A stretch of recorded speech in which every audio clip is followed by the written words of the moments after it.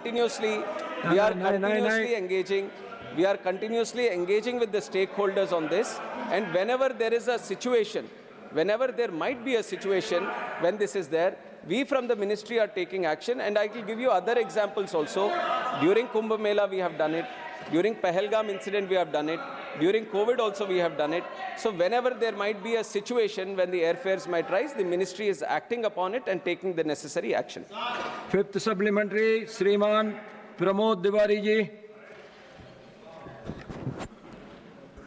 मैं आभारी हूं आपका।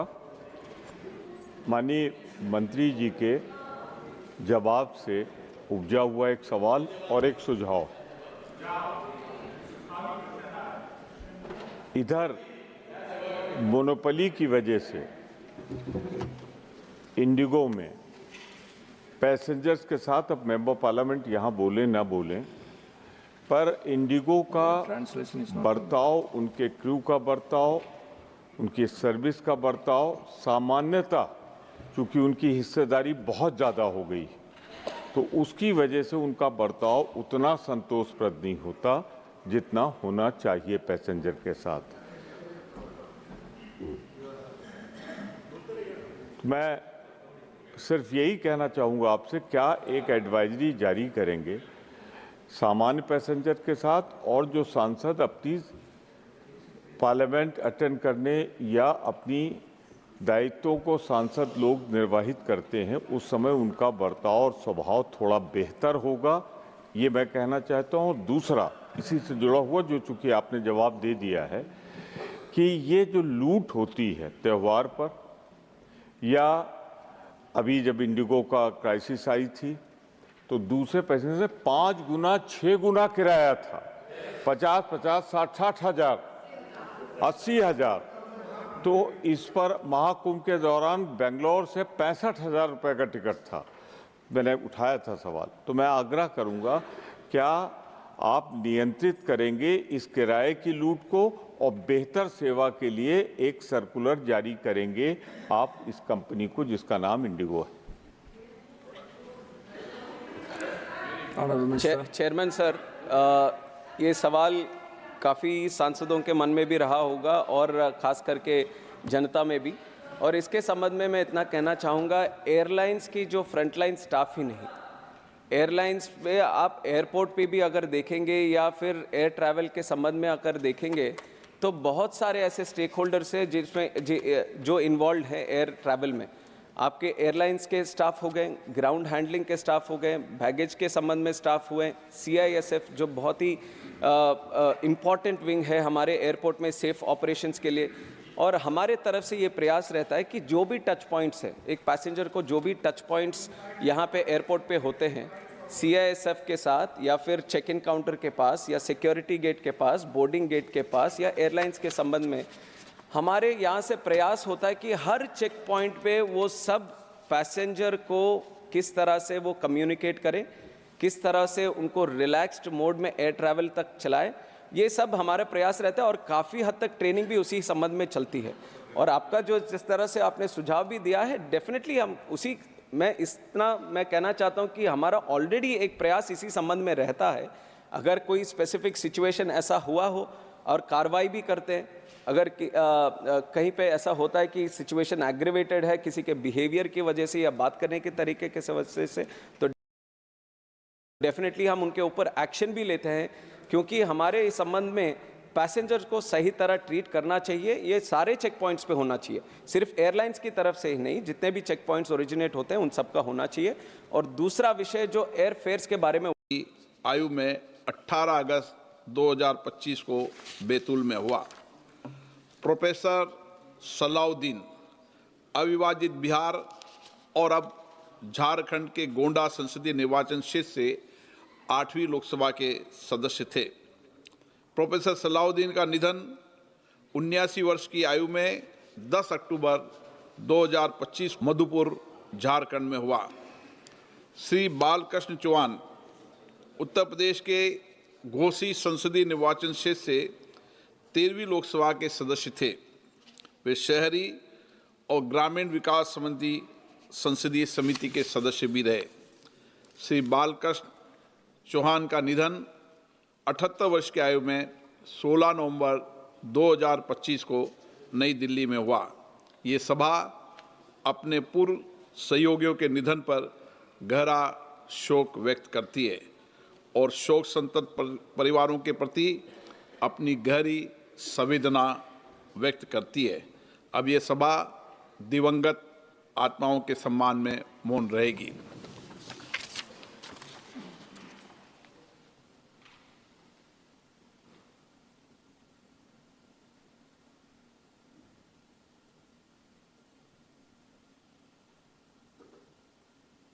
ओम शांति। प्रश्नकाल।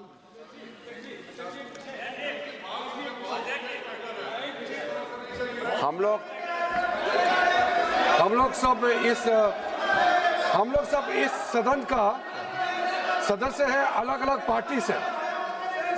हम लोग एक दूसरे का विरोधी है, हम दुश्मन नहीं है।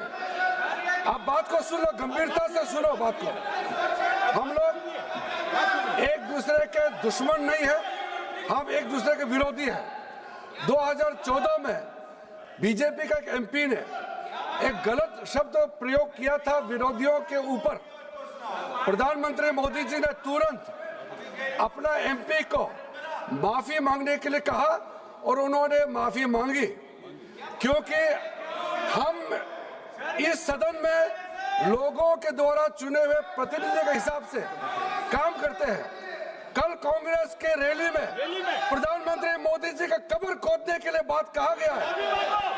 ये इस देश के लिए बहुत दुखद समय है कि कांग्रेस पार्टी ऐसा शब्दों का इस्तेमाल करते हैं और सारे कांग्रेस पार्टी पूरे का पूरे नेतृत्व उस रैली में मौजूद थे और प्रधानमंत्री मोदी जी का कब्र खोदने के लिए इन्होंने नारा लगाया। इस देश के लिए इससे शर्मनाक, इससे ज्यादा दुर्भाग्यपूर्ण कोई चीज नहीं हो सकता है कि देश के प्रधानमंत्री 140 करोड़ के नेता, विश्व में सबसे प्रसिद्ध, सबसे मजबूत नेता आदरणीय प्रधानमंत्री मोदी जी का कब्र खोदने के लिए कांग्रेस के रैली में बात कहा गया है। मैं चाहता हूं कांग्रेस के नेतृत्व माफी मांगना चाहिए, इस सदन के माध्यम से देश से माफी मांगना चाहिए। राज्यसभा में भी, लोकसभा में भी कांग्रेस के अध्यक्ष स्थगित की जाती है।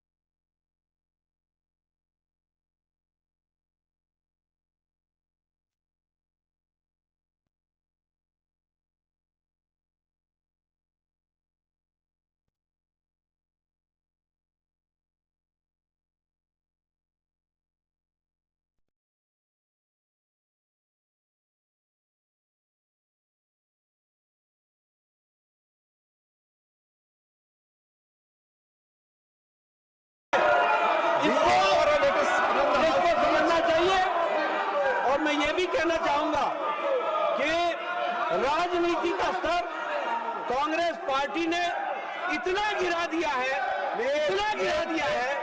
जो कल्पना के बाहर है। इसलिए इसकी मैं घोर निंदा भी करता हूं और मैं श्रीमती सोनिया गांधी जी से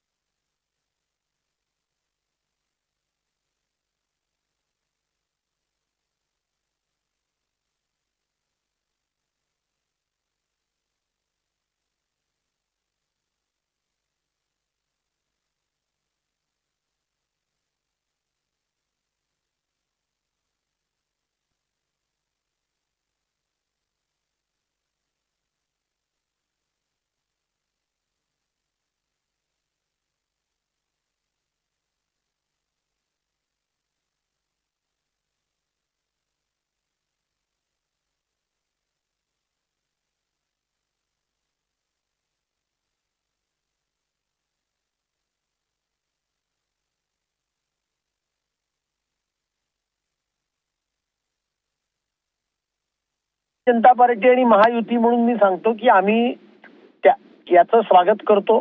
निवडणुकीला आम्ही तयार आहोत। जनतेच्या न्यायालयात जाऊन आम्ही आमची बाजू मांडणार आहोत। आमचं विकासाचं जे धोरण आहे, आम्ही जो केलेलं काम आहे ते आम्ही जनतेसमोर मांडणार आहोत आणि निवडणुकीला आम्ही तयार आहोत आणि आम्हाला पूर्ण विश्वास आहे की आम्ही निवडून येणार आहोत। नक्कीच धन्यवाद भातकळकरजी, तुम्ही आमच्याशी या संदर्भात सविस्तर संवाद साधण्यासाठी। खासदार नरेश म्हस्के सुद्धा आपल्यासोबत जोडले गेलेले आहेत। म्हस्केजी, संध्याकाळी 4 वाजता पत्रकार परिषद, राज्य निवडणूक आयोगाची तयारी तुमची कुठपर्यंत आली आहे? तुमची पहिली प्रतिक्रिया? बघा, निवडणुका केव्हाही लागल्या तरी त्यांना सामोरे जाण्याची आमची तयारी झालेली आहे। कधीही जाहीर होऊ द्या, आम्ही त्या पूर्ण ताकदीनिशी लढण्याकरता तयारी आमची झालेली आहे।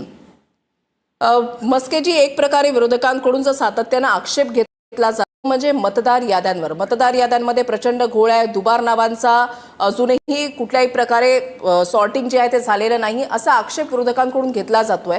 निवडणूक अधिकाऱ्यांची त्यांनी भेट घेतलेली होती, या सर्व घडामोडी तर तुम्हाला माहितीच आहेत आणि एक प्रकारे त्यांच्याकडून अशी अपेक्षा व्यक्त केली जाते की या पत्रकार परिषदेमधून स्पष्टता जी आहे ती आली पाहिजे। बघा, हास्यास्पद गोष्ट आहे की मतदार याद्यांचा पुनर्रचना जो करण्याचा निर्णय बिहारमध्ये घेतला त्याला विरोधकांनी विरोध केला, बंगालमध्ये घेतोय, तामिळनाडूमध्ये घेतोय. आता शेवटी पुनर्रचना केल्याशिवाय तर त्या याद्या बरोबर होणार नाहीत. दुटप्पी भूमिका आहे आणि त्या विरोधक केवळ आपल्या परिस्थितीनुसार बॉम्ब करत आहेत. ठीक आहे, धन्यवाद मस्केजी, तुम्ही आमच्याशी या संदर्भात सविस्तर संवाद साधण्यासाठी, तुमची सविस्तर प्रतिक्रिया देण्यासाठी. शिवसेनेचे खासदार नरेश मस्के आपल्यासोबत होते. तर एकूणच विरोधकांची अपेक्षा आहे की आज संध्याकाळी 4 वाजता जी पत्रकार परिषद होते त्याच्यामध्ये स्पष्टता आली पाहिजे की मतदार याद्यांबाबत ज्या हरकती नोंदवलेल्या आहेत त्याचं काय झालं. तर महापालिकेच्या निवडणुका जाहीर होणार का? कारण MMRDA रिजन आपण या ठिकाणी पाहताय, मुंबई, नवी मुंबई, ठाणे, कल्याण डोंबिवली, वसई विरार, भिवंडी, पनवेल, मीरा भाईंदर, उल्हासनगर, 29 महानगरपालिकांच्या निवडणुका आज संध्याकाळी 4 वाजता तारखा जाहीर होणार आहेत. जवळपास 7 ते 8 वर्षांनी या निवडणुका होत आहेत. प्रत्येक पक्षानं कंबर कसलेली आहे. हालचाली ज्या आहेत त्या सुरू झालेल्या आहेत. बैठकांचं सत्र जे आहे ते सातत्यानं सुरू झालेलं आहे. संपूर्ण राज्यभरातल्या 29 महानगरपालिकांच्या निवडणुकांच्या तारखा आज संध्याकाळी 4 वाजता जाहीर होणार आहेत आणि त्यासोबतच स्थानिक स्वराज्य संस्थांच्या निवडणुकांच्या तारखा, त्याच्यामध्ये जिल्हा परिषद आहेत 32 आणि पंचायत समित्या आहेत 336. तर या निवडणुकांच्या तारखा नेमक्या काय असतील हे पाहणं देखील तितकंच महत्त्वाचं असेल. आणि विरोधक सातत्यानं एक मुद्दा उपस्थित करतायत, तो म्हणजे मतदार याद्यांमधला घोळ, दुबार नावांचा मुद्दा. तर त्यावर आयोग पत्रकार परिषदेमध्ये काही बोलणार का हे देखील पाहणं तितकंच महत्त्वाचं असणार आहे. महानगरपालिका निवडणुकांची आज घोषणा होणार आहे.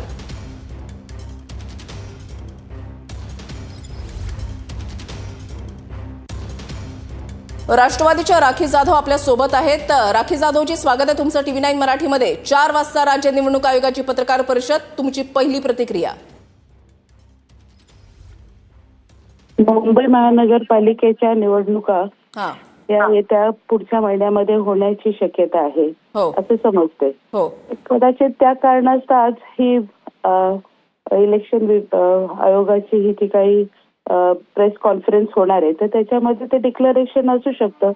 पण त्याचबरोबर आमचं म्हणणं हे आहे की इतक्या काही हरकती ज्या मतदार याद्यांवरती घेतल्या गेल्या, जितक्या काही घोळ असण्याचे लोकांचे जे काही त्या ठिकाणी म्हणणं होतं त्यावरती कुठलंही म्हणजे फायनल त्यांचा निर्णय नाही, त्याच्या संदर्भातली कुठलीही चर्चा नाही आणि अशा ह्या सगळ्या गोष्टी अगदी हे रेटत नेण्याचं काम जे आहे हे चुकीचं आहे. मला वाटतं कुठेतरी या सगळ्या घोळ असणाऱ्या ह्या मतदार याद्या पहिल्या आणि त्यानंतर ज्या ज्या ठिकाणी हायराईज इमारतींच्या परिसरामध्ये असणारे हे मतदान केंद्र आणि त्या संदर्भातल्या लोकांच्या असणाऱ्या हरकती आणि त्या व्यतिरिक्त ह्या सगळ्या प्रक्रियेमध्ये आपण जर पाहिलं की व्हीव्हीपॅट नाही आहे आणि त्याचबरोबर ह्या मशीन्सच्या संदर्भातल्या लोकांच्या मनामध्ये असणारा संभ्रम, हे सर्व पाहता निवडणूक आयोग जे आहे यांनी आजच्या या प्रेस कॉन्फरन्समध्ये या सर्व गोष्टींवरती पहिला आपला निर्णय देणं अपेक्षित आहे आणि मग नंतर इलेक्शन कार्यक्रम जाहीर करणं अपेक्षित होतं. मात्र राखी जाधवजी, जर आज तारखा जाहीर झाल्या तर तुमच्या पक्षाची पुढची भूमिका काय असणार आहे? कारण जर आपण पाहिलं तर 32 जिल्हा परिषदा आणि 336 पंचायत समित्या आणि महानगरपालिका 29 असा एकूणच जर कार्यक्रम जाहीर झाला तर कालावधी फार कमी आहे. नाही, कालावधी हा कमी आहे हे निश्चित आहे आणि त्याचबरोबर परत एकदा मी तेच सांगत आहे की इतक्या काही ज्या संभ्रमाच्या गोष्टी त्याच्यावर खुलासा न करणं किंवा इतक्या काही असणाऱ्या हरकतींवरती लोकांना त्यांचं उत्तर न मिळणं, असमाधानकारक असं उत्तर मिळणं, ह्या सगळ्या गोष्टी नजरअंदाज करून इलेक्शन कार्यक्रम जर त्या ठिकाणी जाहीर होत असेल तर आमच्या हरकती किंवा आमच्या सूचना यांना एक बाजूला ठेवून हा कार्यक्रम रेटत रेटण्याचं काम जो आहे तो निवडणूक आयोगाने केलेला आहे, हे स्पष्ट आहे. ठीक आहे, धन्यवाद राखी जाधवजी, तुम्ही आमच्याशी या संदर्भात सविस्तर संवाद साधण्यासाठी. शरद पवार राष्ट्रवादीच्या प्रवक्त्या राखी जाधव आपल्या सोबत होत्या. MMRDA रिजन मधल्या कोणकोणत्या महानगरपालिका आहेत ज्या ठिकाणी निवडणुकांच्या तारखा आज जाहीर होतील? मुंबई, नवी मुंबई, ठाणे, कल्याण डोंबिवली, वसई विरार, भिवंडी, पनवेल, मीरा भाईंदर आणि उल्हासनगर.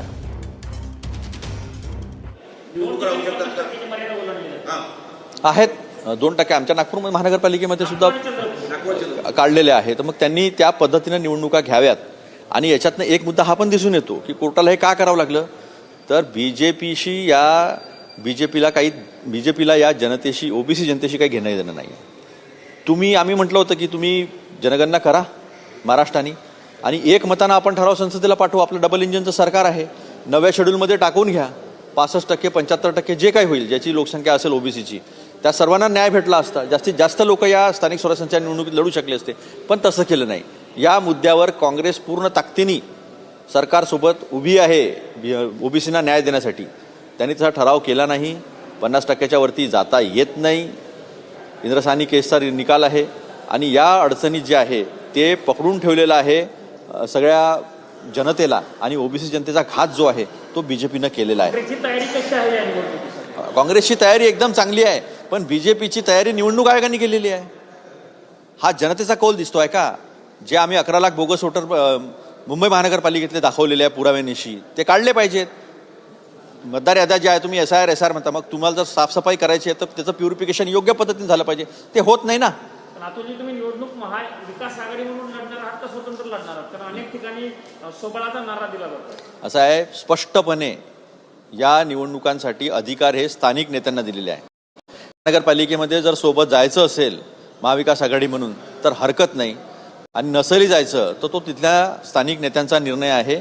त्याच्या पाठीशी महाराष्ट्र प्रदेश काँग्रेस कमिटी आणि ऑल इंडिया काँग्रेस कमिटी राहील, याच्याशी काही दुमत असण्याचं कारण नाही. पण तो पार्टनर हा इंडिया आघाडीचाच असला पाहिजे, ही सुद्धा त्याच्यामधली एक सिंपल साधी अट आहे. काही ठिकाणी अगोदरच्या निवडणूक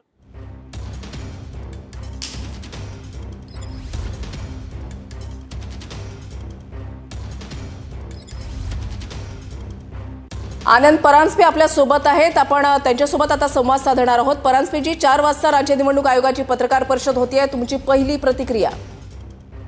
राज्य निवडणूक आयोगाची आज दुपारी 4 वाजता पत्रकार परिषद आहे आणि अपेक्षित आहे की येणाऱ्या स्थानिक स्वराज्य संस्थेच्या निवडणुकीमध्ये महानगरपालिकेच्या 29 महानगरपालिकेच्या निवडणुकीचा कार्यक्रम घोषित होईल अशी अपेक्षा आहे.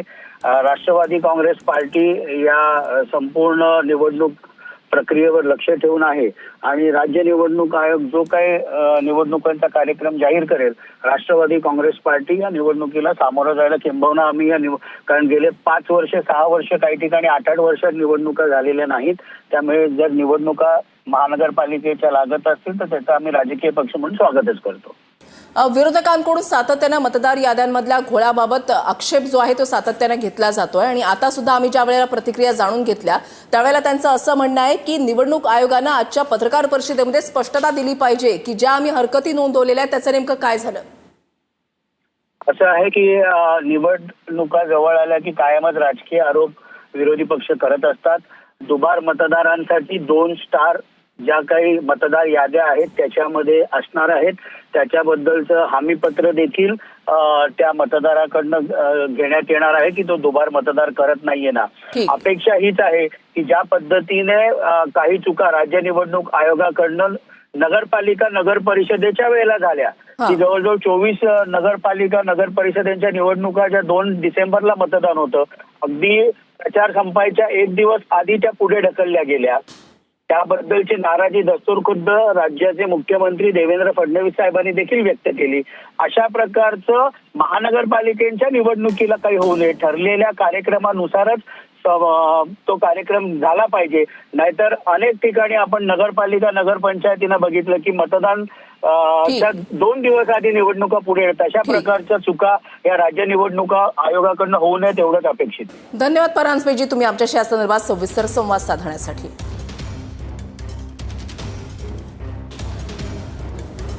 तरी 2 दृश्य आपण पाहताय. महापालिका निवडणुकांच्या तारखा आज जाहीर होणार आहेत. तर संध्याकाळी 4 वाजता पत्रकार परिषद राज्य निवडणूक आयोगाची होती आणि थोड्याच वेळामध्ये आदित्य ठाकरेंची पत्रकार परिषद होणार आहे. आदित्य ठाकरे या पत्रकार परिषदेमधून नेमकं काय बोलतात, काय सांगतात हे पाहणं देखील तितकंच महत्त्वाचं असणार आहे. बैठकांचं सत्र जे आहे ते सातत्यानं सुरू झालेलं आहे. आगामी निवडणुकांच्या अनुषंगानं प्रत्येक पक्षाची तयारी जी आहे ती सुरू झालेली आहे. मात्र तारखा अजूनही जाहीर झालेल्या नाहीत.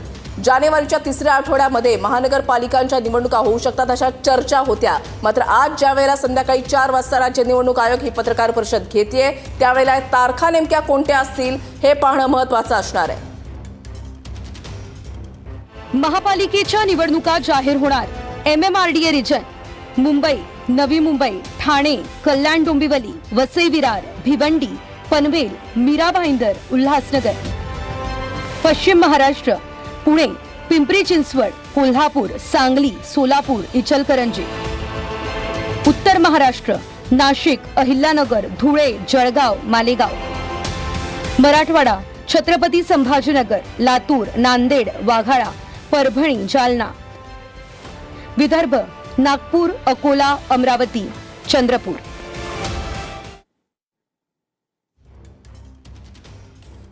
तर स्थानिक स्वराज्य संस्थांच्या निवडणुकांबाबत पत्रकार परिषद होणार आहे. 4 वाजता ही पत्रकार परिषद होणार.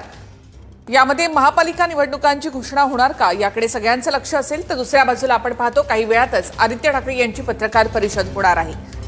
महापालिका निवडणुकांसंदर्भात शहरी भागामध्ये दुबार मतदार या संदर्भामध्ये काही हरकती मागवण्यात आल्या होत्या. तसंच विरोधी पक्षांनी या संदर्भात दुबार नावं काढा अशा प्रकारची मागणी देखील केली होती. यासाठी काही वेळ लागला तरी चालेल, निवडणुका पुढे ढकला अशी मागणी विरोधकांची होती. आणि त्या संदर्भामध्ये आदित्य ठाकरे आता काय बोलतात याकडे सगळ्यांचं लक्ष असेल.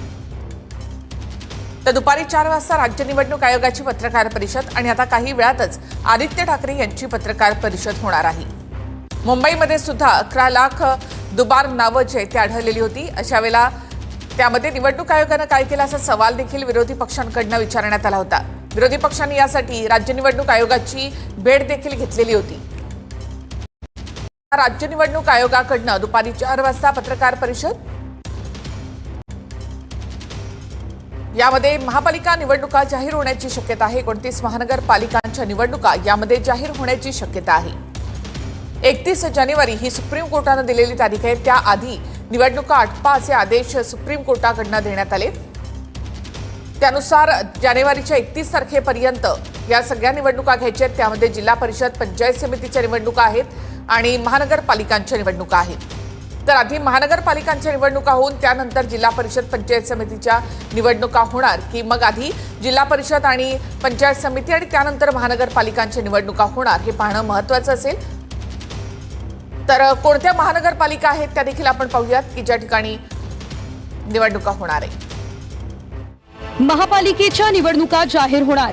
MMRDA region, Mumbai, Navi Mumbai, Thane, Kalyan Dombivli, Vasai Virar, Bhiwandi, Panvel, Meera Bhayandar, Ulhasnagar. पश्चिम महाराष्ट्र, पुणे, पिंपरी चिंचवड, कोल्हापूर, सांगली, सोलापूर, इचलकरंजी. उत्तर महाराष्ट्र, नाशिक, अहिल्यानगर, धुळे, जळगाव, मालेगाव. मराठवाडा, छत्रपती संभाजीनगर, लातूर, नांदेड, वाघाळा, परभणी, जालना. विदर्भ, नागपूर, अकोला, अमरावती, चंद्रपूर. राज्य निवडणूक आयोगाची दुपारी 4 वाजता पत्रकार परिषद होणार आणि महानगरपालिकांच्या निवडणुका जाहीर होणार का याकडे आता लक्ष असणार आहे. तर नगरपंचायत, नगरपरिषदेच्या निवडणुका पार पडल्यात. त्यामध्ये देखील 20 तारखेला काही ठिकाणी मतदान होणार आहे आणि 21 तारखेला त्याचा निकाल लागणार आहे. त्याआधी आता महानगरपालिका निवडणुकांची घोषणा होणार का याकडे लक्ष असेल. राज्य निवडणूक आयोगाची 4 वाजता ही पत्रकार परिषद अत्यंत महत्त्वाची असणार आहे. पालिका निवडणुकांच्या तारखा यामध्ये जाहीर केल्या जातील अशी माहिती सूत्रांकडून कळते. तर थोड्याच वेळामध्ये आदित्य ठाकरेंची पत्रकार परिषद होणार आहे. मतदार याद्यांमधला घोळ तसेच दुबार नावं या संदर्भामध्ये विरोधकांनी आवाज उठवला होता. आदित्य ठाकरे यांनी वारंवार या संदर्भातले प्रश्न देखील विचारले होते. तर एकीकडे राज्य निवडणूक आयोगाची पत्रकार परिषद तर दुसऱ्या ठिकाणी आदित्य ठाकरे आता पत्रकार परिषदेत काय बोलतात याकडे देखील लक्ष लागलेलं आहे. 4 वाजता राज्य निवडणूक आयोगाची ही पत्रकार परिषद होईल. नगरपरिषद, नगरपंचायतीच्या निवडणुका पार पडल्यात, मात्र त्याचा निकाल अद्याप जाहीर झालेला नाही. त्यातल्या काही निवडणुका या 20 तारखेला देखील होणार आणि त्यानंतर 21 तारखेला त्याचा निकाल लागणार आहे. त्याआधीच आता राज्य निवडणूक आयोगाची दुपारी 4 वाजता ही पत्रकार परिषद. यामध्ये महापालिका निवडणुकांच्या तारखा जाहीर होण्याची एक शक्यता आहे. त्यानंतर जिल्हा परिषद, पंचायत समितीच्या देखील निवडणुका आहेत. तर कोणत्या महानगरपालिका आहेत ज्या ठिकाणी निवडणुका होणार आहेत पुन्हा एकदा आपण पाहूया.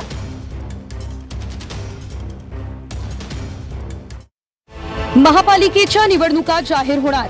MMRDA region, Mumbai, Navi Mumbai, Thane, Kalyan Dombivli, Vasai Virar, Bhiwandi, Panvel, Meera Bhayandar, Ulhasnagar.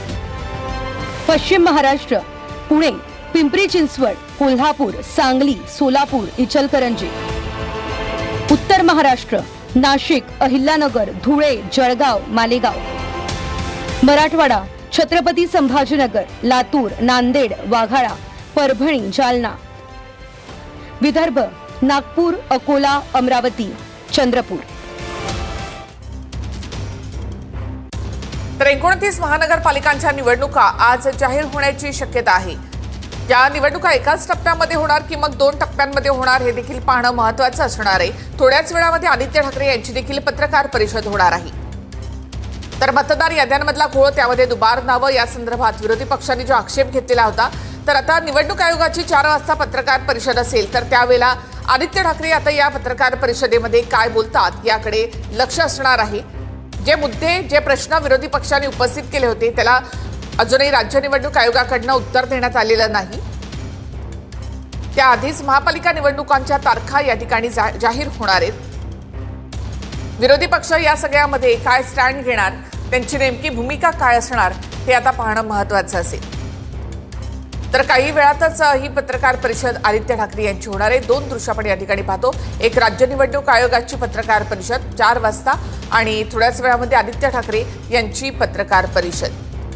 राज्य निवडणूक आयोगाकडनं आज दुपारी 4 वाजता महापालिका निवडणुकांची जर घोषणा झाली तर अशा वेळेला विरोधी पक्षांचा स्टँड नेमका काय असणार याकडे देखील लक्ष असणार आहे. तर या निवडणुका जाहीर होण्याच्या आधीच आदित्य ठाकरे यांची पत्रकार परिषद आहे. या पत्रकार परिषदेमधून पुन्हा एकदा ते काय मुद्दे म्हणतात हे पाहणं महत्त्वाचं असेल. एकच खुर्ची त्या ठिकाणी ठेवण्यात आली आहे. त्यानुसार आदित्य ठाकरे हे एकटेच या ठिकाणी पत्रकार परिषद घेणार आहेत.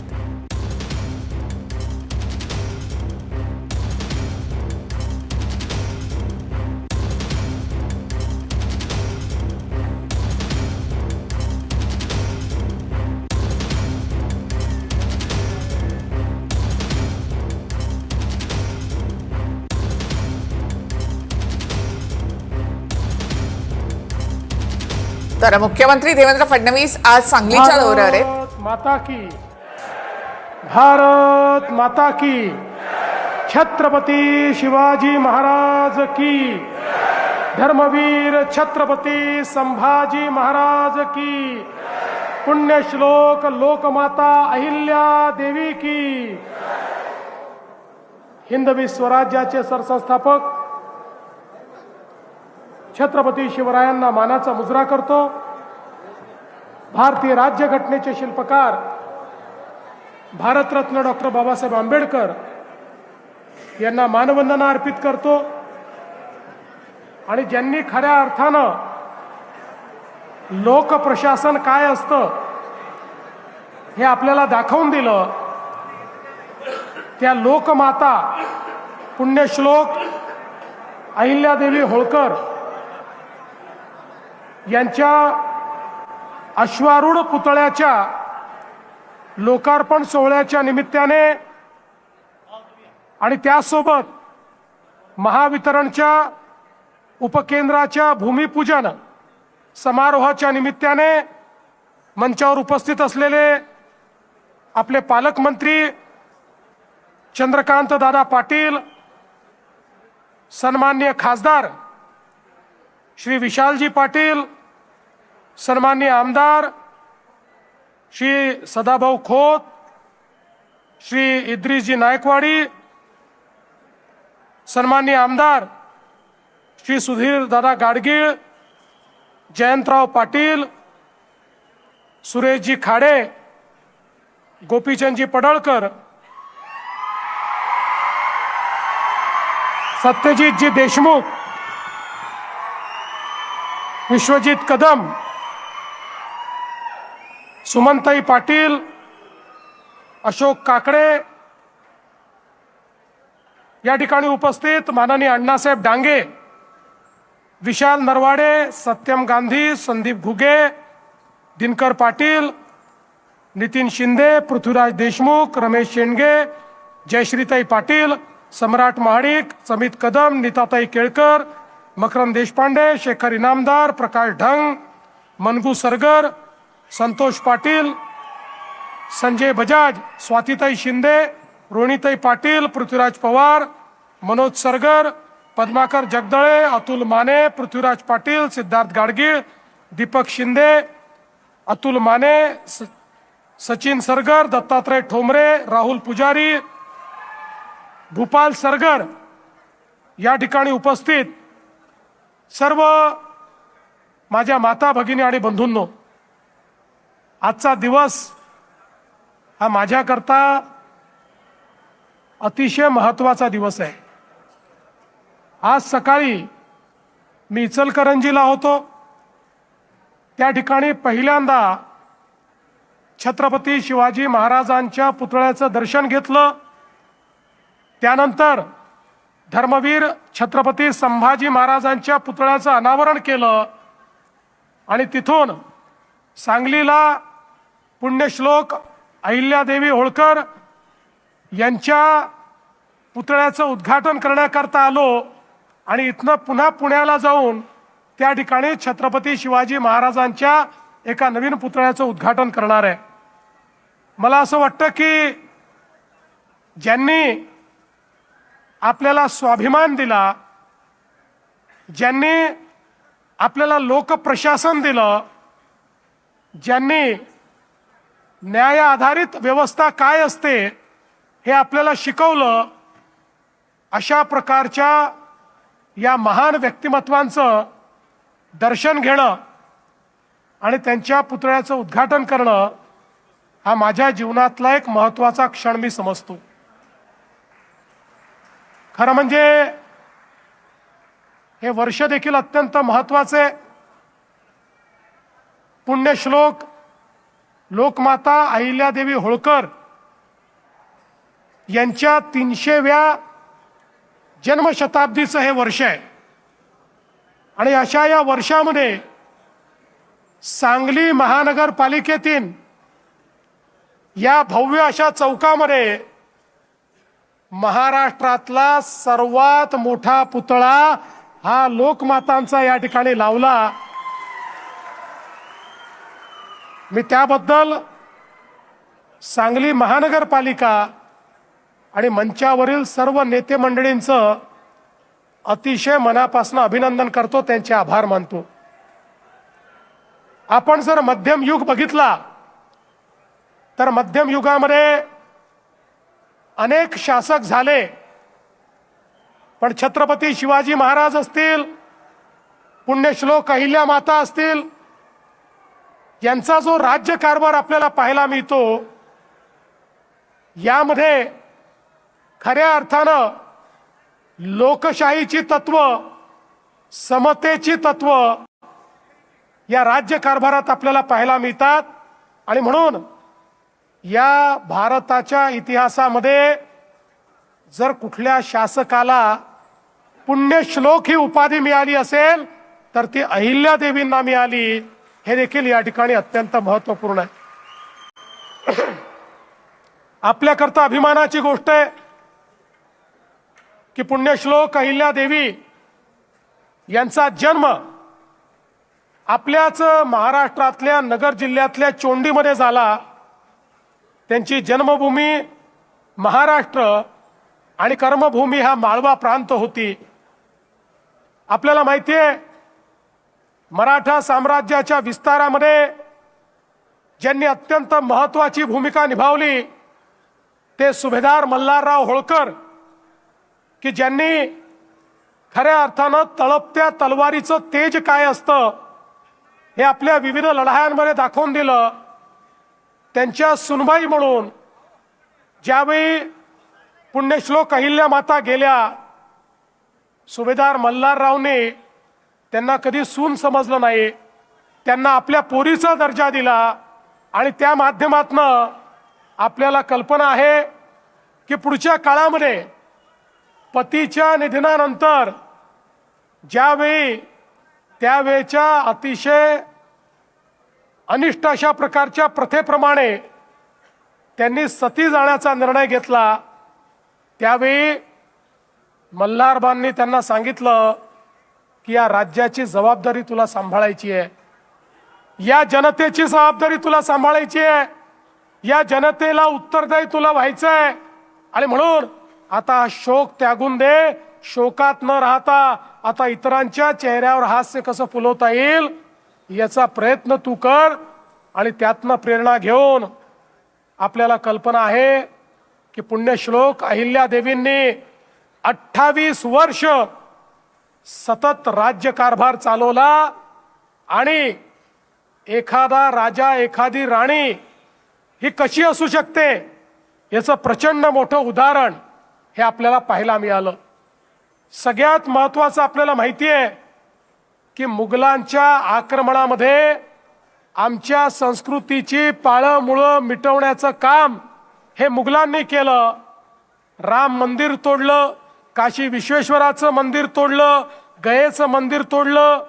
सगळे आमचे जे पुण्यस्थळं होते, जे आमच्या धर्माचे संस्कृतीचे प्रतीक होते, हे सगळे तोडण्याचं काम हे त्या ठिकाणी मुघलांनी केलं. पण त्याच वेळी या सगळ्या मंदिरांचा जीर्णोद्धार करून पुन्हा एकदा आमच्या संस्कृतीला पुनरुज्जीवित करणारा जर कोणी असेल तर ते आमच्या पुण्यश्लोक अहिल्याबाई होळकर होत्या, ज्यांच्यामुळे आमच्या संस्कृतीचं पुनरुत्थान झालं. आज उत्तरेकडचं कुठलंही मंदिर बघा, दक्षिणेतलं कुठलंही मंदिर बघा, पूर्वेमध्ये आपण गेलो तर त्याही ठिकाणी जगन्नाथपुरीचं मंदिर बघा, पश्चिमेत आपण गेलो तर महाराष्ट्र आणि गुजरात मधली मंदिरं बघा, तिथले तट बघा, तिथले घाट बघा. या प्रत्येक ठिकाणी एकच नाव निनादत असतं आणि ते नाव म्हणजे लोकमाता अहिल्याबाई होळकरांचं नाव आहे. हा सेतू हिमाचल या भारताच्या संस्कृतीला त्या ठिकाणी पुनरुज्जीवित करण्याचं काम, त्याचं पुनरुत्थान करण्याचं काम हे अहिल्यादेवींनी केलं. आणि म्हणूनच राम मंदिर आणि काशी विश्वनाथाच्या पुनरुत्थानाच्या वेळी आपले प्रधानमंत्री मोदीजींनी सांगितलं की आज आपण हे करू शकतो आहे कारण कधीतरी मुघलांच्या आक्रमणामध्ये या मंदिरांना वाचवण्याचं काम हे पुण्यश्लोक अहिल्यादेवींनी केलं. आणि म्हणून आज याची निशाणी आपल्याकडे उपलब्ध आहे. पण बंधू भगिनींनो, त्याही पेक्षा महत्वाचं काय आहे, एवढा संपूर्ण उत्तर दक्षिण पूर्व पश्चिम सगळ्या भागामध्ये इतक्या मोठ्या प्रमाणात जीर्णोद्धार अहिल्यादेवींनी केला. पण हा सगळा जीर्णोद्धार हा त्यांनी स्वतःच्या पैशातनं केला.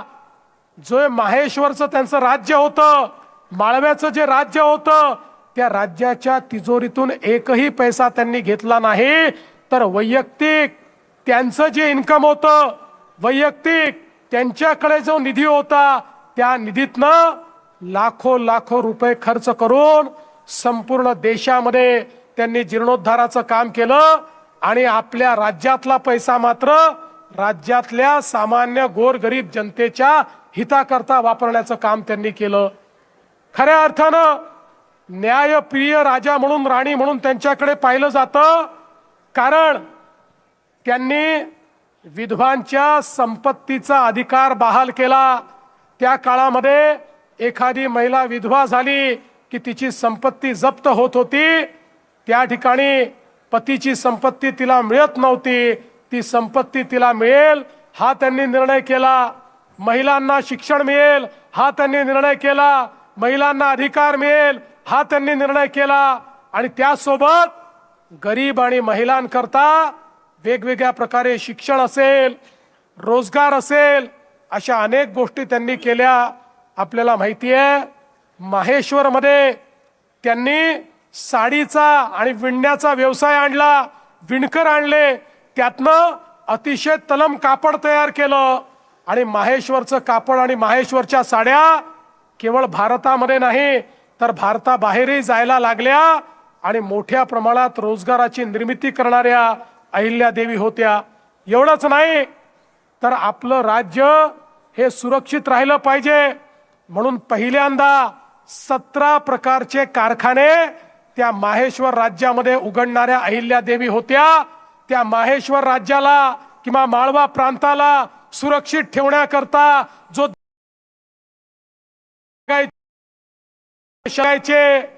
हे सगळे त्यांच्या स्वतःच्या कारखान्यामध्ये तयार व्हायचे आणि त्याच्या माध्यमातून त्या ठिकाणी एक प्रकारे रोजगाराची निर्मिती व्हायची आणि आपलं राज्य देखील पूर्णपणे सुरक्षित त्या ठेवायच्या।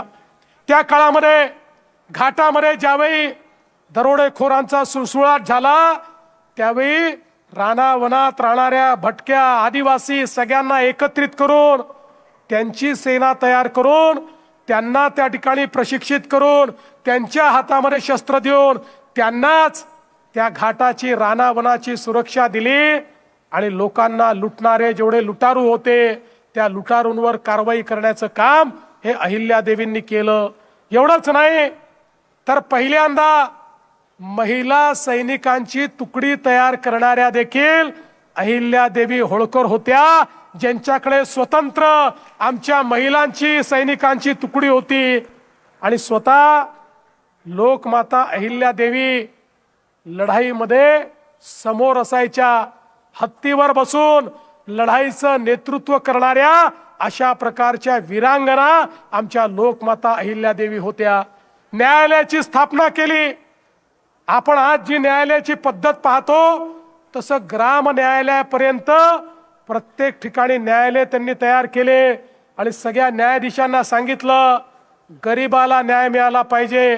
न्याय जर श्रीमंतांनी विकत घेतला, श्रीमंताच्या दबावात येऊन केवळ तुम्ही न्याय दिला तर तुम्हाला पदच्युत करण्यात येईल हे सांगणाऱ्या लोकमाता होत्या आणि म्हणून त्यांच्या राज्यामध्ये गरीबातल्या गरीबाला देखील न्याय होता। ही न्यायप्रिय व्यवस्था तयार करणाऱ्या लोकमाता होत्या आणि म्हणून त्यांच्या राज्यकारभाराच्या संदर्भात आपण अनेक गोष्टी सांगू शकतो।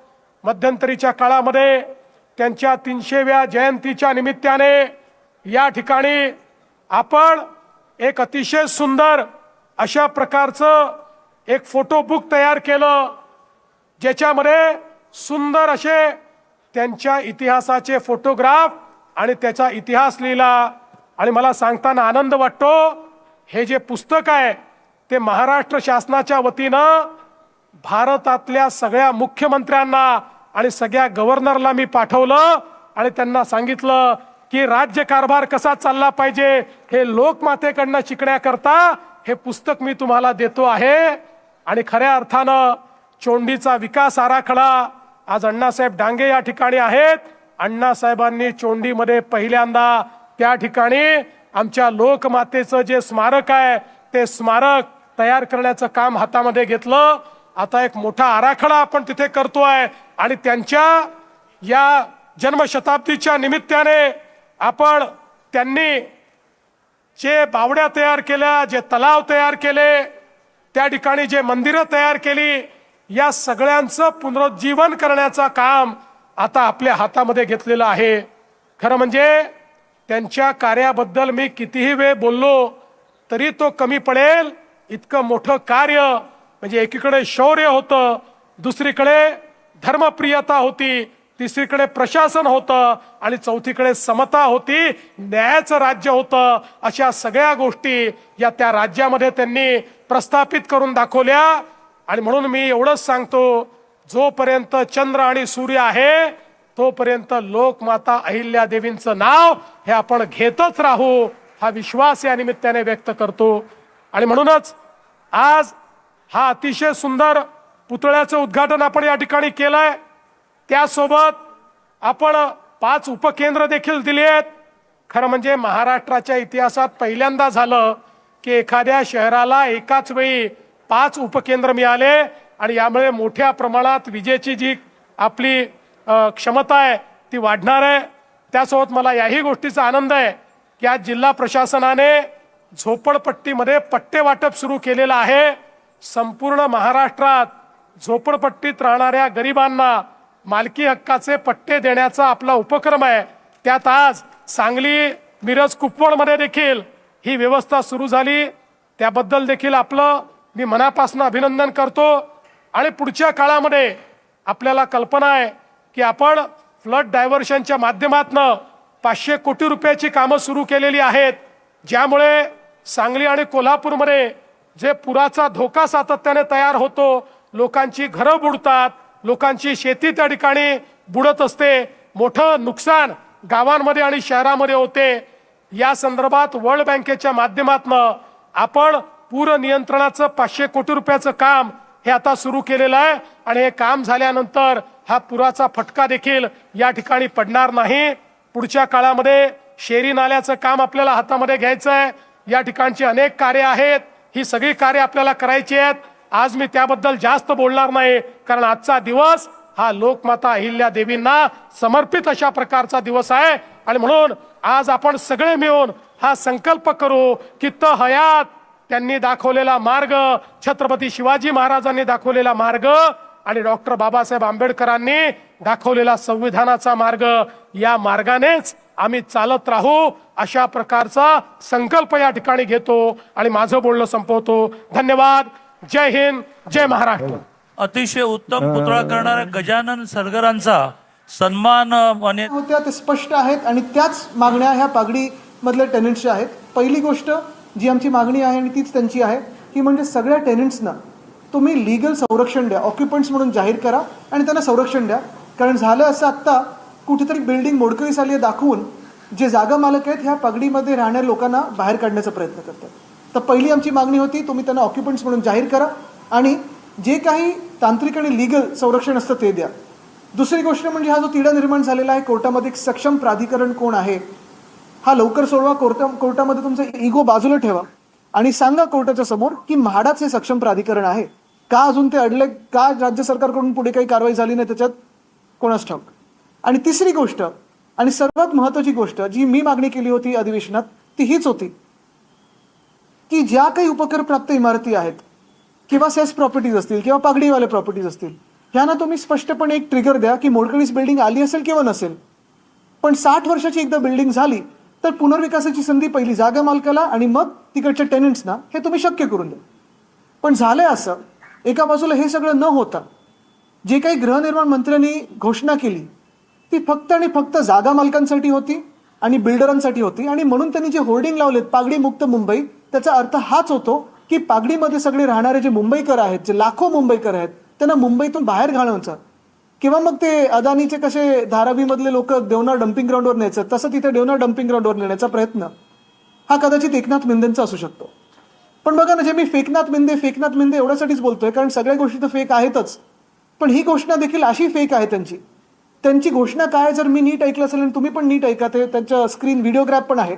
त्यांनी सांगितलं आहे की पुनर्विकासासाठी पागडीच्या आम्ही म्हणजे ते भाजप आणि मिंदे हे नवीन धोरण आणत आहेत आणि त्या धोरणाप्रमाणे जे तिथे राहतात जे टेनंट्स आहेत जेवढी जागा त्यांची आत्ता आहे तेवढीच जागा निश्चित केली जाईल. म्हणजे जर तुम्ही 10 बाय 10च्या खोलीत राहत असाल, जो काही पुनर्विकास स्वतः करता त्याच्याप्रमाणे 500 square foot, 560 square foot, 700 square foot, कोणा 300 स्क्वेअर फूट जे काही तुम्ही ठरवता ते होतं. पण मिंदेंच्या घोषणेप्रमाणे आणि ह्या धोरणाप्रमाणे तुम्हाला जेवढी जागा आहे आत्ता तीच सुनिश्चित करून तेवढीच जागा तुम्हाला मिळेल. पण जागा मालकांनी अधिक ठिकाणी आपण पाहाल जास्ती करून ठिकाणी जागा मालकांची आता जे काही राईट्स आहेत ते बिल्डरांनी घेतलेत, त्यांना वाढीव FSI मिळणार, TDR मिळणार, अजून कॉम्पेन्सेटरी काहीतरी मिळणार, इन्सेंटिव्ह मिळणार, बेनिफिट मिळणार. म्हणजे नेमकं तुम्ही कोणाचं सरकार आहात? ह्या जागा मालकांची लॉबी तुमच्या सरकारमध्ये काही फंडिंग काहीच केले का त्यांनी किंवा काही वेगळ्या मार्गाने घुसलेत का? बिल्डरांची लॉबी जी असेल, मी नेहमी सांगतो की हे सरकार भाजपचं जे आहे ते बिल्डर जनता पार्टी आहे, ते भारतीय जनता पार्टी नाहीच आहे. आणि खरोखर तुम्ही पाहाल की सगळ्या ज्या घोषणा आहेत ते बिल्डरांसाठी केलेल्या आहेत.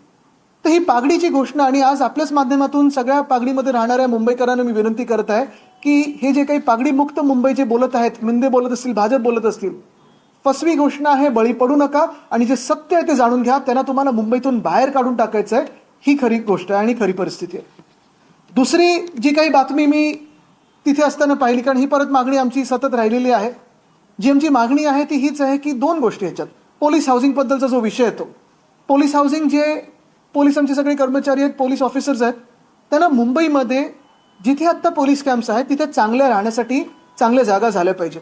महाविकास आघाडी सरकार पडण्याच्या आधी जे मार्चमध्ये अधिवेशन झालं त्याच्यात आम्ही 650 कोटी मला वाटतं हे पोलीस हाऊसिंगसाठी वेगळे काढून ठेवले होते. आपण पाहत असाल मोठ्या प्रमाणात आम्ही पोलीस हाऊसिंग सुधारतो, मुंबई असेल इतर शहरांमध्ये असेल, पण हा सगळा कार्यक्रम आता ठप्प पडलेला आहे. आणि जे रिटायर्ड पोलीस परिवार आहेत त्यांच्या वतीने 2 मागण्या होत्या. एक, जो दंडनीय शुल्क जो आमच्या वेळी 25 रुपये प्रति स्क्वेअर फूट होता, जो आता 150 रुपये प्रति स्क्वेअर फूट केलाय, तो स्थगित करून परत 25 रुपयावर आणावा. आणि दुसरं म्हणजे रिटायर्ड पोलीस कर्मचाऱ्यांना किंवा परिवारांना तुम्ही मुंबईमध्येच, मुंबई MMR क्षेत्र नाही, मुंबईमध्ये, मुंबई शहरामध्येच तिथे त्याच कॅम्पमध्ये किंवा आजूबाजूला कुठेतरी जागा निर्माण करून त्यांना PM आवास योजना असेल किंवा अशा काही धर्तीवर त्यांना जागा उपलब्ध करून द्या किंवा सोसायटी बनवण्याचा प्रयत्न करा. पण मला वाटतं मी हे जी बातमी ऐकली ती अध्यक्ष महोदयांचं एक बाईट ऐकलं की आता नवीन एक समिती गठीत होणार आहे. पण पुन्हा एकदा मी सर्वच पोलीस कर्मचाऱ्यांनी पोलीस परिवारांना विनंती करत आहे की ज्यांच्या कोणाची इच्छा असेल मुंबईत घर मिळवण्याची किंवा चांगलं घर प्राप्त करण्याची, ह्या घोषणेला बळी पडू नका, फसून जाऊ नका. कारण पुन्हा एकदा तुम्हाला आठवण करून देतो, 2016 मध्ये अशीच समिती गठीत झाली होती, 2019 मध्ये अशीच घोषणा झाली होती, 2024 मध्ये अशीच घोषणा झाली होती.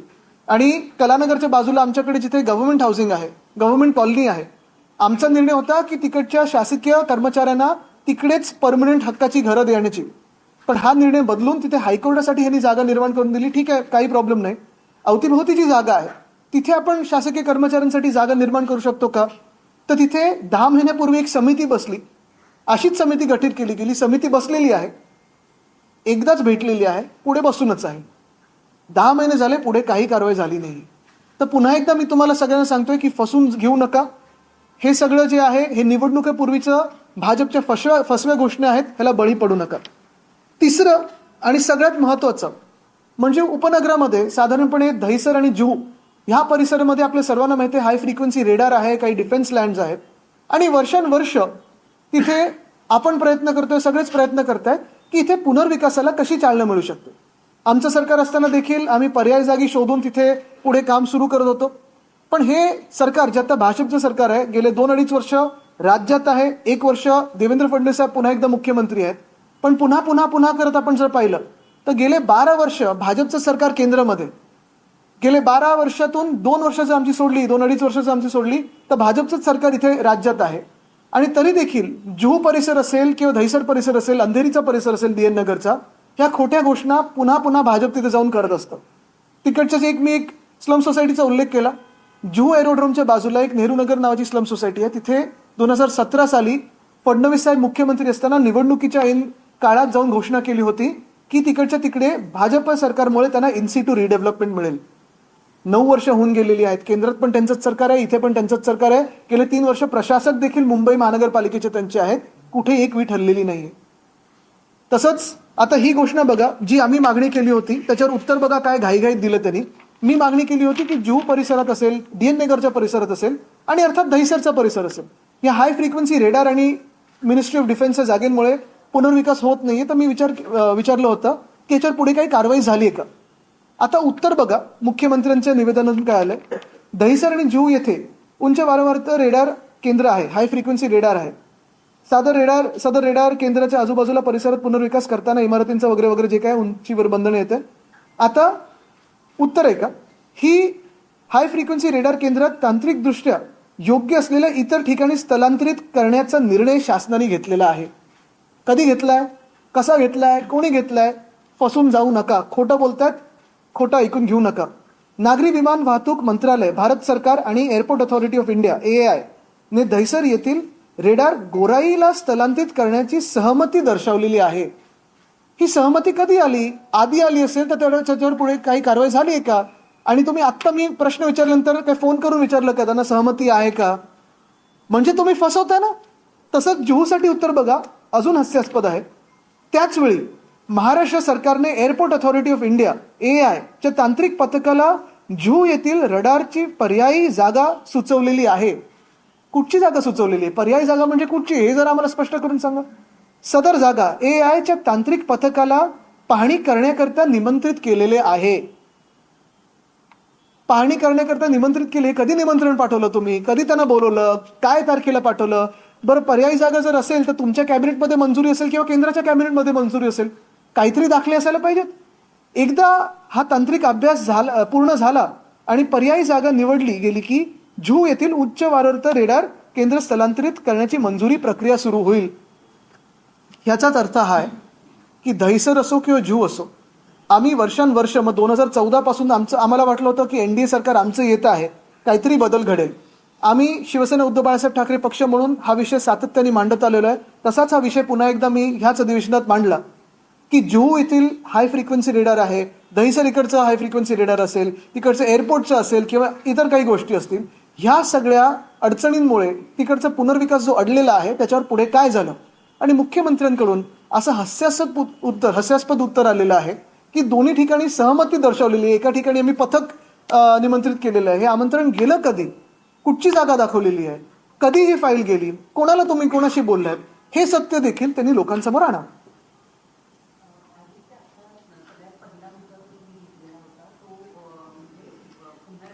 पागडी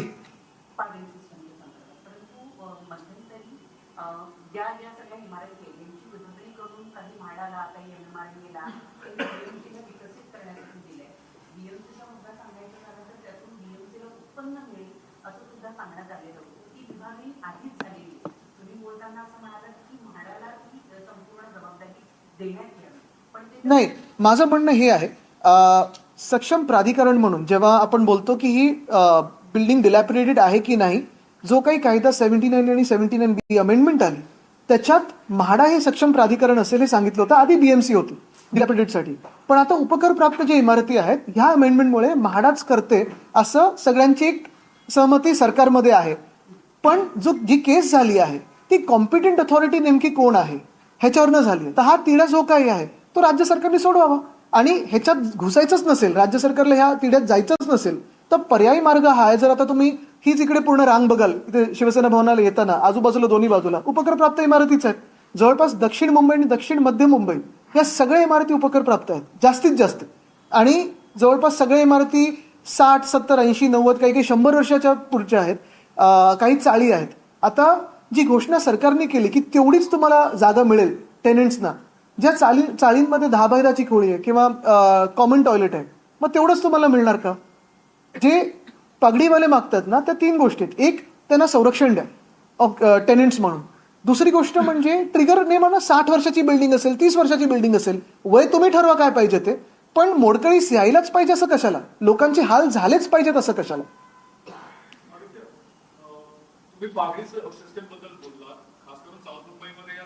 तुमचं पण पागडीच होतं ना, तर तुम्ही वाचलात, तुमचं रिडेव्हलपमेंटला गेलो ऑलरेडी त्याच्या आधी. पण बाजूच्या नाही गेलं. माझा प्रश्न असा आहे की महारेरासारखी एक कॉम्पिटंट अथॉरिटी आहे जी इतर वेळी नवीन कन्स्ट्रक्शनवर नेहमी एक वचक ठेवून असते, पण रिडेव्हलपमेंटची जेव्हा गोष्ट आहे किंवा पागडीची जेव्हा गोष्ट आहे तेव्हा महारेराला काही अथॉरिटी नाहीये. तर जेव्हा तुम्ही कॉम्पिटंट अथॉरिटीची गोष्ट करता तर महारेराला ही अथॉरिटी दिल्या तर चालतील का, किंवा महारेरा ही तुम्हाला वाटतं का की कॉम्पिटंट अथॉरिटी आहे? बघा, मुंबईमध्ये साधारणपणे 14,500 ते 15,000 इमारती ज्या सेस्ट आहेत किंवा उपग्रह प्राप्त आहेत. माझं मत स्पष्टपणे असं आहे की जी आपण अमेंडमेंट आणली होती दोघांना फेअर होती, दोघांना बरोबरची होती. जे जागा मालक आहेत त्यांना पहिली संधी देत होतो आणि तेव्हा टेनंटशी त्यांना साधारणपणे सहमती लागत होती. तसंच जर जागा मालकांना जमत नसेल तर टेनंट्सचा मार्ग मोकळा आहे, जो काही विकासक नेमायचा आहे तो, आणि विकासक नेमल्यानंतर जागा मालकाला कॉम्पन्सेशन मिळत होतं.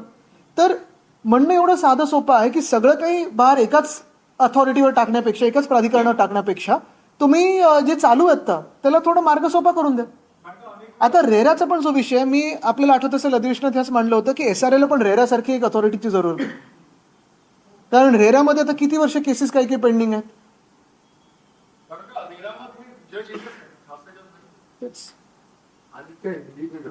अभी चुनाव भी अनाउंस हो सकते हैं और इसको लेकर के बीजेपी ने कई सारी चीजों का अनाउंसमेंट किया. एक पगड़ी सिस्टम का, दूसरा कल पीयूष गोयल ने एक फेसबुक लाइव किया कि रडार को सेंसर जो एयरपोर्ट अथॉरिटी के रडार हैं उनको हमने आगे बुराई कर दिया है. तो आणि आता वळूयात पुढल्या बातम्यांकडे. पुण्यातली बातमी आहे. पुण्यातील मुंडवा जमीन गैरव्यवहार प्रकरणामध्ये दिग्विजय पाटील चौकशीसाठी बावधन पोलीस ठाण्यामध्ये हजर झाले. बावधन पोलिसांकडून दिग्विजय पाटील यांची चौकशी सुरू आहे. दिग्विजय पाटलांवर बावधन पोलीस ठाण्यामध्ये गुन्हा दाखल आहे.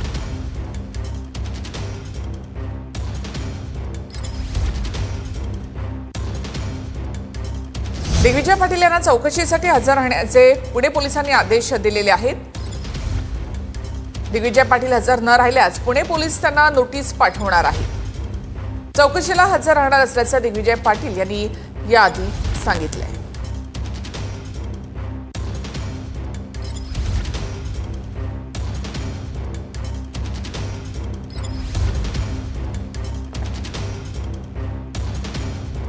आणखी एक महत्त्वाची बातमी. आरोपी रवींद्र तारूला आणखी 3 दिवसांची पोलीस कोठडी देण्यात आलेली आहे. आरोपी रवींद्र तारू याला आणखी 3 दिवसांची पोलीस कोठडी सुनावण्यात आली आहे.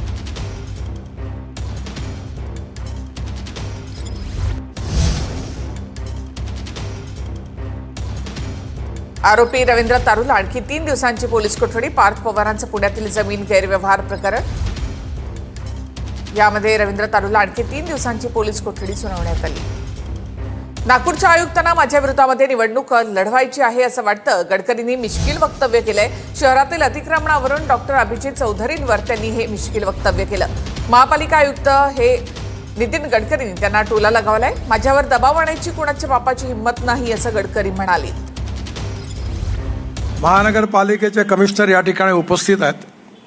मी त्यांना गमतीने नेहमी विचारतो की तुम्हाला बहुतेक पुढली लोकसभा माझ्या विरुद्ध लढायची असं दिसतंय, कारण त्यांच्या एवढा सहृदयी माणूस आमच्या इथे झालाच नाही. कोणत्याही रस्ता कितीही फुटपाथवर अतिक्रमण करा, तर पद्धती आहे की नेते लोक अतिक्रमण थांबवायचा प्रयत्न करतात आणि अधिकारी काढायचा प्रयत्न करतात, पण इथं उलटा प्रकार आहे.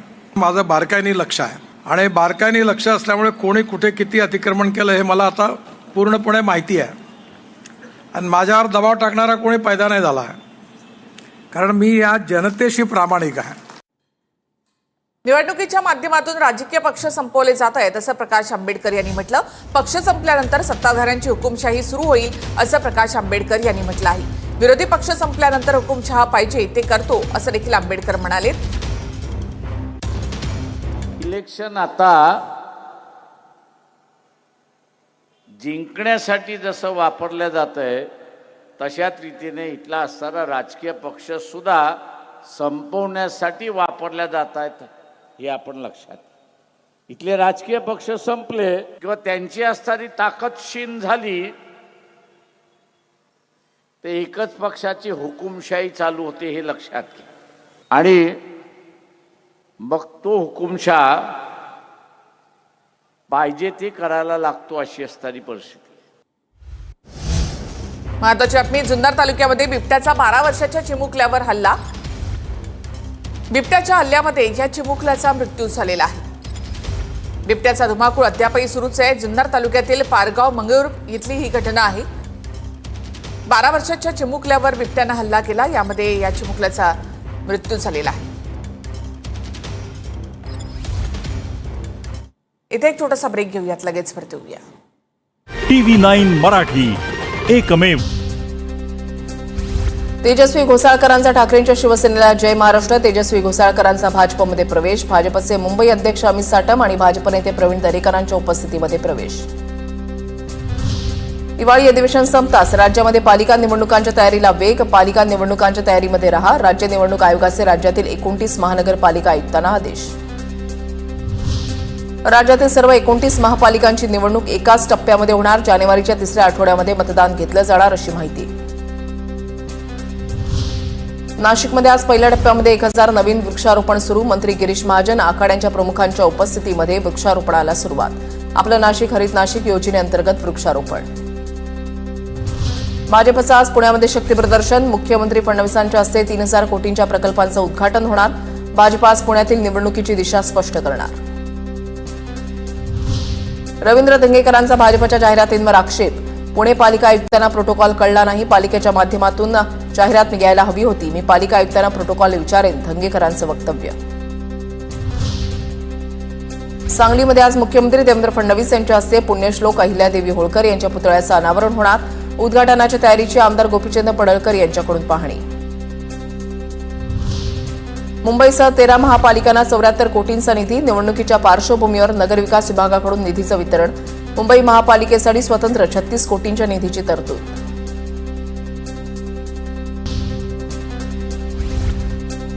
महिला उमेदवाराला हसीना पारकर संबोधल्यानं उमरग्यामध्ये वातावरण तापलं. खासदार ओमराजे निंबाळकरांनी हसीना पारकर संबोधल्याचा आरोप. महिला उमेदवाराला बदनाम करू नका, परिणाम भोगावे लागतील. भाजपचा खासदार ओमराजे निंबाळकर यांना इशारा. मुंबईला लुटणारा रहमान डकेत कोण हे सर्वांना माहिती. एकनाथ शिंदेंचा उद्धव ठाकरेंवर अप्रत्यक्षपणे निशाणा. मात्र मुंबईला वाचवणारी महायुतीच धुरंधर, शिंदेंचं वक्तव्य. आपल्या हक्काची मुंबई अॅनाकोंडा गिळायला निघालेला आहे. अॅनाकोंडाच्या ऐवजी गांडुळाची औलाद उत्तर देते. उद्धव ठाकरेंचा पुन्हा एकदा अमित शहांसह शिंदेंवर जोरदार निशाणा. मुंबई महाराष्ट्रापासून तोडली जाईल अशी शंका आणू नये. मुंबई काल, आज आणि उद्या महाराष्ट्राचीच. चंद्र सूर्य असेपर्यंत मुंबई महाराष्ट्रातच राहणार. सभागृहातून मुख्यमंत्री फडणवीसांचं आश्वासन. दादरच्या छत्रपती शिवाजी महाराज पार्क परिसरामध्ये मनपा निवडणुकीच्या पार्श्वभूमीवर पोस्टर्स. मराठी माणूस जागा हो, रात्र वैराची, पोस्टरवर आशय. केडीएमसीमध्ये शिंदे सेना 30 जागा मागत असेल तर भाजप 40 जागेची मागणी करणार. कुणाची किती ताकद यावरून शिवसेनेची ताकद पाहून निर्णय होईल. कल्याण डोंबिवली पालिका निवडणुकीवरून कपिल पाटलांचं विधान. परभणीमध्ये शिंदे सेना आणि भाजपकडून ठिकठिकाणी बॅनर. परभणी महापालिका निवडणुकीची दोन्ही पक्षाकडून तयारी सुरू. बॅनरच्या माध्यमातून जनतेला साथ. बीड कराड गँगची कारागृहातील कर्मचाऱ्याला जीव मारण्याची धमकी. शिंदे सेनेचे जिल्हा प्रमुख स्वप्नील गलधर यांची फेसबुक पोस्ट. कैद्याकडून कोर्टाचा वेळ घालवण्यासाठी चक्कर आल्याचं नाटक. फेसबुक पोस्टमधून आरोप. मनोज जरांगे पाटील आज दिल्ली दौऱ्यावर. मृत शौर्य पाटीलच्या या विद्यार्थ्याच्या कुटुंबियांची भेट घेणार. दिल्लीमध्ये जरांगे काही खासदारांची भेट घेण्याची शक्यता.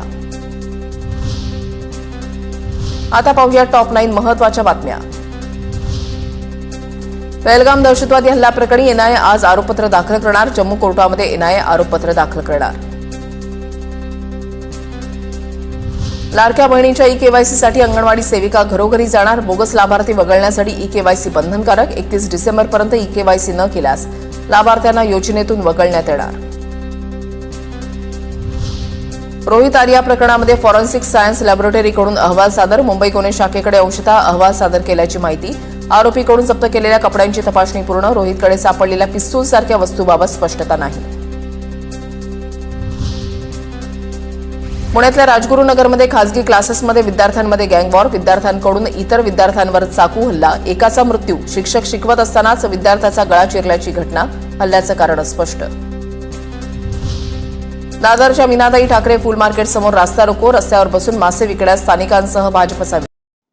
आता ब्रेकनंतर एक महत्त्वाची बातमी. महेश गायकवाड गोळीबार प्रकरणामध्ये 2 आरोपींना जामीन मंजूर झालेला आहे. सुप्रीम कोर्टाकडनं आणखी 2 आरोपींना जामीन मंजूर झालाय. कुणाल पाटील आणि नागेश भालेराव या 2 आरोपींना जामीन मंजूर करण्यात आलाय. भाजपच्या माजी आमदार गणपत गायकवाडांकडनं गोळीबार करण्यात आलेला होता. गणपत गायकवाड आणि त्याचा खासगी अंगरक्षक हर्षल केणे अजूनही तळोजा जेलमध्ये. 2 फेब्रुवारी 2024ला उल्हासनगर हिल लाईन पोलीस ठाण्यामध्ये ही गोळीबाराची घटना घडली होती. आणखी एक महत्त्वाची बातमी. जळगाव जामोदनगर परिषदेचा संतापजनक प्रकार समोर आलेला आहे. जिवंत असताना नगरपालिकेनं वृद्धेचं मृत्यू प्रमाणपत्र दिलं. शहानिशा न करता जिवंत वृद्धेचं मृत्यू प्रमाणपत्र देण्यात आलं. मृत्यू प्रमाणपत्राच्या आधारावर वृद्धेच्या बँक खात्यातून मुलाने 10 लाख रुपये लंपास केले.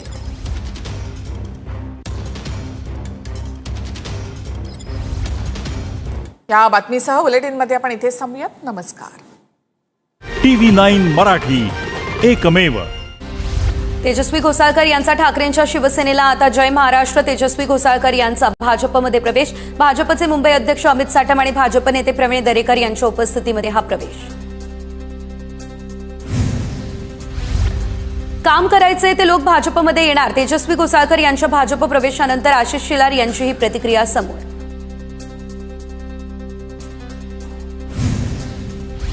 कोल्हापूरच्या इचलकरंजीमध्ये छत्रपती संभाजी महाराज यांच्या भव्य पुतळ्याचं अनावरण. मुख्यमंत्री फडणवीसांच्या हस्ते श्री शंभू तीर्थाचं अनावरण. कार्यक्रमाला शंभूप्रेमींची मोठ्या संख्येनं उपस्थिती. भाजपचं आज पुण्यामध्ये शक्ती प्रदर्शन. मुख्यमंत्री फडणवीस यांच्या हस्ते 3000 कोटींच्या प्रकल्पांचं उद्घाटन होणार. भाजप आज पुण्यातील निवडणुकीची दिशा करणार स्पष्ट. पुण्यात आज महाविकास आघाडीची एकत्र बैठक. उद्धव ठाकरे 19 तारखेला पुण्याच्या दौऱ्यावर तर राज ठाकरे यांचा देखील पुढील आठवड्यामध्ये पुण्याचा दौरा. पुणे महापालिकेसाठी महायुती ठाकरे बंधूंसह महाविकास आघाडीची मोर्चे बांधणी. हिवाळी अधिवेशन संपताच राज्यामध्ये पालिका निवडणुकांच्या तयारीला वेग. पालिका निवडणुकांच्या तयारीत रहा. राज्य निवडणूक आयोगाचे राज्यातील 29 महानगरपालिका आयुक्तांना हे आदेश. राज्यातील सर्व 29 महापालिकांची निवडणूक एकाच टप्प्यामध्ये होणार. जानेवारीच्या 3ऱ्या आठवड्यामध्ये मतदान घेतलं जाईल अशी देखील माहिती. मुंबईसह 13 महापालिकांना 74 कोटींचा निधी. निवडणुकीच्या पार्श्वभूमीवरती नगरविकास विभागाकडून निधीचं वितरण. मुंबई महापालिकेसाठी स्वतंत्र 36 कोटींच्या निधीचीही करण्यात आली तरतूद. सत्ताधारी एकला चलोचा नारा चर्चेनंतर अंतिम निर्णय. ओबीसी आरक्षणाला धक्का लागल्यास आम्ही रान उठवू. काँग्रेस नेते विजय वडेट्टीवार यांचा इशारा. रवींद्र धंगेकर यांचा भाजपच्या जाहिरातींवरती आक्षेप. पुणे पालिका आयुक्तांना प्रोटोकॉल कळला नाही. पालिकेच्या माध्यमातून जाहिरात यायला हवी होती. मी पालिका आयुक्तांना प्रोटोकॉल विचारेन. धंगेकर यांचं हे वक्तव्य समोर. महिला उमेदवाराला हसीना पारकर संबोधल्यानं उमरग्यामध्ये वातावरण तापलं. खासदार ओमराजे निंबाळकर यांनी हसीना पारकर संबोधल्याचा आरोप. महिला उमेदवाराला बदनाम करू नका, परिणाम भोगावे लागतील. भाजपचे खासदार ओमराजे निंबाळकर यांचा इशारा. निवडणुकीच्या माध्यमातून राजकीय पक्ष संपवले जात आहेत. पक्ष संपल्यानंतर सत्ताधाऱ्यांची हुकुमशाही सुरू होईल. प्रकाश आंबेडकर यांची सत्ताधाऱ्यांवरती ही टीका. जळगावमध्ये महापालिकेच्या जागांवरून महायुतीमध्ये चांगलीच जुंपली. युतीमध्ये 50हून अधिक जागांची भूमिका स्पष्टीकरण. भाजपकडून महापौर पदावरती दावा. अन्यथा भाजपची संपूर्ण 75 जागांवर तयारी असल्याची महानगराध्यक्ष दीपक सूर्यवंशी यांची माहिती. सदामामांनी हे ठरवले की लोकांना विकत घेता येतं, पैसे देऊन निवडून येता येतं. हा भ्रम आपण दूर करावा. शिवसेना शहर प्रमुख अरविंद बाळेकरांची दादांच्या राष्ट्रवादीचे शहर प्रमुख सदाशिव पाटील यांच्यावर टीका. सोलापूर महानगरपालिका निवडणुकीच्या पार्श्वभूमीवरती अजित पवार यांची राष्ट्रवादी कामाला लागली. राष्ट्रवादीकडून इच्छुक उमेदवारांचा अर्ज स्वीकारण्यात येणार. उद्यापासून इच्छुकांचे अर्ज स्वीकारले जाणार. बीड कराड गँगची कारागृहातील कर्मचाऱ्याला जीवे मारण्याची धमकी. शिंदे सेनेचे जिल्हा प्रमुख स्वप्नील गलदर यांची फेसबुक पोस्ट. कैद्याकडून कोर्टाचा वेळ घालवण्यासाठी चक्कर आल्याचे नाटक. फेसबुक पोस्टमधून हा आरोप. शीतल तेजवानीची पोलीस कोठडी आज संपणार. शीतल तेजवानीला आज पुन्हा एकदा कोर्टात हजर केलं जाईल. शीतल तेजवानी सध्या मुंडवा जमीन गैरव्यवहार प्रकरणी अटकेत. पुणे पोलीस शीतल तेजवानीची आणखी 3 दिवसांची पोलीस कोठडी मागण्याची शक्यता.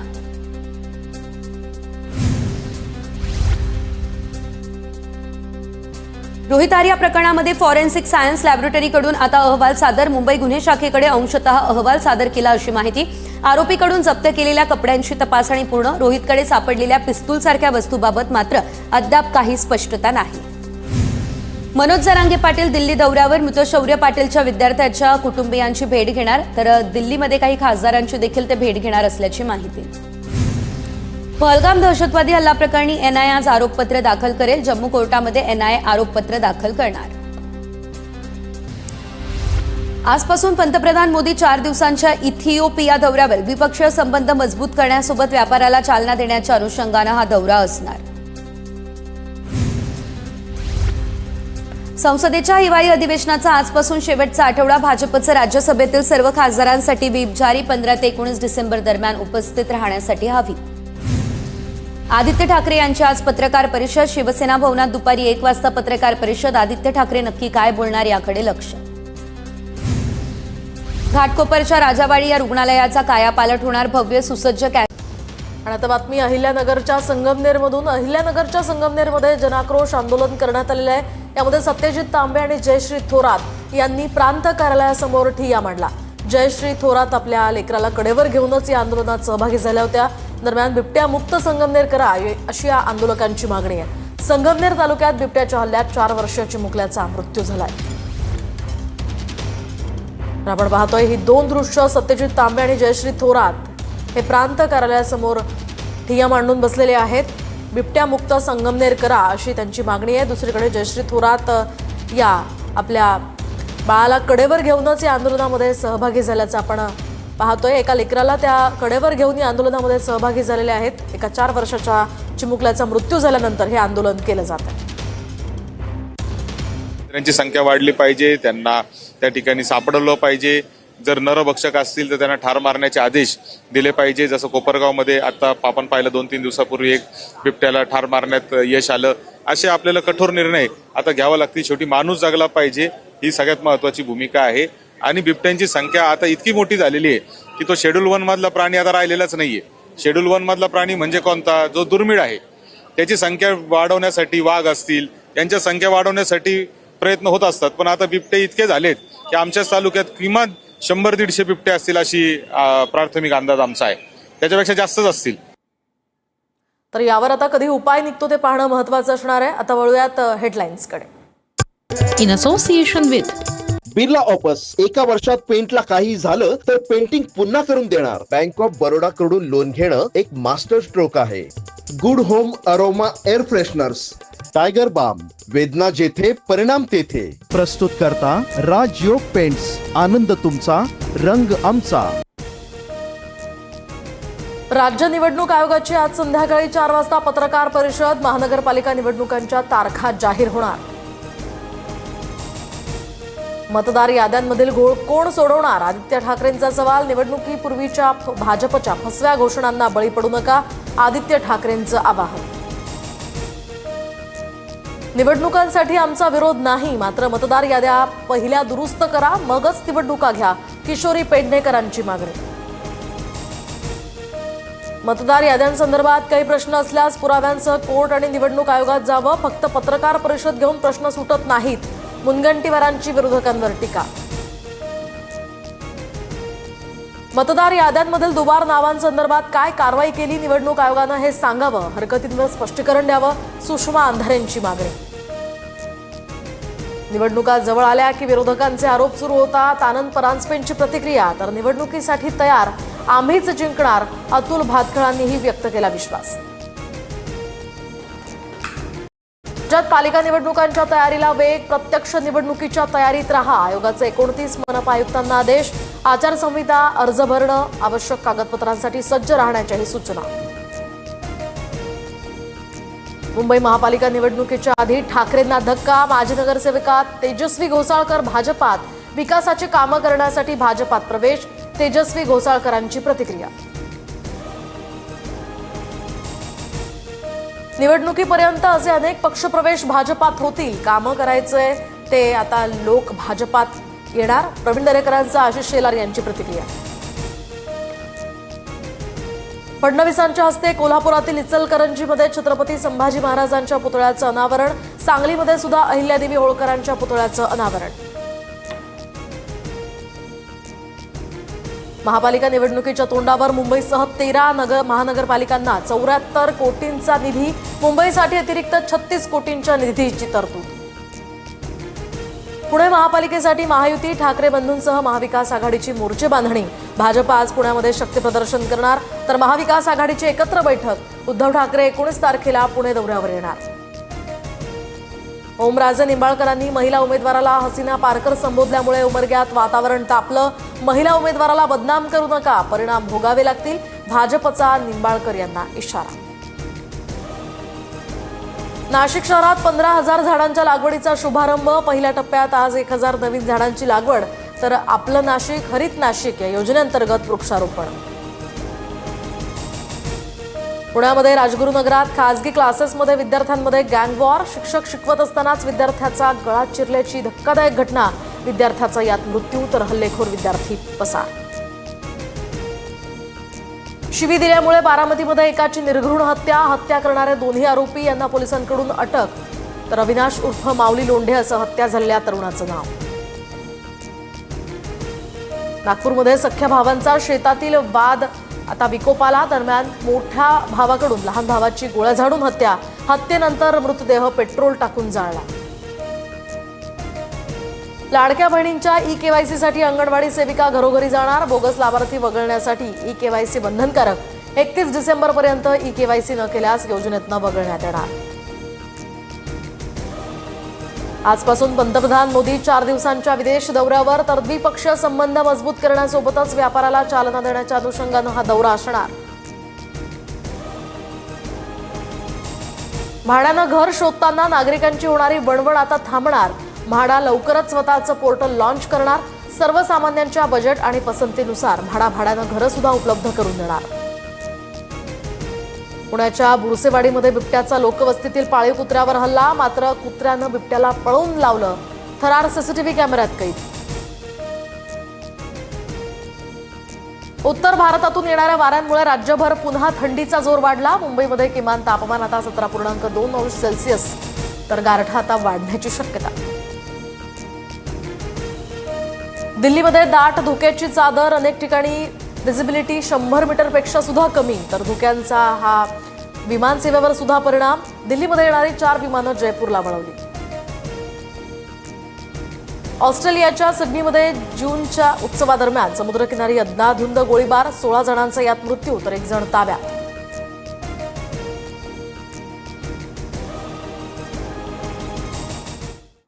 नमस्कार, मी मोहिनी सोनार. आपण पाहताय TV9 मराठी. बुलेटिनमध्ये विविध बातम्यांचा आढावा घ्यायचा आहे. सुरुवातीला एक ब्रेकिंग न्यूज समोर येते. 4 वाजता राज्य निवडणूक आयोगाची पत्रकार परिषद होणार आहे. पालिका निवडणुकीच्या पार्श्वभूमीवर तारखा जाहीर होणार आहेत. शिवाय स्थानिक स्वराज्य संस्थांच्या निवडणुकांसंदर्भात सुद्धा ही पत्रकार परिषद होत असल्याचं कळत आहे.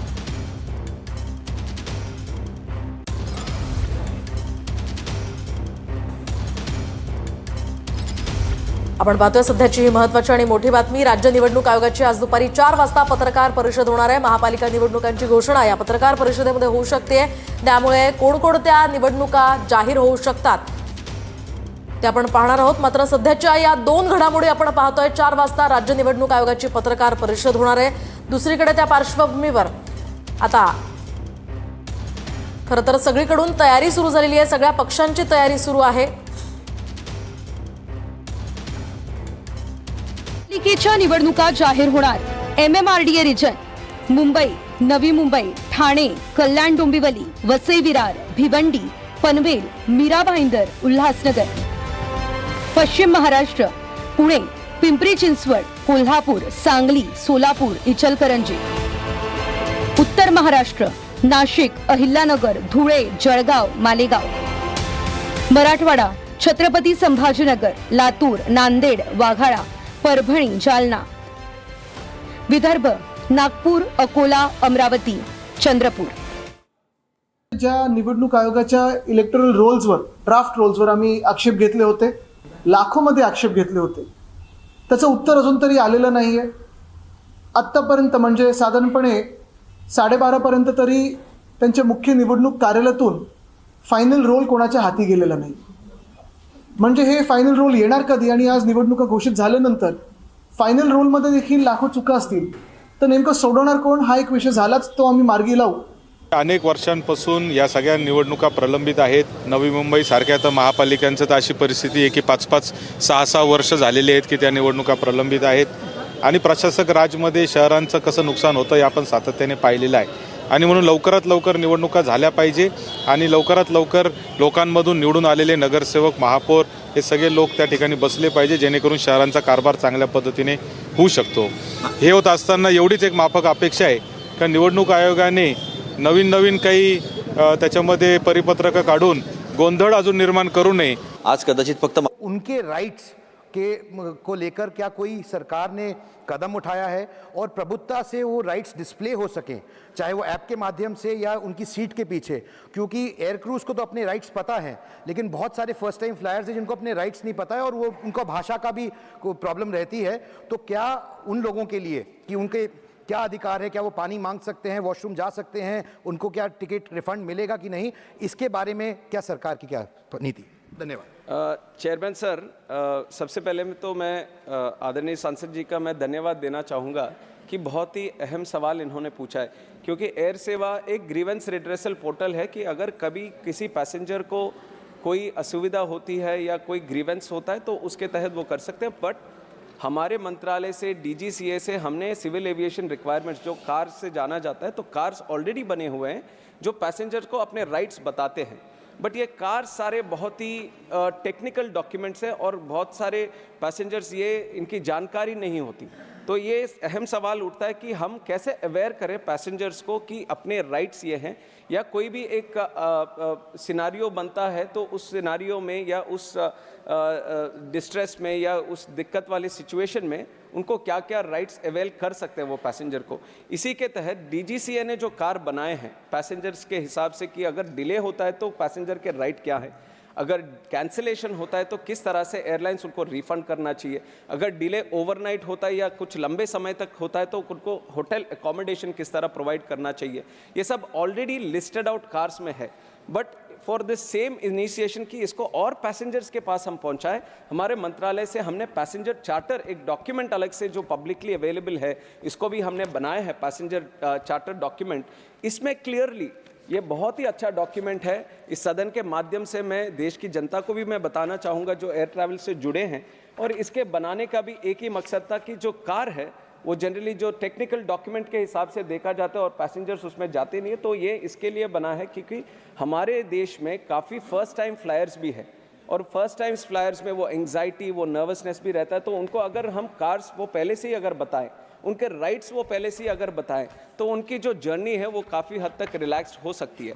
तो इसी में एक जो जिस तरह से कंटेंट्स हमने बनाए कि flight delay, flight cancellation, boarding denied due to over booking या फ्लाइट डाइवर्शन भी हो, कैंसिलेशन चार्जेस, लॉस डिलेड और डैमेज्ड बैगेज, में कुछ ही टॉपिक्स में पढ़ रहा हूँ, ऐसे बहुत सारे चीज़ें और काफ़ी कॉमन मैन को किस तरह समझाना है। सिनारियोस इसमें बने हुए हैं कि एक सिनारियो है, you have checked in on time but the airlines aspects a delay of 2 hours or more, 3 hours or more, 4 hours or more.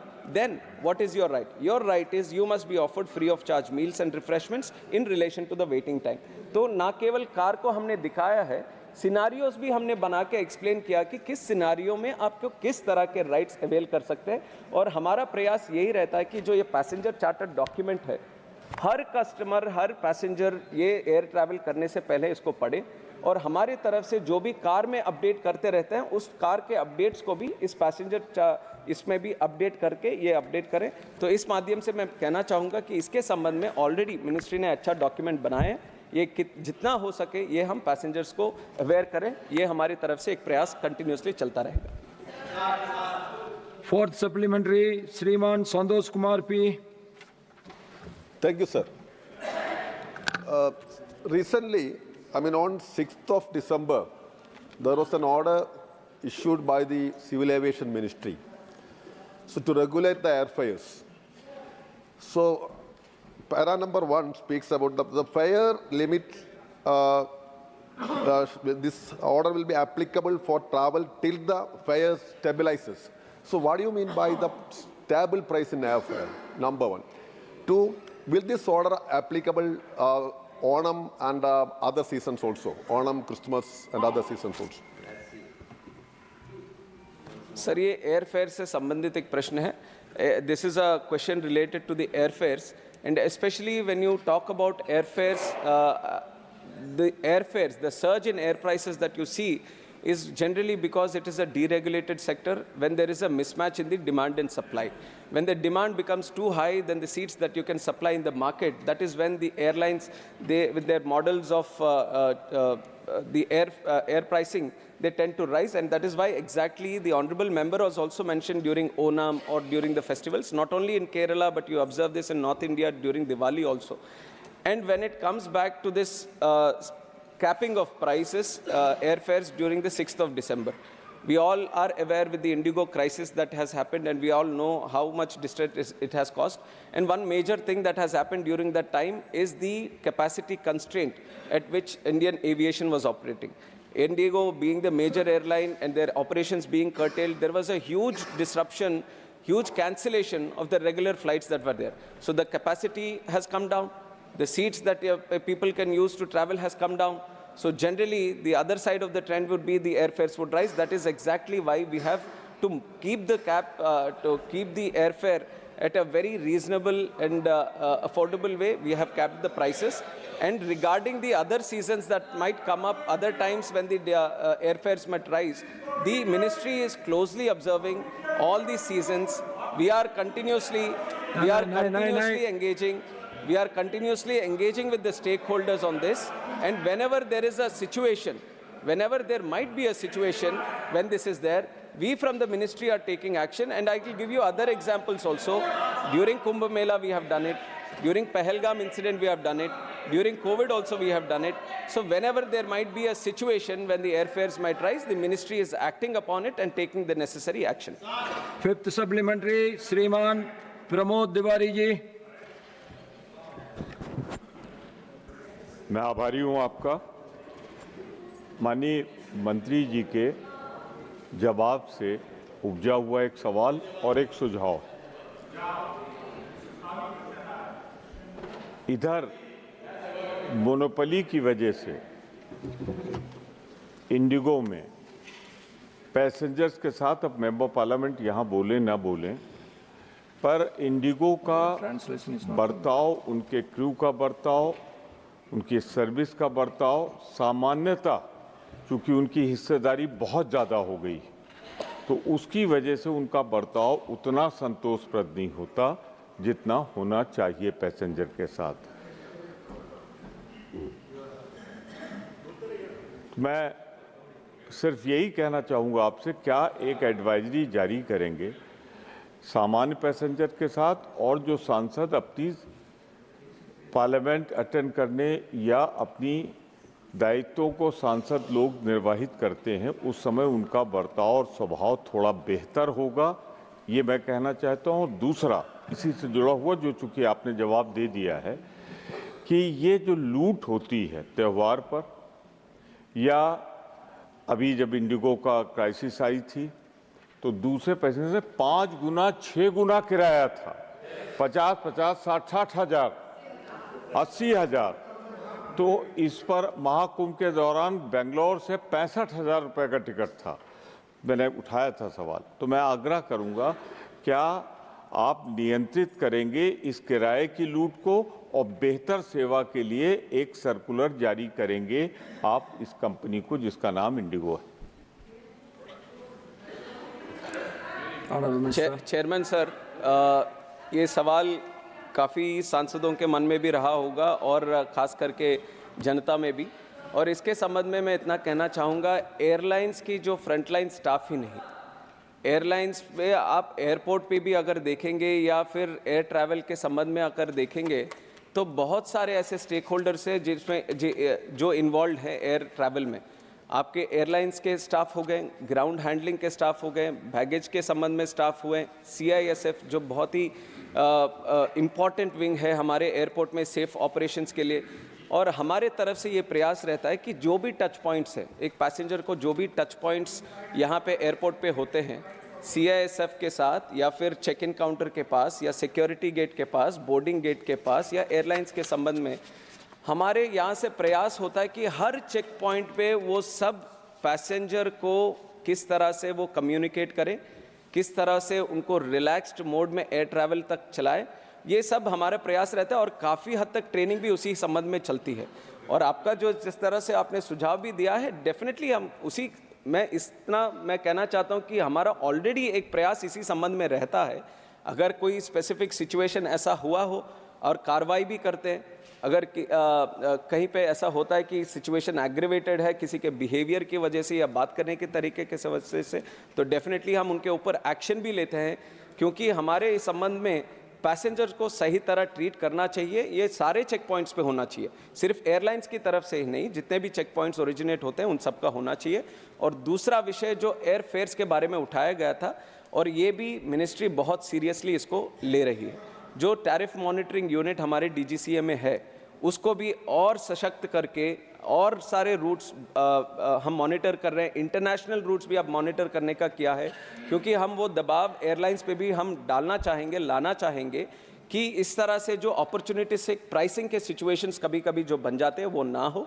हमारी मिनिस्ट्री से पूरा इसके ऊपर ध्यान देते हुए हम एयर सेवा में भी एक स्पेसिफिकली हमने टैरिफ मॉनिटरिंग का भी एक सुविधा रखी है, ताकि अगर पैसेंजर किसी को लगता है कि ये प्राइस ये हद से ज़्यादा है, ये इस समय में होना नहीं चाहिए, तो उसका स्क्रीनशॉट भी हमें भेज सकता है, तो हम ज़रूर उस पर ऊपर कार्रवाई करके एयरलाइंस के ऊपर भी एक्शन उसके ऊपर लेंगे। तो बहुत सारे मैकेनिज्म्स हमने इस तरह के हमने बनाए। Question number 153 Shri Kapil Sibal ji.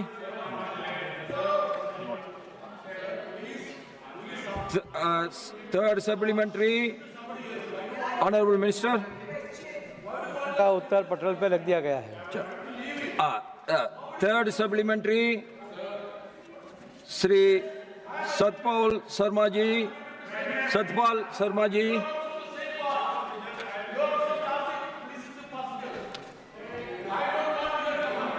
John Britas, please take your seat. John Britas, please take your seat. Please take your seat. No cross talking, please. No cross talking. No cross talking, please. माननीय सभापति महोदय, आपके माध्यम से मैं मंत्री जी के ध्यान में इस सवाल के बारे में एक जानकारी चाहता हूं। total number of major reservoirs in whole of the country is 161. While in North Zone, there are only 15 major reservoirs.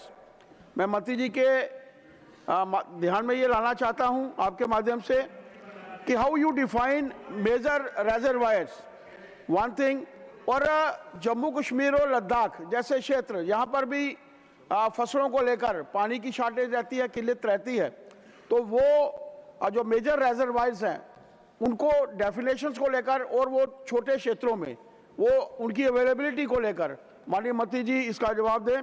और PMKSY प्रधानमंत्री कृषि सिंचाई योजना के माध्यम से भी छोटे क्षेत्रों में मैंने देखा है कि बहुत कम डिस्ट्रीब्यूशन, जहाँ ना के बराबर डिस्ट्रीब्यूशन जो है वो AIBP के माध्यम से और CAWDM के माध्यम से हुई है। मेरी आपके माध्यम से मंत्री जी से प्रार्थना है कि इसके बारे में थोड़ी सी जानकारी अवश्य दें।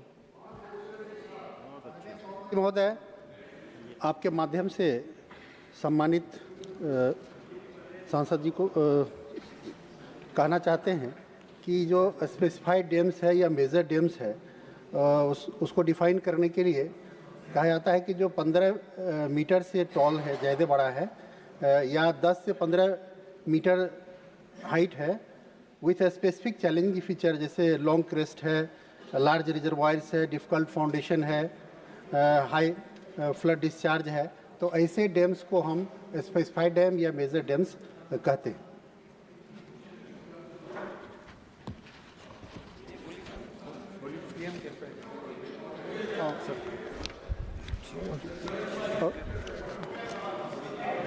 और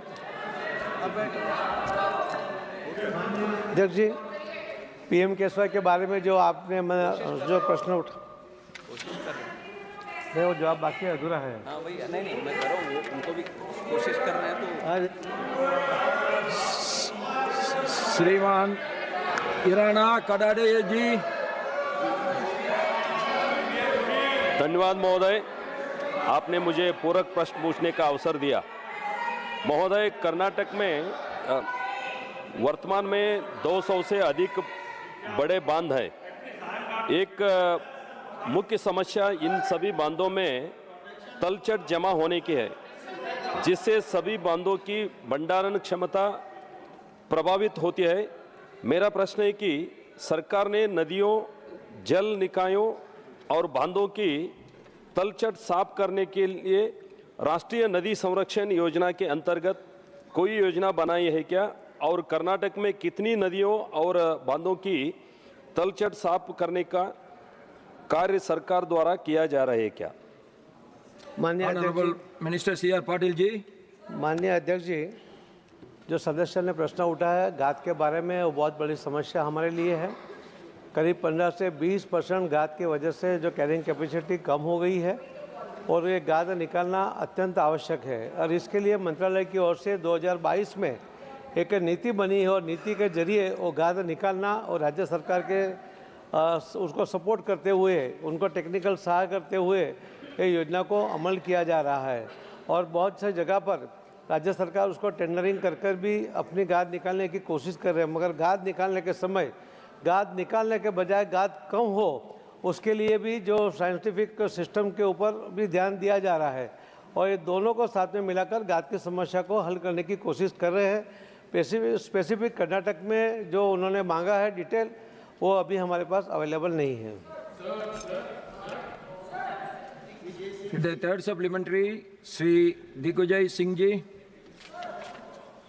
माननीय सभापति महोदय, सामान्य तौर पर जितने मेजर प्रोजेक्ट्स हैं उनको सेंट्रल वाटर कमीशन के पास भेजा जाता है और DPR मंजूर होने के बाद ही फिर फाइनेंशियल सैंक्शन दिए जाता है।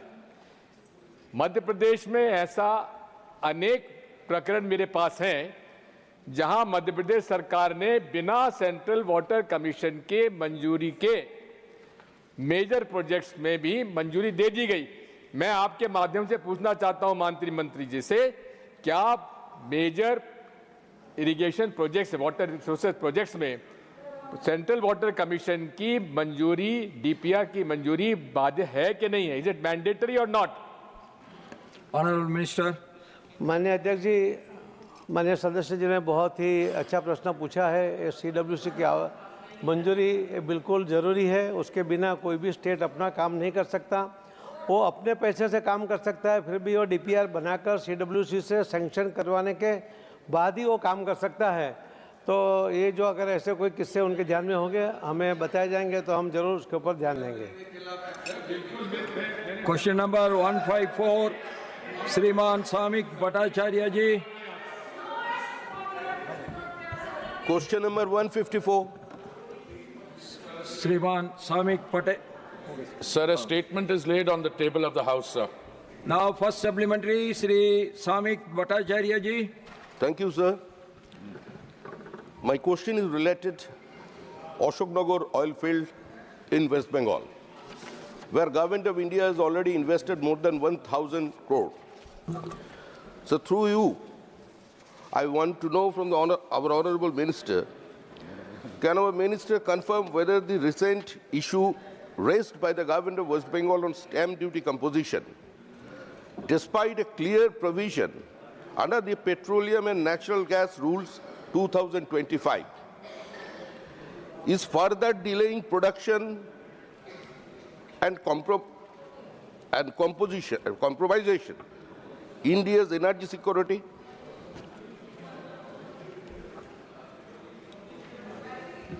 Sir, I would like to thank the honorable member not only for this specific question, which I'm happy to answer, but also for his persistence in this issue. Sir, projects related to exploration and production, or ENP, are by very definition complex. They have a long gestation period, and sir, they involve heavy capital expenditure. Insofar as the Ashoknagar project is concerned, sir, as this House, some of us at least have been very familiar with this, the production sharing contract was signed for exploration block WB ONN 2005-4 between ONGC and oil during the NELP round 7.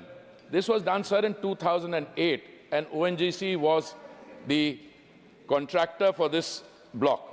This block is located in the North 24 Parganas district, and the discovery was made, sir, in 2018. As the honorable member has said, sir, it is true that ONGC has spent 1,000 crores already on it. It is our estimate, sir, that the Bengal Basin contains a total of 240 million barrels of oil equivalent in place, proven reserves. If you go by this figure, at 30% recovery, the cumulative production value can be around 45,000 crores, out of which the state of Bengal would get 4,500 crores.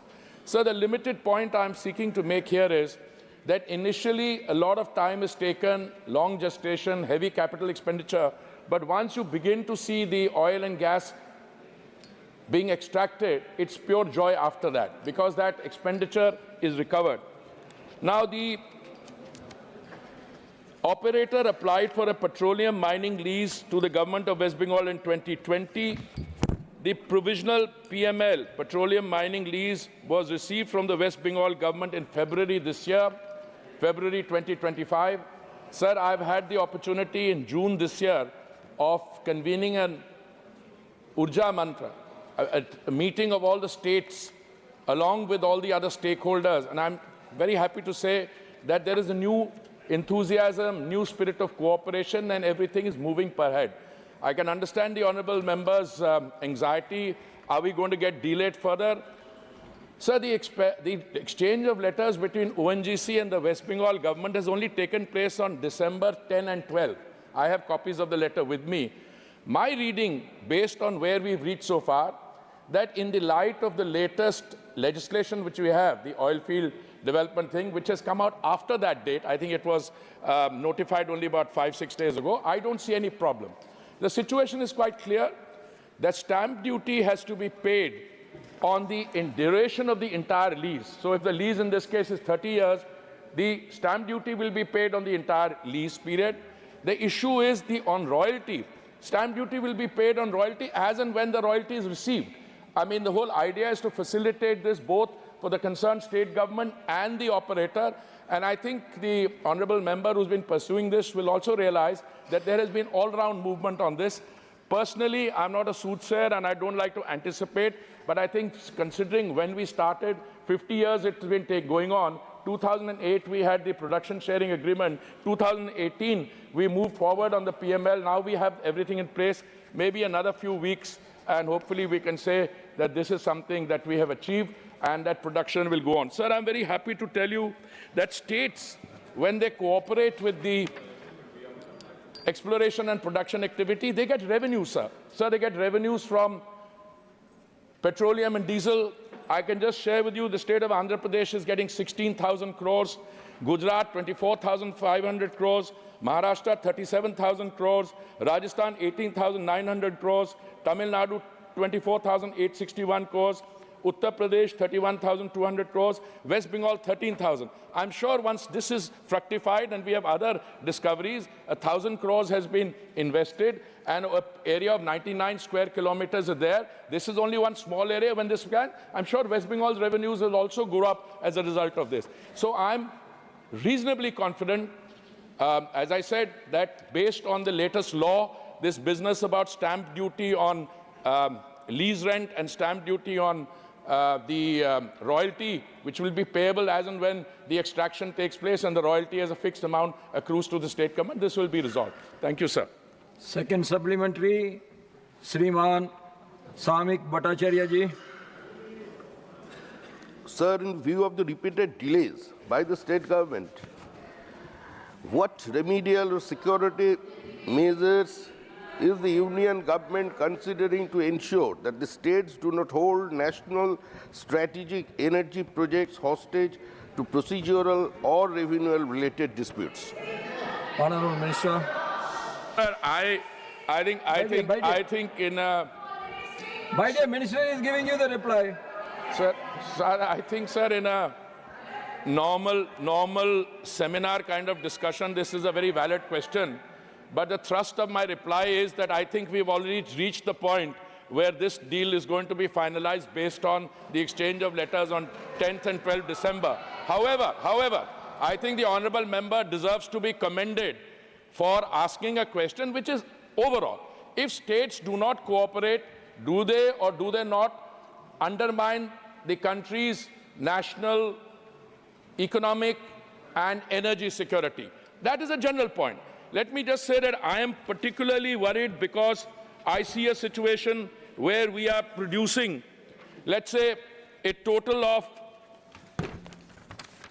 250,000 barrels a day from the KG basin, another 100,000 from Rajasthan. These are rough figures in my mind. 100,000 barrels from Assam, maybe 1.5, 2 lakh barrels from Gujarat. These are approximate figures.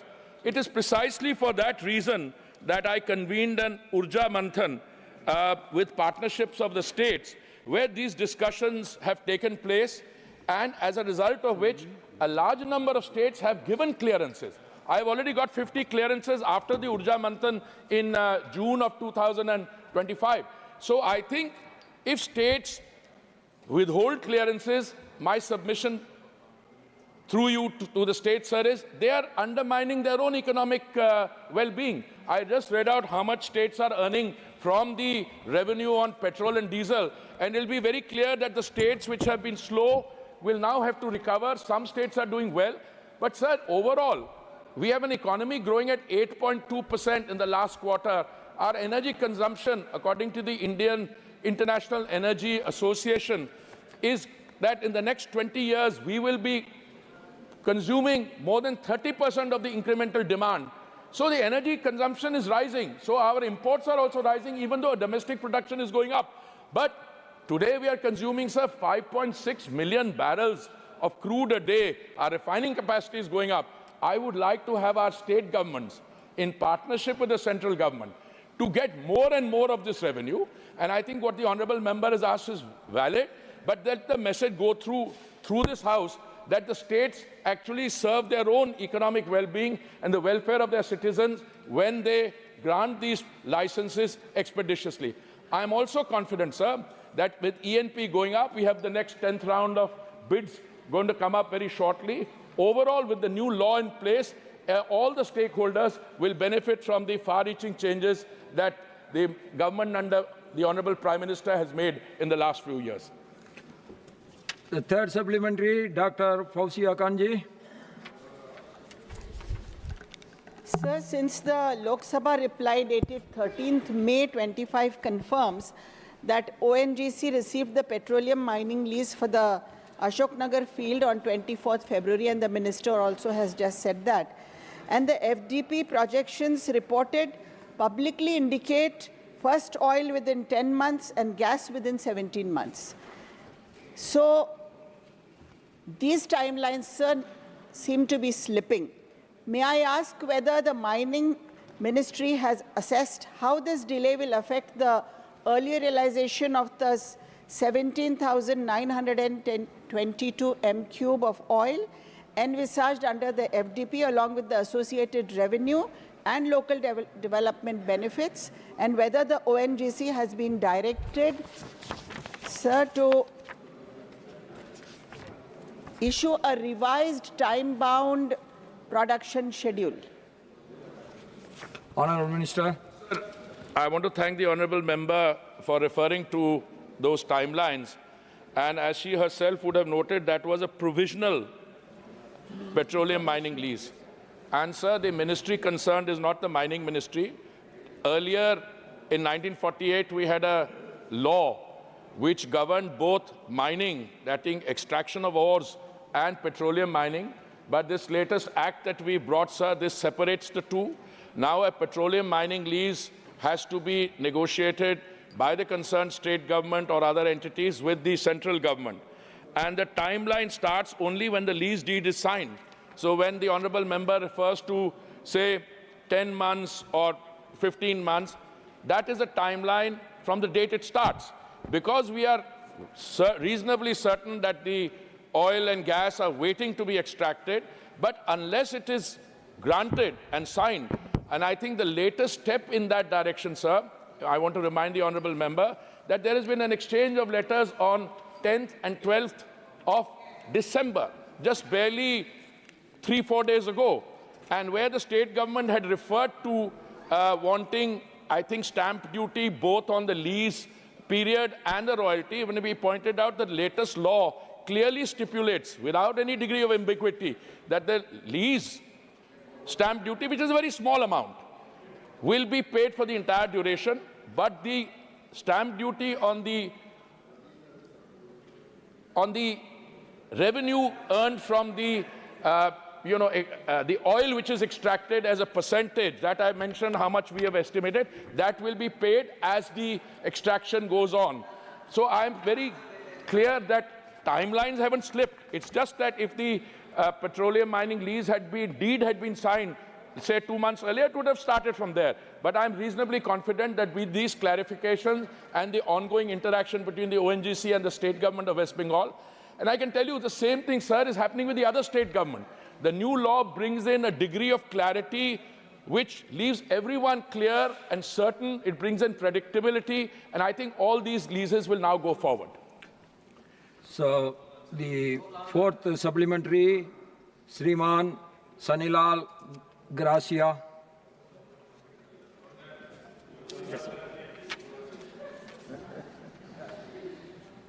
माननीय सभापति जी, बहुत बहुत आभार आपका कि मुझे पूरक प्रश्न पूछने का समय दिया आपने। मैं माननीय मंत्री जी से जानना चाहूँगा कि राजस्थान में पेट्रोलियम मंत्रालय के माध्यम से कि रिफाइनरी का लगाना सुनिश्चित किया है और लगाने के अलावा समय भी निकल गया है।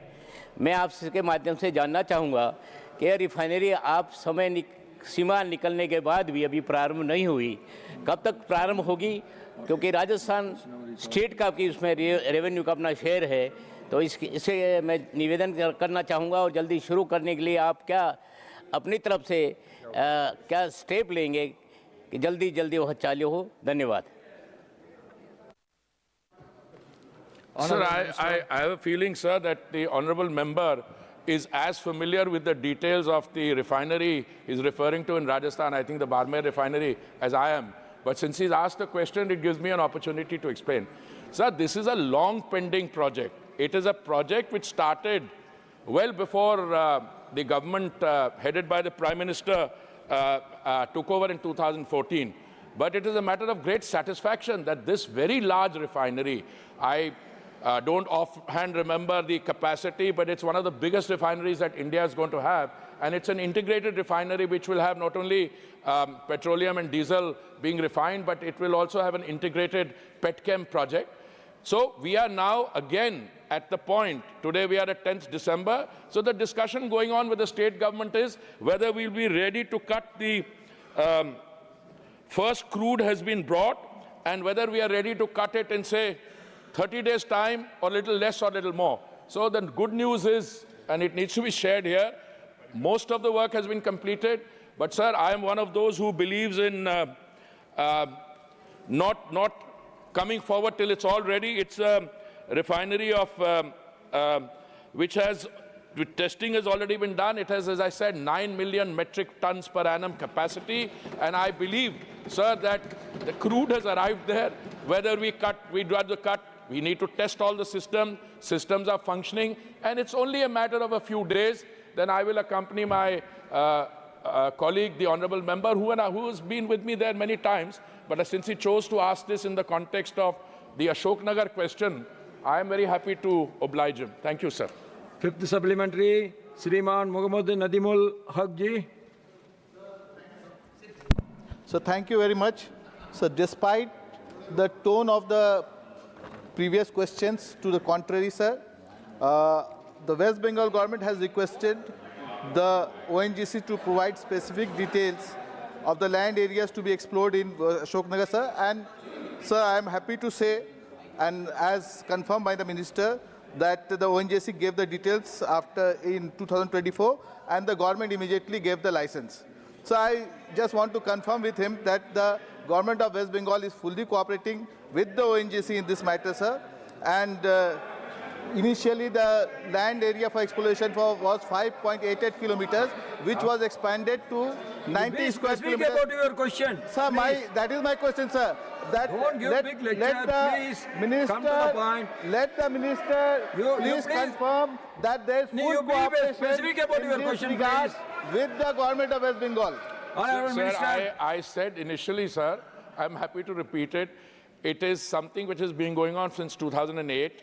It started with 5 square kilometers. Now we're at 99 square kilometers. Specific details were sought. They have been provided. And in the light of the latest correspondence, which is just a week old, I'm reasonably confident we can get started on this, and then revenues will come in. On election reforms raised by Sri Ajay Makanji on the 11th December 2025, I now call upon Dr. M. Tambidurai to resume his speech. Time remaining 7 minutes. Honorable Chairman, sir, I continue to speak on the election reform, which I yesterday, day before yesterday, spoke on this house. Especially the election, the ADMK party is a faith on the election commission. What are the actions they are taking, we are in the faith, sir. First of all, the election, ADMK friend believes clean and accurate electoral rolls strengthen democracy. Transparency empowers voters. And also, the election campaign is one of the important, the election process, in that political parties must be given the proper chance to campaign that area. Especially in Tamil Nadu, sir, I am to raise certain points here. Sir, election commission is very vital part of the healthy democratic system. It is the part of the election system, sir. After Karur incident, Supreme Court directed Tamil Nadu government to formulate the SOP, Standard Operative Procedure, to conduct the public meeting by the political parties. Please, either you take your seat. In this connection, High Court Madras issue or please go to the lobby. Formulate SOP. Government also conducted a all-party meeting to hear the opinion at the parties. So far, no, sir. Formulated by Tamil Nadu government is not, SOP is not to be taken. So political parties facing hardship in Tamil Nadu to conduct public meetings to express our views to the public for the campaign, sir. And also, sir, you are now my leader, Kadapadi Palaniswamy, wanted to address the gathering in Hero district. He could not. Sorry, election campaign is one of the election campaign is one of the department. Please stick to electoral reforms. So, don't raise the issues of the state. Please come to the electoral reforms. Sorry, election commission process, how the elections are taking place, that is what I am raising. In Tamil Nadu, for electoral reforms, when they are taking place, for especially to campaign is one of the important election process. What we are facing, where my leader could not get the proper chance and a proper place, and I am telling this is a fact. But sir, Tamil Nadu government, Tamil Nadu Chief Minister yesterday, he had a big rally in Tirunnamalai. Whether you followed the condition SOP, whichever whether we followed, but why are putting the condition for us? And also this, sir, this is very, very impartial, and this is not baseless, sir. And also regarding the electoral accurate electoral sensor, when I spoke this regarding this system, the Elango farmer, sir, is not here. The member of the DMK said, I am this election home ministry, law minister is supporting ADMK party. Sir, how can they support? This is that's the allegation they made. This is on the record. Therefore, I am once again saying, sir, I also serve as a law minister and watch by government. The election commission under me. Once again, say, you never interfere in that. But now, sir, when the election is a revision, the poll is taking aside is different issue. But every year, electoral rolls are reform. That is going on, taking place. In that side today, sir, one ex-MP of this Lok Sabha, DMK member, said, made the paper has come, 85 lakh voters going to be removed in Tamil Nadu. This accusation. Who is responsible for that? Tamil Nadu government is conducting all these things. How can you say, give the misrepresentation, then election 85 voters are going to remove? This is the job of the election Sir, my time. Yeah, your time. You please stick on to, don't make false allegations. No, not false allegation. I am giving the, if you want authentication, I give the authentication. I will authenticate. Yes. I will authenticate that. Please, you all by I will authenticate. You please by I will authenticate. When you are interfering, I will speak. That like this, there cannot be arguments and counter arguments. Please, you all take your seat. No. Then you sir, please take your seat. Please you take. Sir. Tirchi Shivaji, you please take your seat. Madam, you please take your seat, please. Sir, I told you, the election campaign is one of the electoral reforms. First, during the, sir, you know very well, first, during the Erode by-election, opposition party complained that voters are allegedly held in a temporary sheds, denied the freedom movement, and prevented from meeting opposition candidates. Such action is to amount to the influence state who have done. Sir, the former minister, and ADMK. Honorable Chairman has already requested you to confine yourself within the boundaries of discussion. I want to come to the point, sir. Please. See, Election Commission is allowing campaigning for the political parties. But what the DMK party is doing, they are all denying the chance for us. For example, I'm told you what happened in Erode by-election also.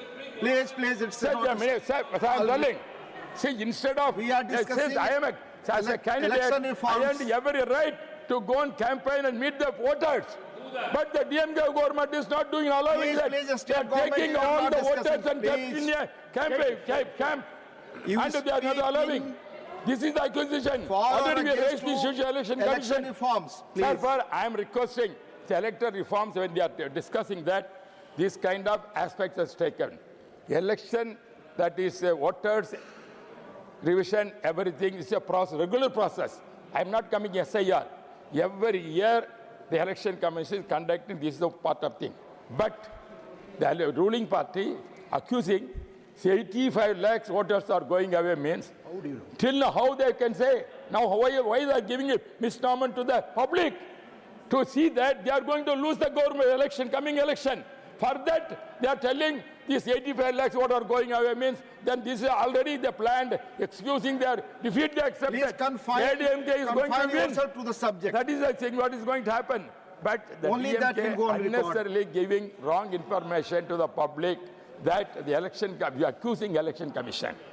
This election, accusing election is in the, we cannot do that in the things. That is why I'm telling.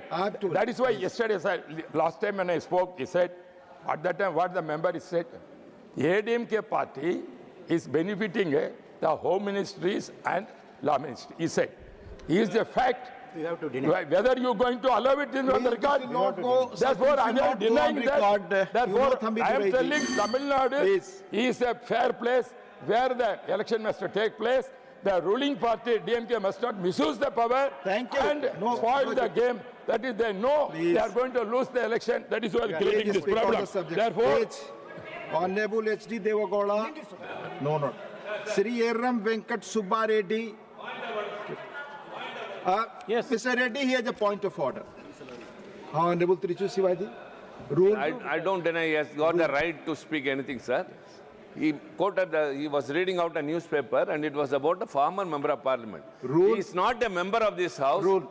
And he cannot come and give an explanation. So anything mentioned about that, kindly. I have already reminded him. Please, will take. Kindly go through that and explain, sir. Yes. Honorable Sri Eram Venkat Subba Reddy. Sir, thank you very much, sir. Thank you for this opportunity, sir. Sir, electoral reform does not mean that you bring some changes after Lok Sabha elections and conclude that you have done electoral reform, sir. And we have to bring reforms in the state level and also at national level, sir. And only such electoral reforms will protect, preserve democracy and the democratic process in the country, sir. Sir, we all know that electoral reforms is a continuous process. You have to learn the election commission has to learn from its discrepancies and mistakes, sir. Mistakes committed during assembly elections, sir. Be it in Andhra Pradesh or anywhere else, sir. Mistakes committed at the general elections or even mistakes committed during panchayat and local body elections also, sir. Sir, I am representing Andhra Pradesh state in this house. So whatever examples I give only relating to my state happened during 2024 general elections, sir. I am not casting any aspirations to anybody or any party, sir. But I'm only quoting the facts and suggesting that what is to be done by the Election Commission to maintain its integrity and transparency and address shortcomings, sir. So I will be brief and pointed in some of my submissions, sir. Sir, first I will come to Form 20, sir. It contains exactly poll vote dates, excluding postal ballot. Election Commission issued a press note on 25th May 2014, indicating the absolute number of voters participated in the first phase of 2024 general elections, sir, which also includes fourth phase elections held in Andhra Pradesh. This exact number of votes polled has been shared with the polling agent through Form 17C. This press note is said to be absolute and final, sir. But there is huge discrepancy in the final votes counted and exactly polled votes declared by Election Commission of India through Form 20, sir. Discrepancy happened in 25 constituencies. That means all 25 parliamentary constituencies in Andhra Pradesh, sir. Sir, I suggest for consideration of the Election Commission, through you, sir, to look into why this discrepancy has happened. Who is responsible for this and what action it has taken against the erring officials, sir. Sir, my second point is I wish to make it relating to Form 17A, sir. It deals with the voter register.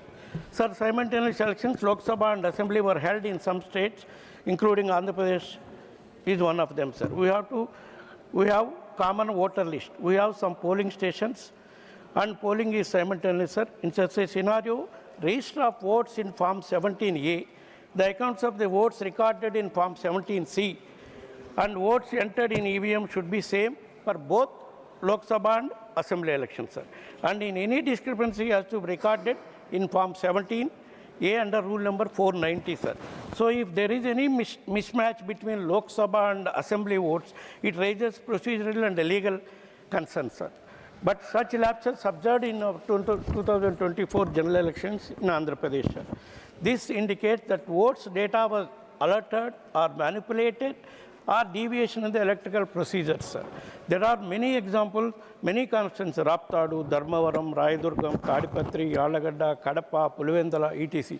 Like this, so many constituencies were a lot of discriminations were there, sir. So I appeal to the Election Commission to conduct an inquiry so as to why it has happened and ensure that such things do not occur in future, sir. Sir, I want the YSR Congress Party wants and the people of Andhra Pradesh want is that there should be fairness in conduct of elections, clarity in outcomes and transparency in public disclosure, sir. So I appeal to Honorable Prime Minister and Government and through you, sir, the Election Commission should, these are my session, my party session, sir.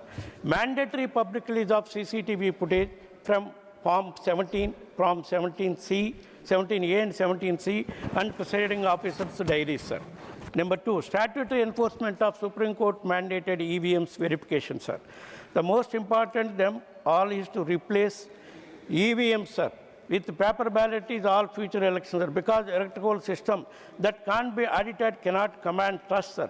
EVMs may be efficient, but can't be trusted, sir. Paper ballot may not be efficient, but can be trusted, sir. You need trust in democracy. Live streaming of 100% webcasting at all polling stations, sir. Sir, with these submissions, I conclude by just saying that we have the YSR Congress Party has brought this to the notice of Election Commission, not once, twice, sir, multiple times. YSR Congress Party has got 40% vote share in last general elections held in 2024, sir. And the mismatch that we have mentioned above is questioned by political analysts and experts, sir. Last minute, sir. We are only highlighting these things to bring reforms in the electoral process to make our elections free, fair, and transparent, sir. Election Commission, as an independent body which is responsible for conducting elections in the country, should uphold the principles on transparency and accountability, sir. Thank you very much, sir. Thank you, Mr. Reddy. Mani Sanjay Yadav ji. Thank you सभापति महोदय। चुनाव सुधारों की इस महत्वपूर्ण चर्चा में अवसर देने के लिए मैं हमारी पार्टी के राष्ट्रीय अध्यक्ष आदरणीय श्री लालू प्रसाद जी, हमारे नेता श्री तेजस्वी यादव जी और आपका धन्यवाद देता हूं। सभापति महोदय, जैसा कि इस चर्चा में सभी वक्ताओं ने कहा कि भारत दुनिया का सबसे बड़ा लोकतंत्र है और यह वाकई हम सब भी गर्व से दोहराते हैं, लेकिन एक सच्चे और जीवंत लोकतंत्र की पहचान केवल मतदाताओं की संख्या से तय नहीं होती, यह उसकी चुनावी प्रक्रिया की निष्पक्षता, पारदर्शिता और संस्थागत ईमानदारी से तय होती है। हमारा मानना है कि सबसे बड़ा लोकतंत्र होने से ज़्यादा ज़रूरी है सबसे ईमानदार लोकतंत्र होना। आज भारत की चुनावी व्यवस्था अपनी तमाम मजबूती और गौरवशाली इतिहास के बावजूद कई ऐसी चुनौतियों से जूझ रही है जो लोकतंत्र की आत्मा को भीतर से चोट पहुंचा रही है। इसलिए यह समय है कि हम सब इन चुनौतियों का ईमानदारी से सामना करें और उन सुधारों पर गंभीरता से चर्चा करें जिनकी आज देश को सख्त ज़रूरत है। महोदय, 1952 से लेकर अब तक कुल 13 बार SIR हुआ है, लेकिन ऐसा अविश्वास, विवाद, अशांति, अस्पष्टता और अपारदर्शिता कभी नहीं देखी गई। आज स्थिति यह है कि सरकार और चुनाव आयोग दोनों जनता की नज़रों में संदेह के घेरे में है और यह लोकतंत्र के लिए शुभ संकेत नहीं है। लोकतंत्र लोगों के विश्वास पर चलता है। अगर यह विश्वास टूटने लगे तो संस्थानों की वैधता भी कमज़ोर होती है। यह मैं क्यों कह रहा हूं कि लोकतंत्र पर लोगों का अविश्वास बढ़ा है, इसके लिए मैं कुछ आंकड़े रखना चाहता हूं। अभी विगत 5 राज्यों में विधानसभा चुनाव हुए। महाराष्ट्र, बिहार, दिल्ली, झारखंड और हरियाणा। महोदय, एक अप्रत्याशित हमें वोट इंक्रीमेंट देखने को मिला है। महाराष्ट्र में लोकसभा चुनाव के 5-6 महीने बाद ही विधानसभा चुनाव हुए। वहाँ बिना एसआईआर के 48 लाख वोट जोड़े गए और एब्सोल्यूट वोटिंग में 12.2% का इंक्रीमेंट हुआ। बिहार में एसआईआर हुआ, कुल 7 करोड़ 89 लाख वोट थे, उसमें से 65 लाख वोटों का डिलीशन हुआ। उसके बाद एसआईआर की प्रक्रिया में 18 लाख और बाद में 3 लाख वोट और जोड़े गए, तो कुल 7 करोड़ 45 लाख वोटर थे। लेकिन अगर आप देखेंगे कि वोट घटने से बूथों की संख्या कम होनी चाहिए, लेकिन बिहार में पहले एसआईआर से पहले लगभग 78,000 बूथ थे और एसआईआर के बाद 90,000 से अधिक बूथ हुए। तो उस प्रक्रिया से यह समझ में आया कि मतदाताओं के घटाने के अलावा ये बूथों को बढ़ाने की भी एक प्रक्रिया थी। अब बिहार में वो चुनाव हुए, 65 लाख वोट कटने के बावजूद बिहार में 15.6% का एक एब्सोल्यूट वोटिंग में एक अबनॉर्मल इंक्रीमेंट देखा गया। इतना सडन स्पाइक जो बिहार, जैसे मैंने कहा, महाराष्ट्र में 12.2, बिहार में 15.6, तो ये वोट घट रहे हैं एसआईआर में, लेकिन बूथ बढ़ रहे हैं। और जो ये मैसिव बढ़ोतरी हो रही है वोट संख्या में, वो एक प्रयोग है या सहयोग, वो पूरा मैसिव स्विंग एक पार्टी विशेष के पक्ष में जा रहा है। ये हमें सबको सोचने का विषय है। अगर चुनाव के मध्य चुनाव आयोग ये हम बिहार में, जैसा कि चुनावों से पहले 35 दिन में 41,000 करोड़ रुपए अन्य योजनाओं के मद से मतदाताओं के खाते में भेजे गए, लेकिन वहाँ 15.6% वोट बढ़ा। झारखंड में भी चुनाव हुए, झारखंड में मात्र 3.5% वोट बढ़े, हरियाणा में 6.2% वोट बढ़े और दिल्ली में 6.1% वोट बढ़ा। तो ये झारखंड में भी वही सेम योजना थी, लेकिन वहाँ 3.5% ही वोट बढ़े, लेकिन बिहार में 15.5% से अधिक वोट बढ़े। तो ये सब हमें सोचने की ज़रूरत है। दिल्ली में भी पानी और बिजली निःशुल्क थी, वो भी सबको पता है। अगर ये वोटिंग पैटर्न हो, मतदाताओं को वही बिहेवियर हो, तो वो सर्वव्यापी हर जगह वैसा ही रहना चाहिए। और ये तो आश्चर्यजनक था कि एक पार्टी विशेष की तो स्ट्राइक रेट 89% रहा। आज़ाद भारत में ऐसा कभी नहीं हुआ था। बिहार में एसआईआर हुआ, मात्र 35 दिन का समय दिया गया। उस 35 दिन में लगभग, मैंने कहा कि 7 करोड़ 90 लाख मतदाताओं को पुनरीक्षण कार्य हुआ। उस 35 दिन में, जैसा कि सब जानते हैं, बिहार का 73% जो भूभाग है वो बाढ़ प्रभावित है। सावन का भी महीना था, लोग कावड़ लाने जाते हैं, धान रोपाई का भी समय था। माननीय संजय जी, ये एसआईआर ये सब जुडिस मामला है और माननीय चेयरमैन ने शुरू से ही रिक्वेस्ट महोदय, चूंकि हम चुनाव सुधारों पे बात कर रहे हैं, तो जो हमारा अनुभव था तो उसी के संबंध में, वो भी एक चुनाव सुधारों की प्रक्रिया का ही एक अभिन्न अंग है, इसलिए हम बात कर रहे हैं। महोदय, बिहार में 1,77,526 वोट पोस्टल बैलेट थे। उस 1,77,526 में हमारा गठबंधन 143 सीटों पर लीड कर रहा था। हमारा विपक्षी गठबंधन एनडीए मात्र 94 सीटों पर लीड कर रहा था। अदर्स के हिस्से में 6 सीटें थी। पोस्टल बैलेट में मतदान में हम 44.6% मत प्राप्त कर रहे थे, लेकिन उसमें नहीं हुए। जो बाकी जो प्रक्रिया रही उसमें क्या विसंगतियां रही, उस पर मैं आऊँ। तो महोदय, केवल हम जब चुनावी सुधारों की बात करते हैं, इलेक्टोरल रिफॉर्म सही तरीके से हो, पक्ष विपक्ष दोनों संतुष्ट हो, और सबसे बड़ी बात है जनता संतुष्ट हो। चुनाव सुधारों पे ये चर्चा केवल औपचारिकता नहीं रहनी चाहिए। आज मतदाता को लग रहा है कि उसके वोट के साथ कहीं ना कहीं हेराफेरी हो रही है। कुछ तो गड़बड़ है, कुछ तो ऐसी शक्ति है जो पिछले दरवाजे से उनके मतदान के साथ कहीं ना कहीं विसंगतियां हैं। रिफॉर्म होना चाहिए, लेकिन उससे देश का लोकतंत्र मजबूत होना चाहिए, ना कि कोई विशेष पार्टी। चुनाव आयोग का कर्तव्य है कि जनता की हर दुविधा, हर शंका, हर सवाल का निवारण करे और तुरंत करे, लेकिन इसमें कहीं ना कहीं हमें सही समय पे सही उत्तर नहीं मिल पाता। किसी ने कहा है कि किसी पेड़ के काटने का किस्सा नहीं होता अगर कुल्हाड़ी के पीछे लकड़ी का हिस्सा नहीं होता। तो इस पूरी प्रक्रिया में चुनाव सुधार की ही नहीं, चुनाव आयोग में भी सुधार की अत्यंत आवश्यकता है, क्योंकि अगर एम्पायर ही टीम का खिलाड़ी बन जाए तो खेल नहीं होता, साजिश होती है। चुनाव प्रक्रिया आज जनता के सवालों के कटघरे में है। हमें सोचना होगा कि आज़ादी के बाद ऐसा क्यों हो रहा है कि जनता में लोकतंत्र के प्रति अविश्वास बढ़ रहा है।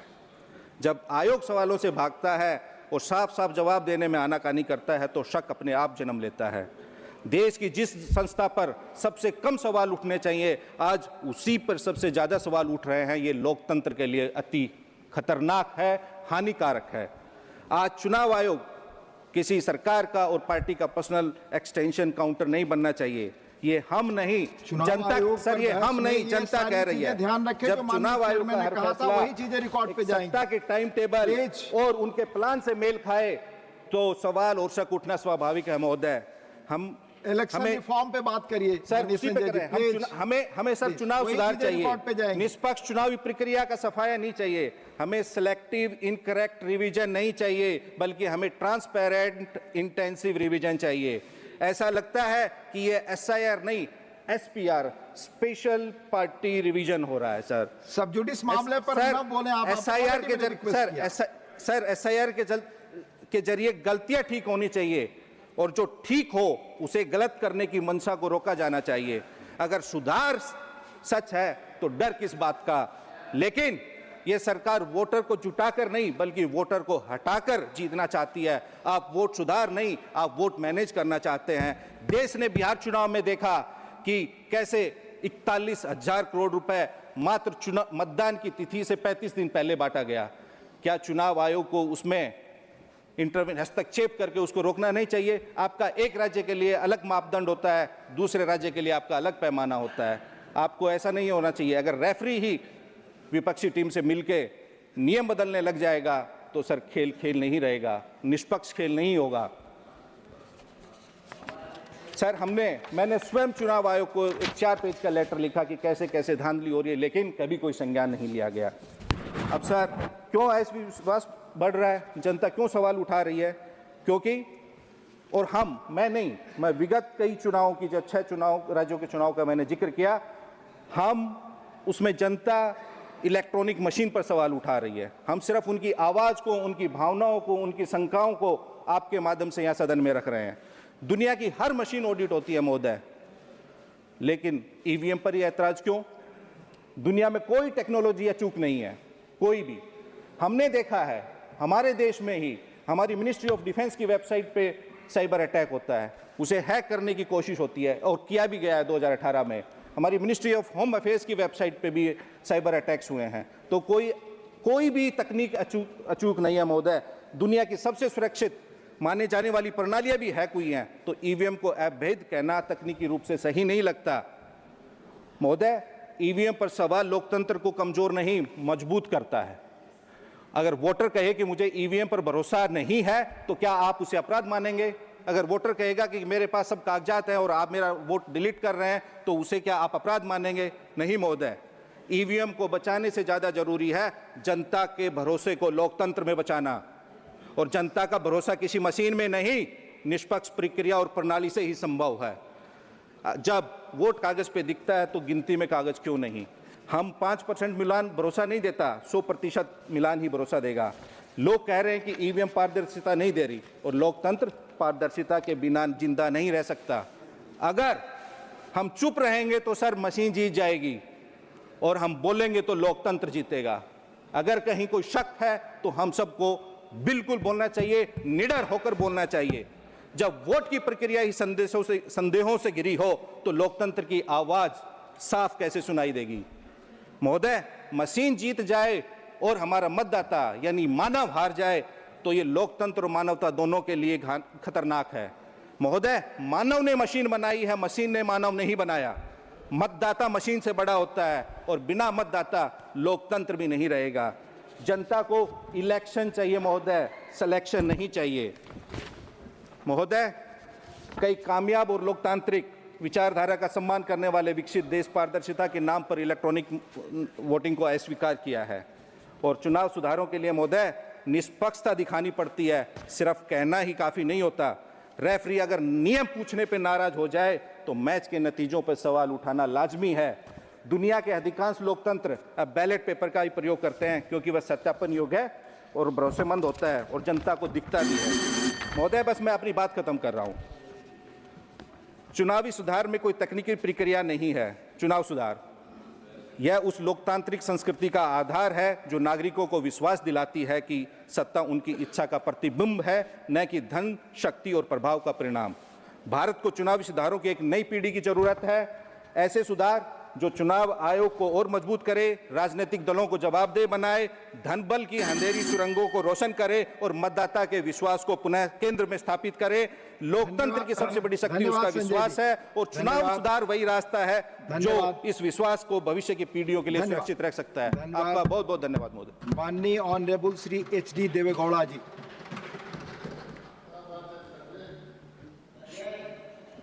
Respected Deputy Chairman, sir, I would like to express my sincere thanks to you for having given me an opportunity to speak on the issue that is the allegation made by our recognized opposition about the voter list. Sir, I am a Congress worker, 1952, 1957. When Pandit Jawaharlal Nehru was the Prime Minister, 52, 57, 62 and 64 what happened? I don't want to repeat that. After the demise of Pandit Jawaharlal Nehru, the tallest leader, Lal Bahadur Shastri came to power. He was there for a short period. You know what happened? The Tashkent Agreement. Sir, after that, Madam Gandhi became the Prime Minister.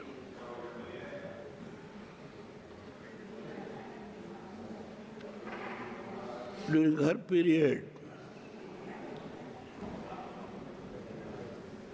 I think more than 380 or more than 316, 3-4 elections, Madam Gandhi was able to score in the election.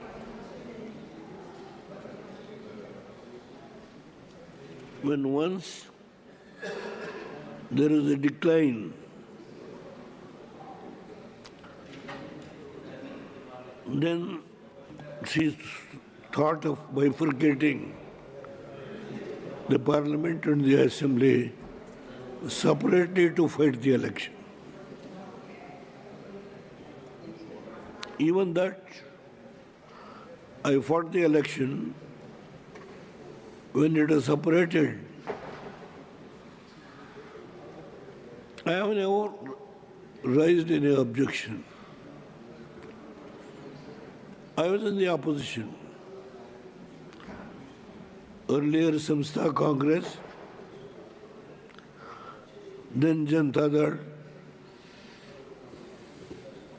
I am the president of the Janata Dal when Janata Dal was formed during Morarji Desai. Sir, I never raised any objection. About the bifurcation of the parliament and the assembly separately, even then we bow our head and we fought the election.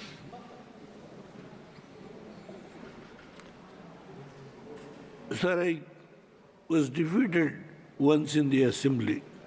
7 times I won the assembly. 4 times I won parliament. And 3 times I was defeated by Congress.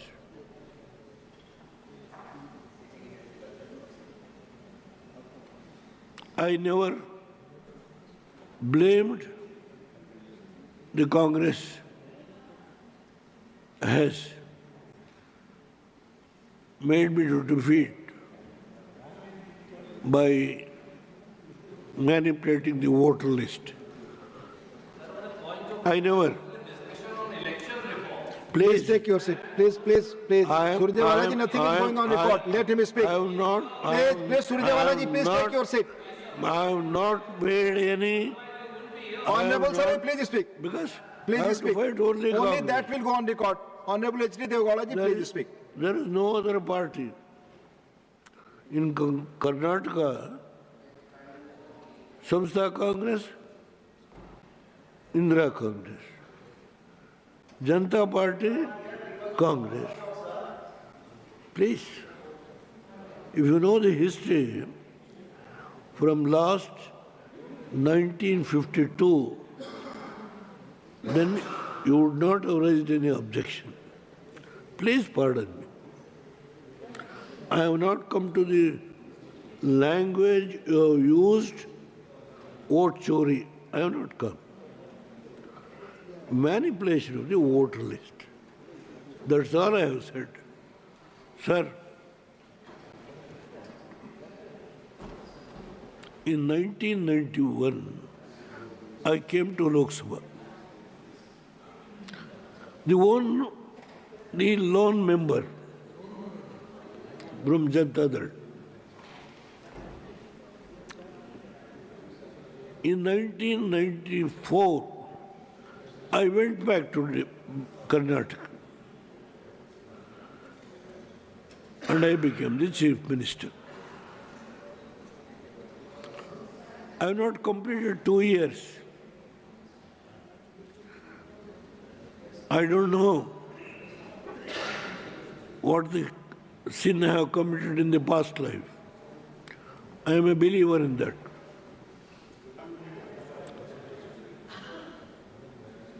Congress lost the election. And Congress Working Committee,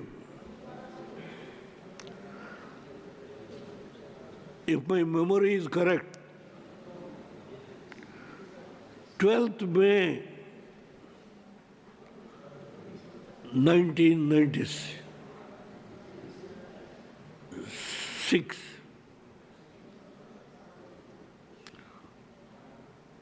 they have passed a resolution. We are going to support a non-BJP government if secular parties are going to come together. Then the 13-party coalition, the left parties in those days was very strong. And DMK, Mubnar Congress, was totally got 40 seats. TDP has got 40 seats. Biju Janata Dal and our part, I got 16 seats as Chief Minister. And the Congress extended their support through a resolution to support the non-Congress government, non-BJP government. We all sat together and we took a decision to make Jyoti Babu the Prime Minister. 2 days the discussion went on. Ultimately, their party, there was difference of opinion, and Jyoti Babu declared my name as the Prime Minister. I was in tears. people are given the mandate in Karnataka to rule Karnataka. I have not got the mandate to rule this great nation. But the circumstance was forced, 13-party coalition. I was forced to head the 13-party coalition as Prime Minister. I took oath on 1st June 1996. I was there for hardly 10 months, 20 days. Why I am narrating all these things? The manipulation of the votes, voter list. Please, Shakti Singh Goel ji, seat पर बैठ कर ना बोलें. I have never raised. I have never raised. Please, sir, conclude. Your time is. Sir, please. Please. There is a letter written by Pandit Jawaharlal Nehru.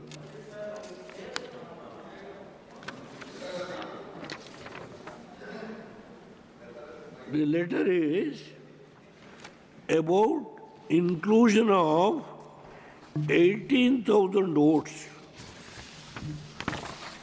in Kerala when Namrudipad was the Chief Minister.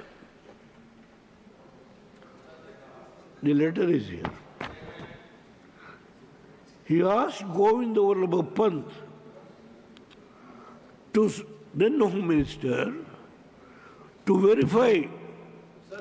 The letter is here. Electoral reforms and not on the electoral history.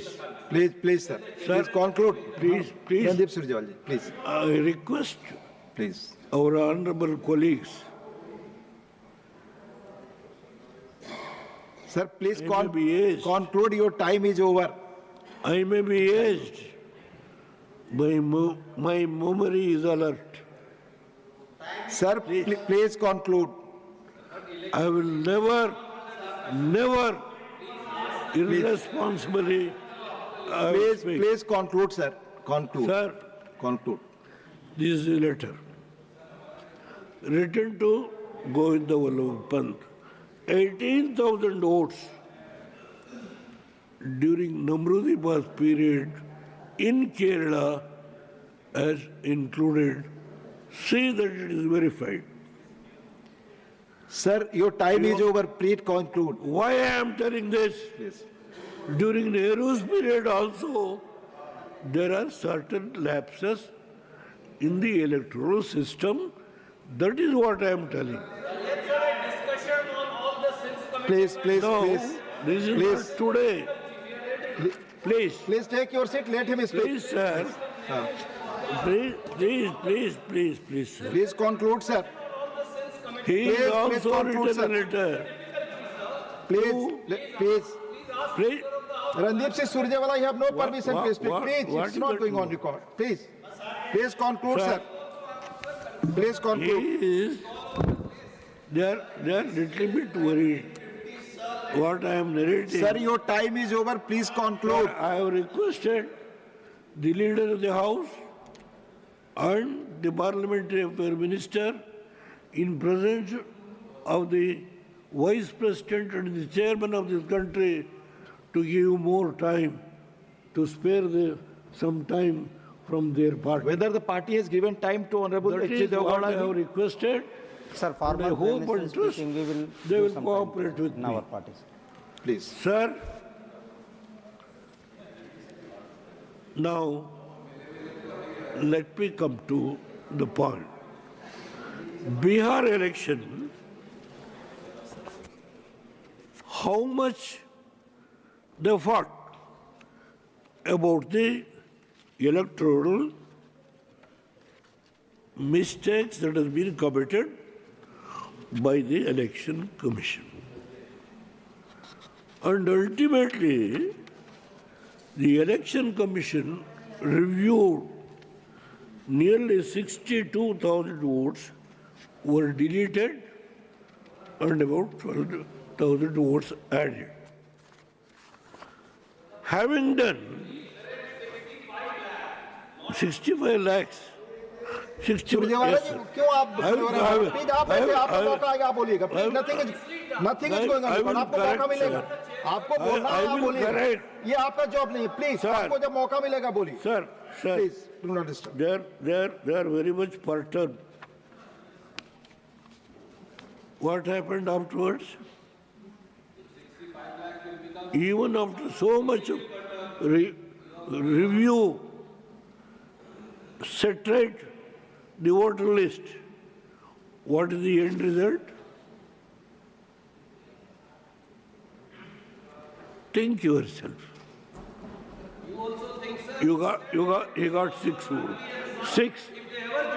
MP, six MLAs. That is the position. Sir, in 2014, Narendra Modi ji came first to national politics. 12 years, he was in Gujarat. He was ruling the state as chief minister.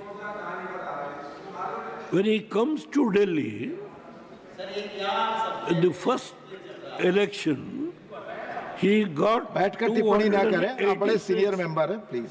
He got 286 votes. Was there any manipulation? Nobody has raised any manipulation. I am in this house.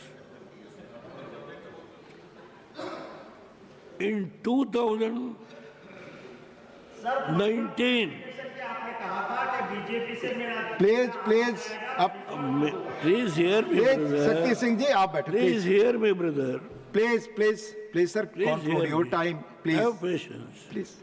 In 2014, I came to Parliament. 2022, I came to Parliament. Lok Sabha. 2020, You address to the chair. Honorable Deogara ji, you address to the chair. My No, friend आपस में बात नहीं, Jairam please address to the Ramesh is chair. there.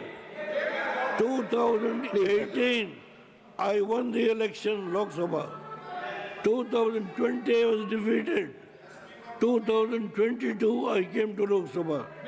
2014, I came to Lok Sabha. Please hear me, sir. 2019, I came to this house. 2026, I came to this house. Sir, with this vast experience, no, why they are becoming so angry? Please conclude, sir. Please conclude. Why they want to make allegation against the Prime Minister on the issue of the voter list? The Election Commission is there, Supreme Court is there. The Election Commission has given direction to all the state units to rectify all these things. I have got sufficient documents. Sir, Modi ji, with his personality, when he won 286 seats, he could have formed the government.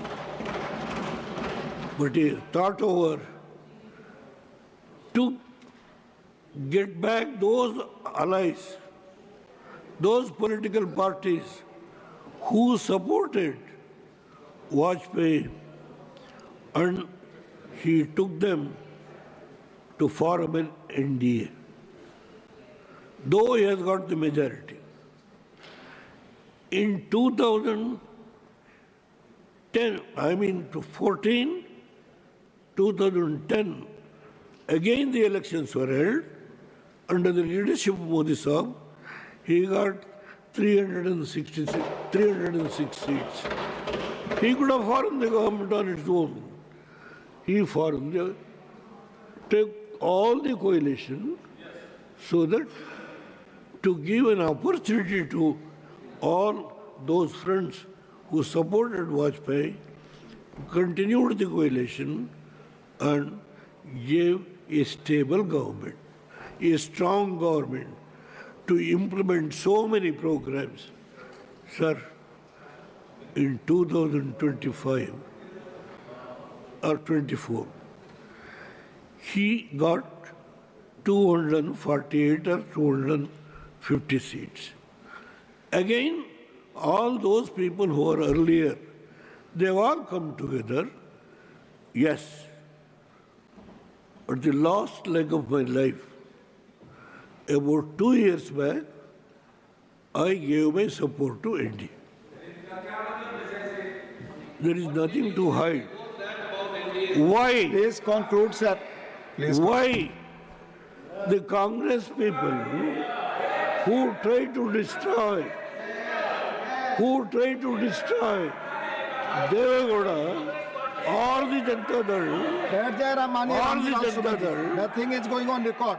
all the Janata Dal, Please. who has been in public life from last 7 decades, they want to destroy. My only Janata Dal is a regional party. Sir, I have never raised when I have been defeated by the so-called Congress leaders. Sir, I have never raised. Sir, any vote BJP की तरफ से समय आपको मिला है पर conclude. They have agreed in presence of the Vice President and the Chairman. Please, don't disturb me. Give me some more time. Sir, today in this country, if these friends wants to make a mockery about the Prime Minister in the streets and the public platform, they are making Prime Minister office to denigrate. Sir, we have never done it. In last 70 years in my public life, we have never done it. We have never used such a word, even when Indira Gandhi got 400 seats, when Rajiv Gandhi got 400 seats, when Indira Gandhi got 380 seats. I have defeated. Never. I have never. Please, the system, what has been now so strong, our constitutional forefathers, Dr. Ambedkar, under his chairmanship, has given a strong foundation for a democratic system. This cannot be eroded by anybody. They were talking in the public, RSS, Janata Party, Janata Dal, Bharatiya Janata Party, combined, they are going to destroy the democratic system and the democracy is in danger. This type of slogan, who bothers? Sir, please If people conclude. have been, have got please any conclude. responsibility. Please They conclude have now. Turned hostile against Narendra Modi's Please conclude, sir. government. Please conclude. People have never turned hostile. Please conclude, sir. It shows they have full confidence in Narendra Modi's government. Sir, I have given my full support to Narendra Modi's leadership. The country needs, this is a very big country, a large country. Congress may be in 3 states. Remember, my friends, please, by using the word vote chori, you are going to suffer in the coming days. You are not going to win the battle. telling you, I know what is the country politics. I can speak, sir, hours together. You are ringing the bell. There are so many Sir, things. there are number of speakers. My friend, DMK friend is here, who has supported me when I was the Prime Minister. Thank you, sir. What the stand they have taken, I know that, because to maintain their political strength as DMK in Tamil Nadu, they are fighting. I know. I am not blaming. But only thing is, blaming Narendra Modi's leadership and creating a suspicion in the mind of the voters in this country, which is a large country, that it is what is called vote chori, vote chori, vote chori. What has happened to their mind? Thank you, sir. Let them rectify their willful or a mind which has been corroborated. Don't do that. It is not going to help. Modi's government Please conclude, sir. And fight the battle under his leadership. 2028 will come back to power. This is thank you as an oldest person in Lok Sabha and Rajya Sabha. I am speaking. I could have spoken more. Pandit Jawaharlal Nehru letter is also here. If you want, I can place it on the table of the House. Yes, please place on. What he has written to Thank you. Namrudi Pal and West Bengal Chief Minister Mr. Roy. Thank you. The letter is here. If anybody wants, I can place it on the table. Yes, please place on the record. With these words, thank you, sir. Even though I want to speak a little more, sir, it's already not mine. The time which has been given to you. At least you have given that much of time. Thank you very much. Honorable K.R. Suresh Reddy ji.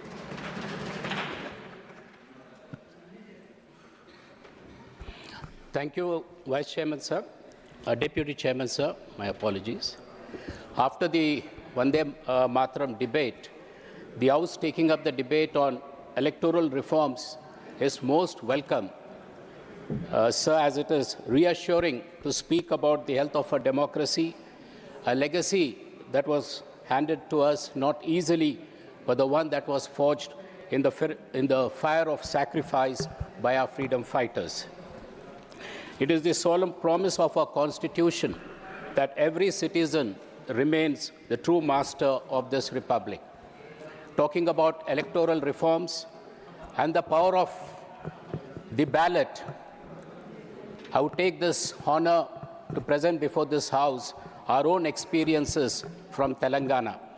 The power of the ballot was clearly demonstrated to the nation by our leader, KCRG, when the struggle for Telangana began, sir.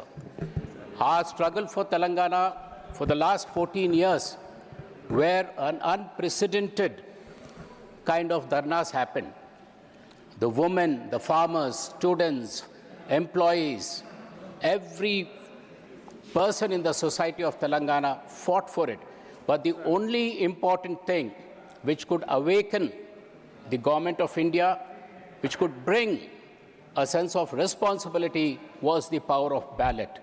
And to quote the power of the ballot, sir, my leader, KCRG, to demonstrate that the will of the people is so clearly visible, he resigned twice as a member of parliament.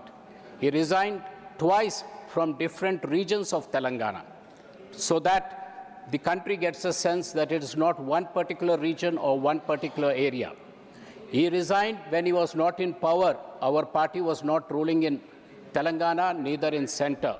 But the courage of KCRG, the trust he had in the belief of the ballot was so visibly demonstrated, sir. It is not only he. Seeing his resignation, the people of Telangana compelled other political parties to resign, as that would demonstrate the kind of will which is prevailing there of the people. So this being the power of the voter, my leader and my party, we are very keen that every eligible voter of this country, every eligible citizen of this country should be enrolled as a voter, sir. So speaking on this, of course, a debate has been continuing. We support that electoral reforms are definitely a backbone for a healthy democracy. But to ensure this, the voter list, which should be accurate, inclusive, and transparent. Large and diverse nation like us, Deputy Chairman, sir, need clean electoral rolls. That we totally agree. Having said that, we have to ensure that the registration updating to facilitate voting access for migrants, disabled, senior citizens, urban poor, and people with limited documentation should be entitled for their voting rights, sir. Strict re-verification should not become a mechanism for exclusion. Ensure that no eligible voter loses their right to vote simply because accessing paperwork is difficult. Today, the government's initiatives of every state government and government of India, the ease of doing business, the ease of communicating. We have seen people through Me Sevas in Telangana getting their certificates all electronically. In an age like this, why is it a challenge for a person whose name has been removed from the electoral roll to get back into the electoral roll when he is an entitled citizen of this country? That should be the concern, and that should be the mechanism to be adopted, sir.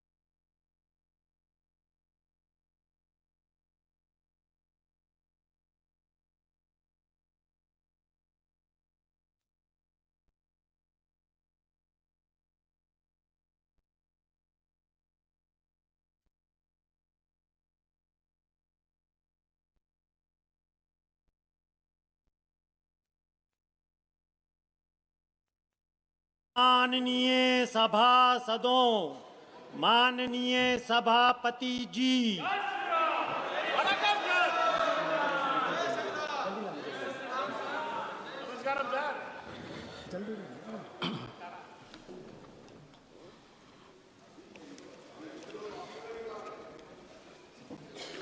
नियम 377 जिन माननीय सदस्यों को आज नियम 377 के अधीन मामले को उठाने की अनुमति प्रदान की गई है, वो अपने मामलों को अनुमतिदान पाठ को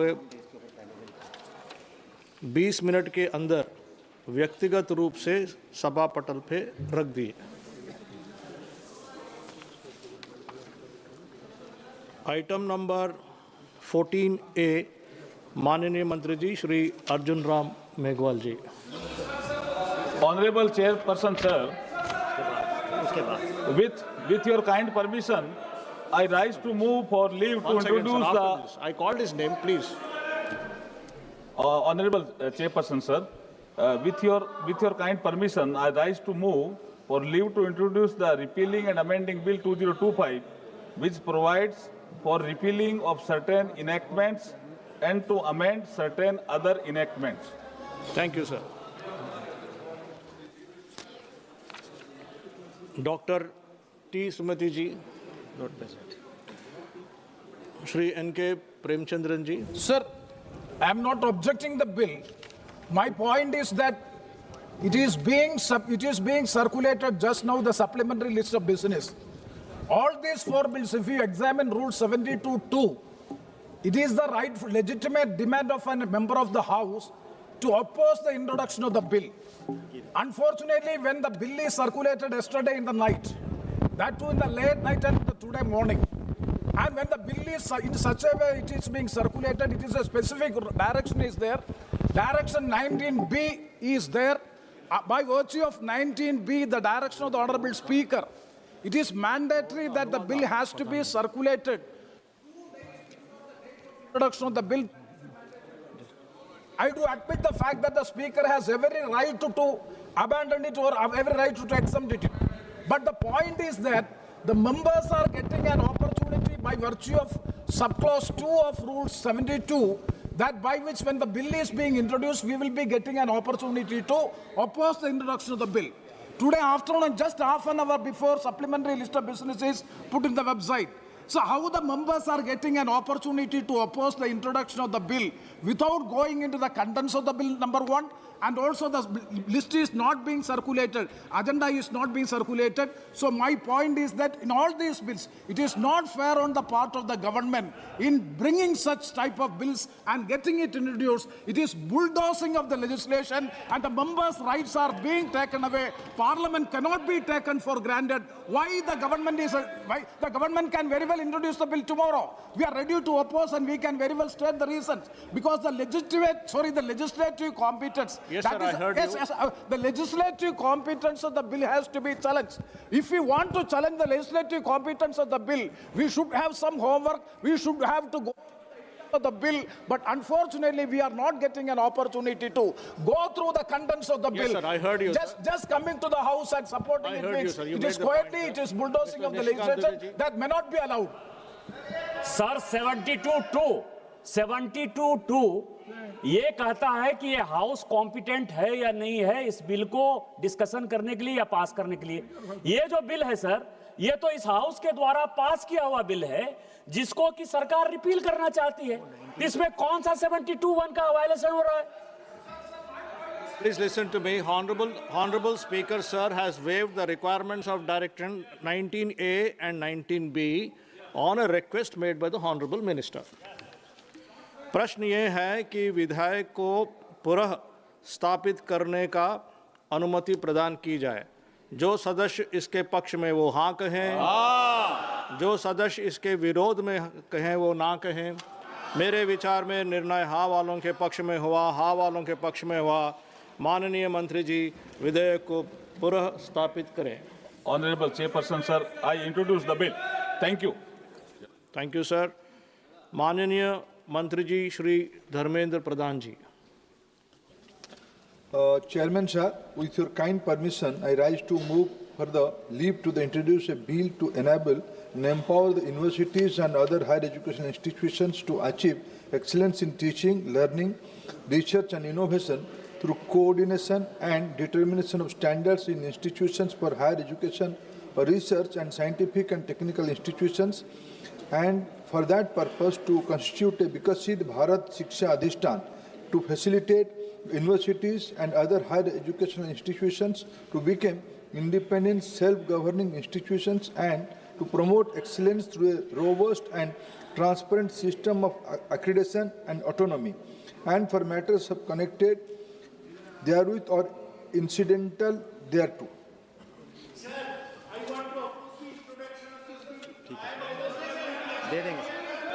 Sir, you will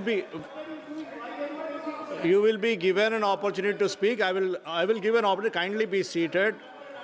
There are listed members to be given opportunity. Mananiya Srimati Jyoti Mani ji. Not present. Mananiya Srimati K. Kavya ji. Not present. Mananiya Shri Manish Tiwari ji.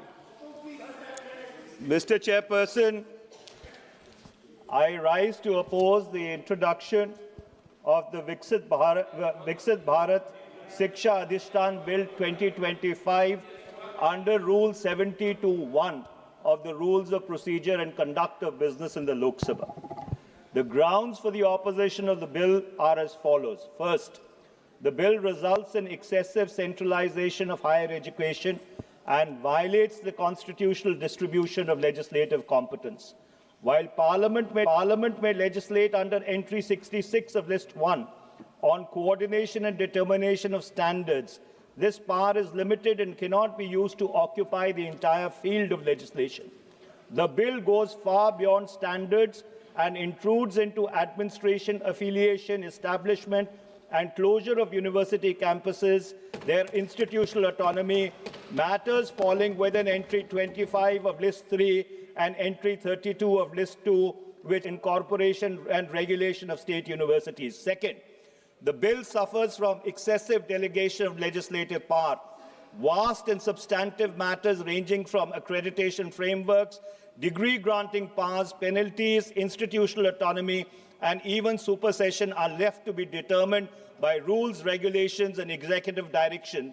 This abdication of essential legislative functions violates settled constitutional principles governing delegated legislation. Third, the bill undermines the autonomy and independence of statutory regulatory bodies by making them bound by policy directions of the central government and subject to supersession at executive discretion. Such provisions erode institutional independence and offend the constitutional requirement of fairness, non-arbitrariness, and check on executive power under Article 14.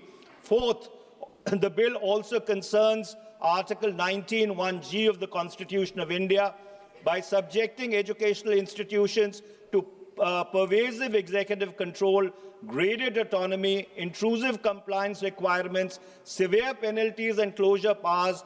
It imposes disproportionate and unreasonable restrictions on the right to carry on education as an occupation.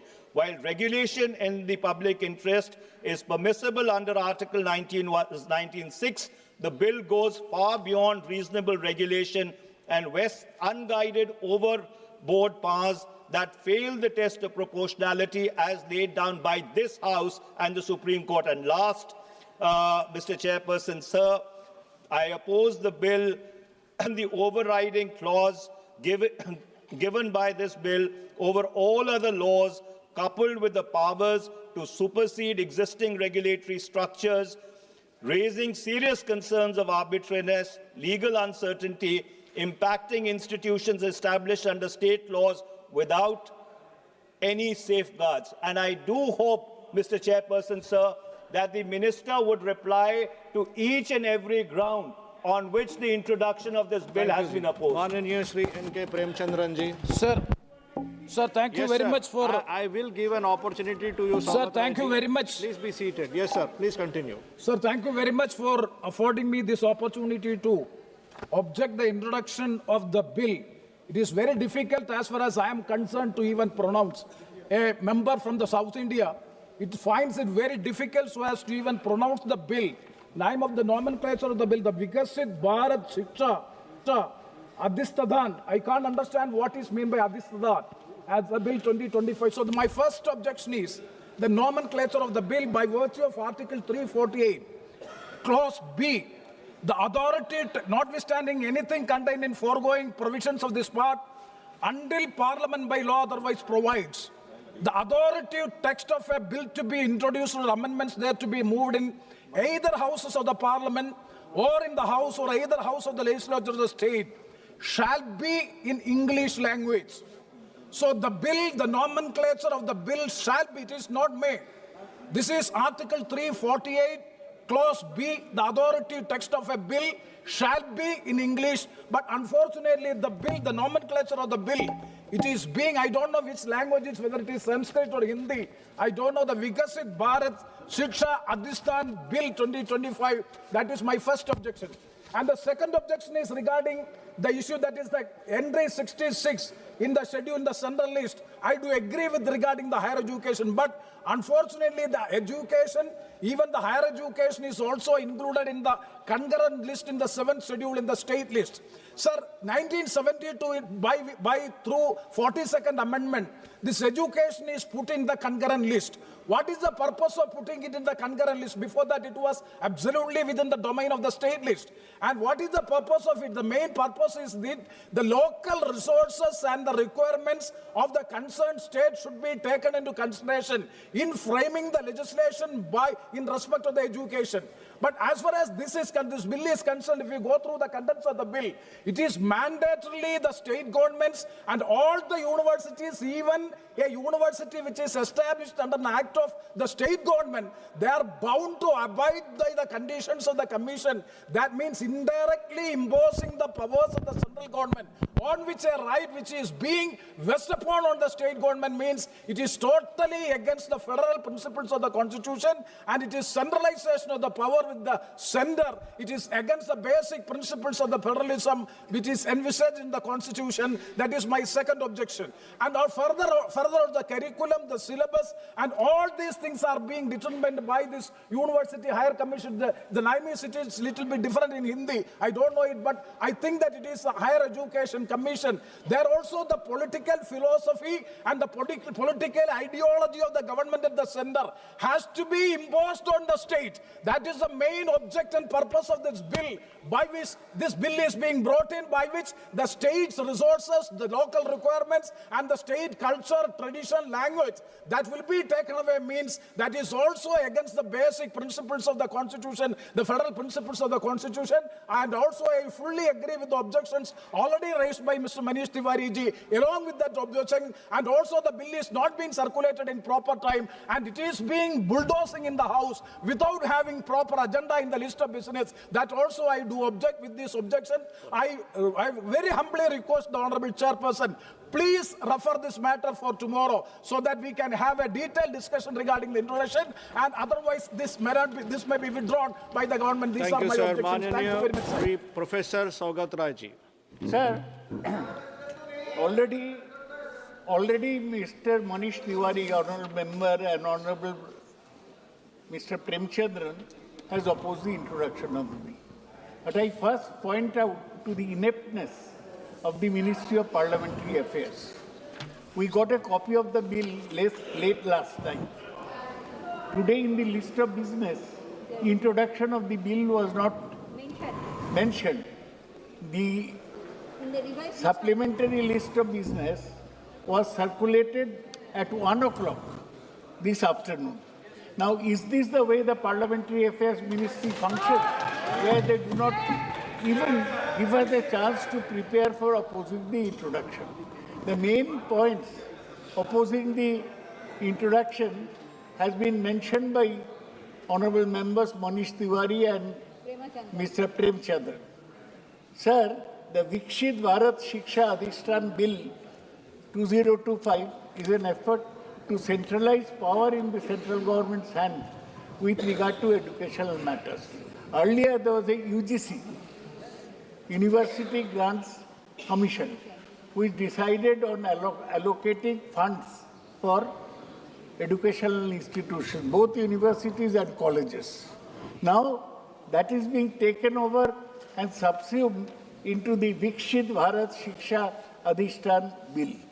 I do admit that under Article 66, the centre has the power to legislate on the educational matters, though it is in the concurrent list. Entry subject 25 is subject to entries 63, 66 of list 1. So Parliament cannot assume comprehensive control over state universities. We have so many state universities in West Bengal. The Parliament will have total power over this. They will appoint vice chancellors and all that. As it is the governors in Kerala, West Bengal, and Tamil Nadu, they are interfering with the functioning of the universities. Now this gives legitimate power to the centre to control the functioning of the universities in higher education. This is essentially undermines autonomy and independence of statutory regulating body and checks on executive power under Article 25. This bill, hence, should not be brought. We oppose the introduction.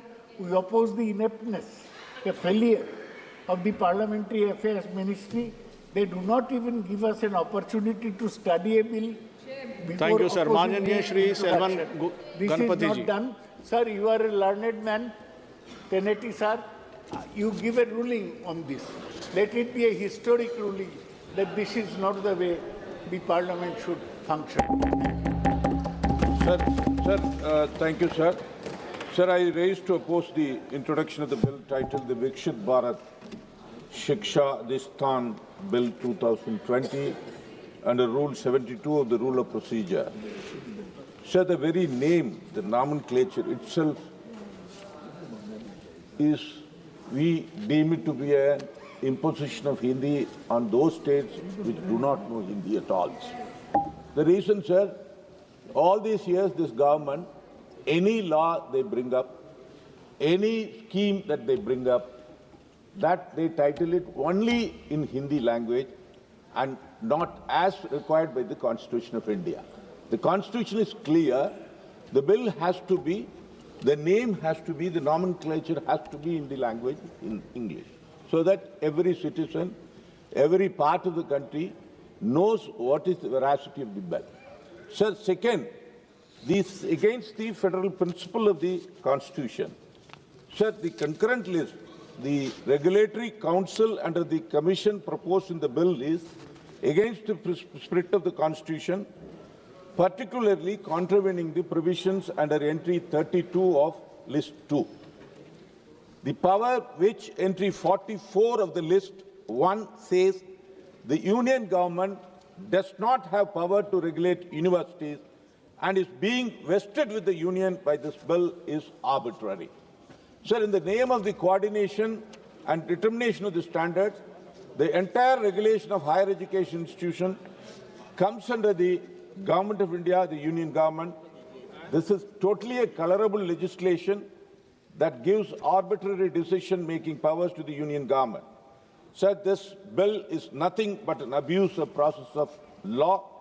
As per various provisions of this bill, practically the union government will be the sole decision-making authority, which is against the spirit of the Constitution.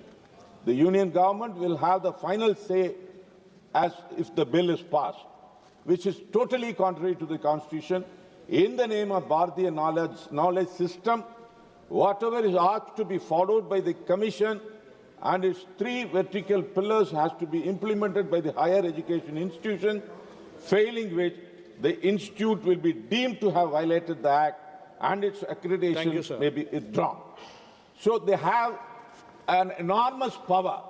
Whichever university they want to completely deemed to be violation, they can reject the accreditation. Without accreditation, no institute can function, and the accreditation power lies with the accreditation council. Sir, we therefore Thank you. Thank you, Thank you, Chairman, sir. On 3 grounds, I would like to oppose this bill. The bill's aggressive, unnecessary Sanskritized nomenclature directly violates Article 348(1)(b), which mandates that authoritative text of all bills shall be in the English language. There is no technical reason to use in Hindi names. 53 times Hindi names are used in this text of the bill. This Vinayam Parishad, இதெல்லாம் எனக்கு ஒண்ணுமே புரியல. We don't எதுமே எங்களுக்கு புரிய மாட்டேங்குது. எங்களுக்கு நாங்க பேசுறது எப்படி உங்களுக்கு புரியலையோ அதே மாதிரி நீங்க இப்படி இந்த மாதிரி இந்தியை கொண்டு வந்து எங்க மேல திணிச்சா எங்களுக்கும் ஒண்ணும் புரிய மாட்டேங்குது. So அதனால வந்து it should be in English so that whichever the state wanted to understand the language, that language has to be allowed in this bill. This sees I see this as a kind of Hindi imposition. Already Tamil Nadu been actually deprived of Samashkrit SSA funds just because of we are not agreeing to the 3 language policy in the new education policy. This is another faster way of imposing Hindi on state like Tamil Nadu, which is very successful in 12 language system. Second thing, this is an attack on the federal structure. This bill moves forward despite the parliamentary standing committees on education explicit finding that the bill maintains a union government heavy composition and insufficient state representation. Sir, actually, given that state public universities and their affiliated colleges educate over 81% of India's total students enrollment and govern a network of over 46,000 affiliated institutions nationwide. This policy-making body's composition must reflect the immense scale and responsibility held by the state education sector. Then executive overreach and undermining autonomy. The proposal moves decisively away from the independent regulation.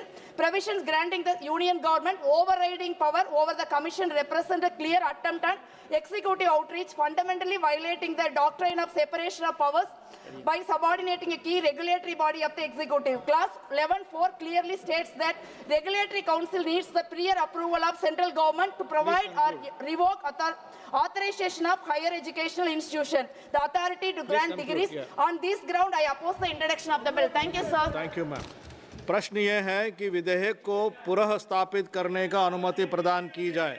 जो सदस्य इसके पक्ष में हाँ है, हाँ, जो सदस्य इसके विरोध में है वो ना कहें। मेरे विचार में निर्णय हाँ वालों के पक्ष में हुआ, हाँ वालों के पक्ष में हुआ। माननीय मंत्री जी विधेयक को पुनः स्थापित करें। Sir, I introduced the bill and proposed that we should go to. Sir, 1 second, sir. 1 second. I introduced the bill, sir.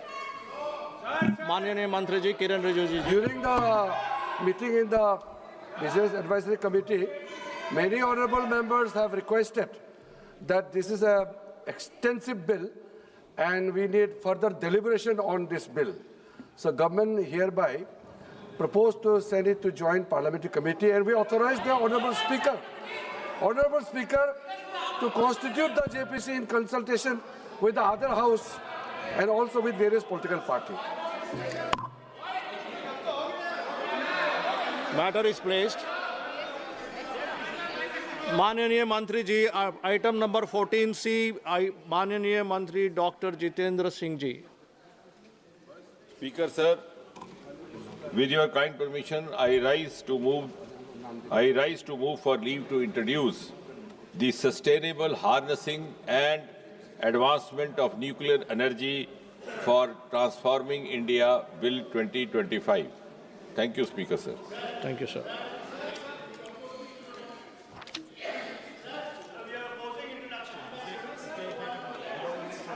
माननीय श्री बी बेहानंद जी। माननीय Shri Manish Tiwari ji. Thank you very much, Mr. Chairperson, sir.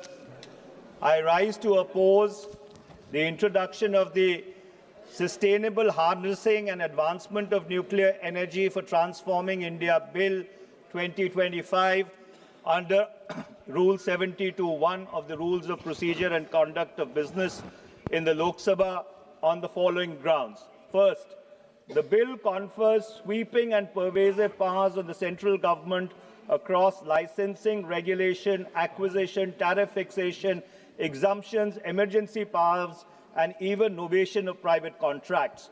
Clauses empowering the centre to acquire mines, plants, reactors, substances, and contractual rights by executive action, while compensation determined largely by the government itself raises grave concerns under Article 300A of the Constitution of India and the guarantee against arbitrary deprivation of property. Second, permitting profit-seeking private participation in ultra-hazardous nuclear activities while simultaneously limiting liability, granting statutory immunities, and restricting judicial remedies undermines the state's non-delegable public trust obligations over life, health, and the environment. Such an arrangement amounts to an unconstitutional abdication of essential sovereign responsibilities and functions under Article 21 and 48A, where the state is required to act as a trustee and a guarantor and not merely as a facilitator or a licensor. Third, the bill suffers from excessive delegation of essential legislative functions. Core policy matters such as liability limits, safety standards, exemptions, regulatory norms, emergency measures, and even amendment of schedules are left to rules, regulations, or notifications issued by the executive. This abdication of parliamentary responsibility violates settled constitutional limits on delegated legislation under Article 245 and 246. And finally, Mr. Chairperson, sir, the bill concentrates legislative, executive, regulatory, and quasi-judicial powers in the central government and authorities appointed, controlled, and removable by it, including the Atomic Energy Regulatory Board, which needs to be an independent, autonomous statutory regulator. The absence of institutional independence, coupled with wide direction-issuing powers and insulation clauses, undermines the doctrine of separation of powers, which is a basic feature of the Constitution. On these grounds, I strongly oppose the introduction of this bill. Thank you, sir. Honorable Minister, sir. No, Manish ji is a good friend, his points well taken, but I just want to mention that most of these objections are based on the merits of the bill, which are normally and by convention taken up during the discussion. So right now we are here only to the competency of the introduction of the bill. माननीय श्री बेहनान जी, माननीय श्री बेहनान जी. He is not speaking. Hold on, N.K. Premchandran. माननीय Shri N.K. Premchandran ji. Sir. Premchandran ji. Yeah, sir. Thank you very much, sir. Sir, by Rule 72(2) of the Rules of Procedure and Conduct of Business in Lok Sabha, I do oppose the bill, the sustainable harnessing and advancement of nuclear energy for transforming India Bill 2025. So my point is, it is against the principles, against the directive principles of the state policy in Part 4 of the Constitution of India. Because the entire purpose of this bill, promoting this bill, we are having the Atomic Energy Act. And also we are having all these legal mechanisms are also there. And you see that the nuclear energy as well as rare earth minerals and mining and mineral separation and the nuclear section, everything is being vested with the public sector undertakings. The basic purpose by which this law is being brought in is so as to privatize this nuclear energy sector for the private companies. I am not mentioning any companies. I am from an area, from the minerals, beach and mineral area, by which we are having abundant thorium is there, supply is there, but unfortunately it is not being exploited and utilized by the government public sector undertakings so as to make use by the private entities and the private corporates for which this bill is being brought in. So it is against the directive principles of state policy. Therefore, I strongly oppose the introduction of the bill on the basis of this objection. Thank you very much, sir. Shri Professor Saugat Rai ji. I oppose this bill with a long name, sustainable harnessing of etc. etc. Now, this bill is being a watershed in the history of development of nuclear power in the country. You know, the Pandit Jawaharlal Nehru, our first Prime Minister, he set up the Atomic Energy Commission. The Atomic Energy Commission made significant progress in harnessing atomic energy. We had our first nuclear power plant in Tarapur. India undertook 2 nuclear implosions, whatever you call it. First at Pokhran in '74, then under Atal Bihari Vajpayee, again in Pokhran in 1998. So nuclear energy has been a matter which has exercised. Kindly be seated, please. Lot of Excuse me. importance to the people. Remember, sir, in 2000, Mananiya Sanjay Jaiswal ji. During Manmohan Singh's prime ministership, there was a big dispute in the country over nuclear liability bill should be introduced. Manmohan Singh's purpose was to get nuclear energy technical know-how from America and other countries. Now this is a new step where slowly the nuclear energy sector is sought to be given over to private sector.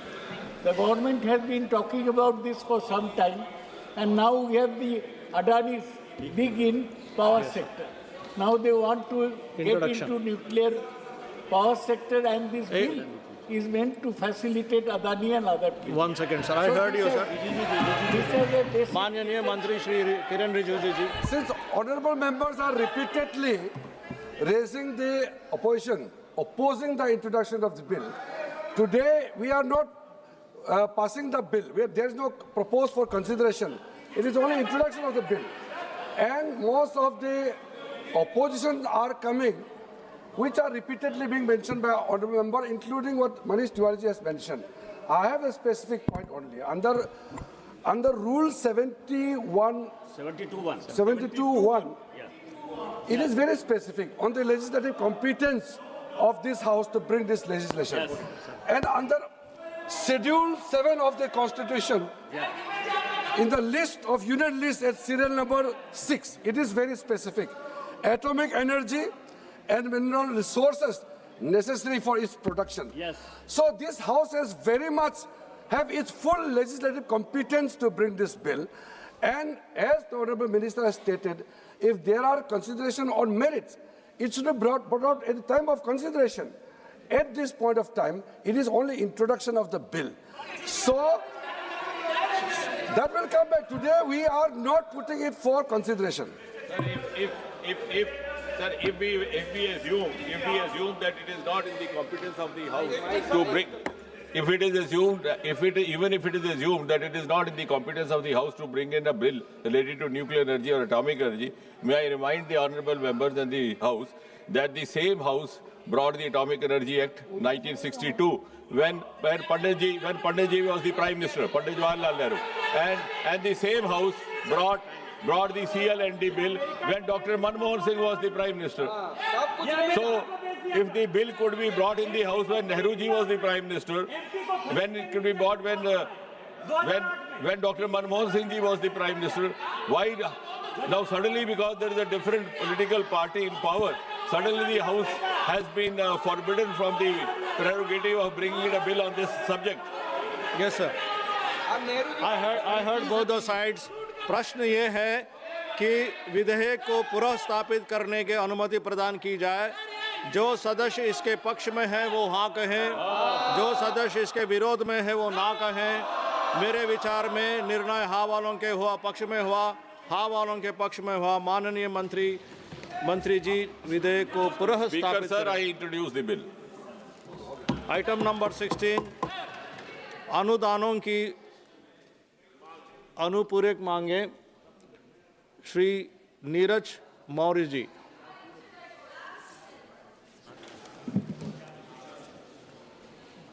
धन्यवाद सभापति जी। पूरक अनुदान मांगों के लिए 2025-26 72 अनुदान मांगे शामिल हैं। कुल राशि 1,32,268 रुपए और अतिरिक्त अनुदान की मांग 41,455 करोड़ रुपए। इसमें दो तिहाई यानी कि 27,000 करोड़ से अधिक सब्सिडी पे खर्च करने की बात कही गई है।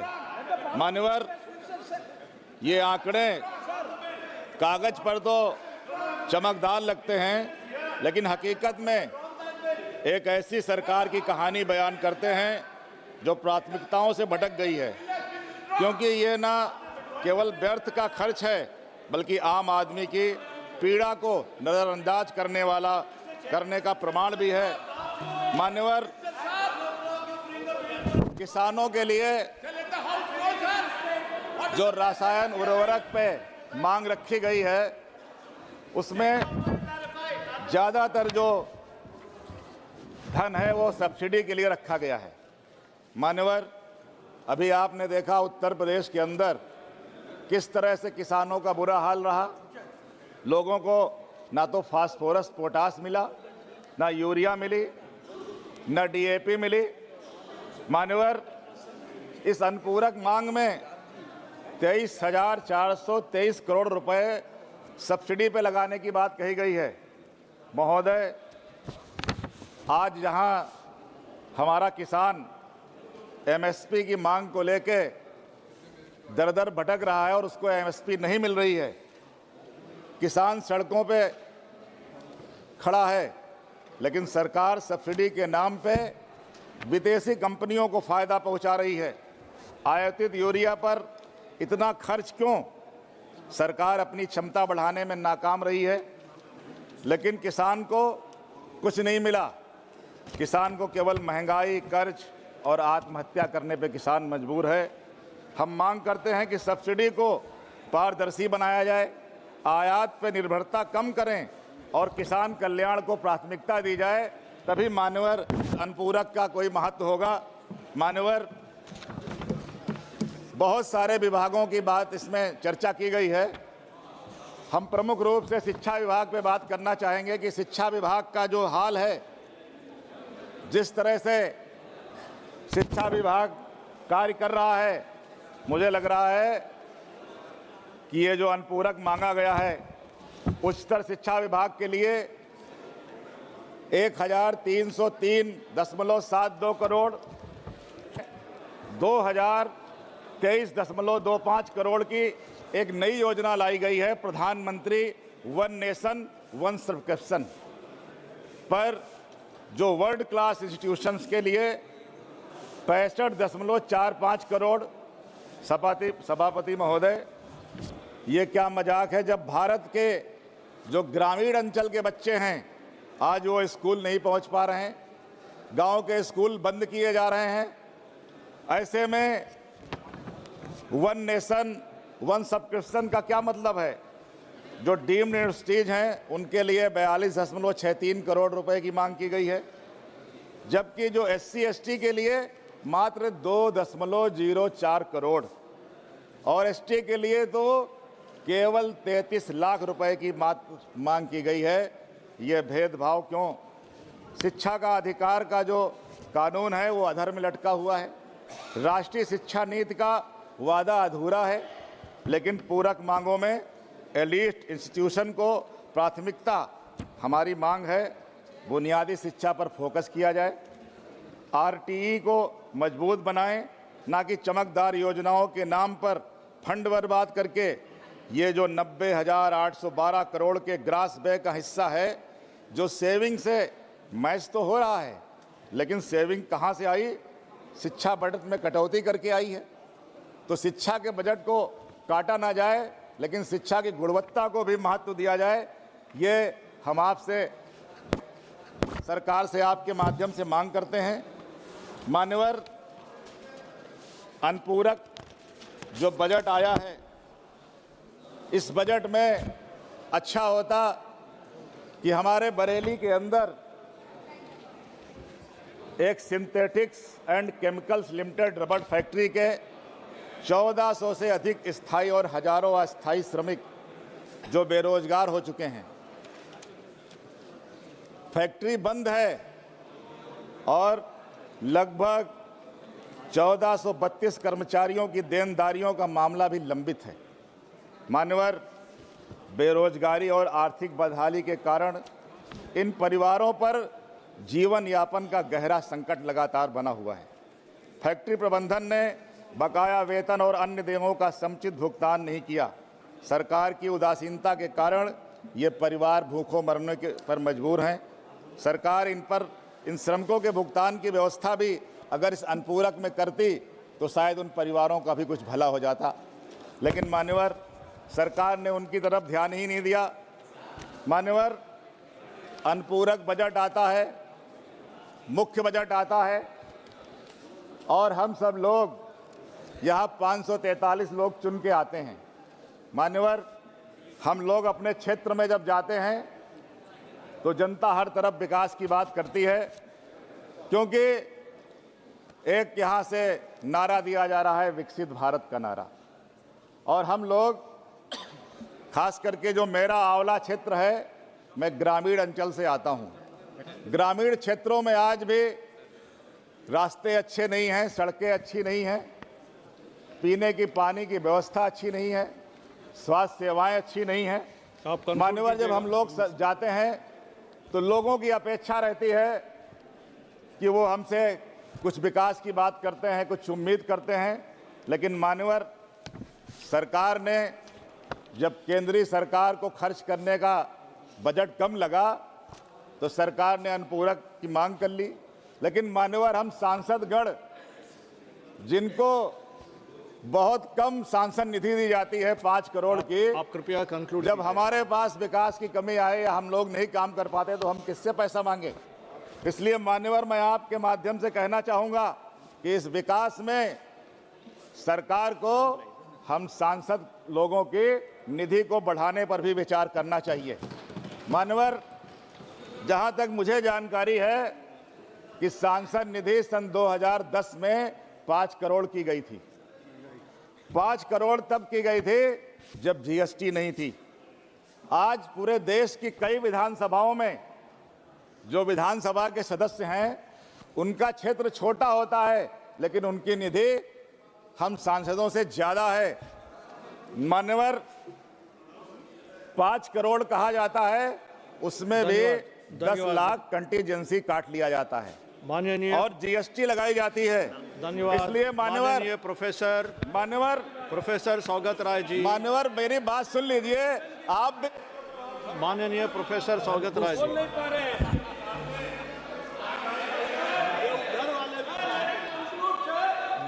मान्यवर कंक्लूड कर रहा हूं बस थोड़ा। मान्यवर 2010 के मुकाबले महंगाई बढ़ी है, आबादी बढ़ी है, मतदाता भी बढ़े हैं, लेकिन सांसद निधि बढ़ाने पे विचार नहीं हुआ। ऐसा लगता है कि भाजपा सरकार विकास नहीं कराना चाहती, और अगर विकास कराना चाहती है तो इस सांसद निधि को बढ़ाया जाए, जिससे कि लोगों के हम लोग छोटे छोटे काम कर सकें। मान्यवर सभापति महोदय, मैं अंत प्रोफेसर सौगत राय जी, यस।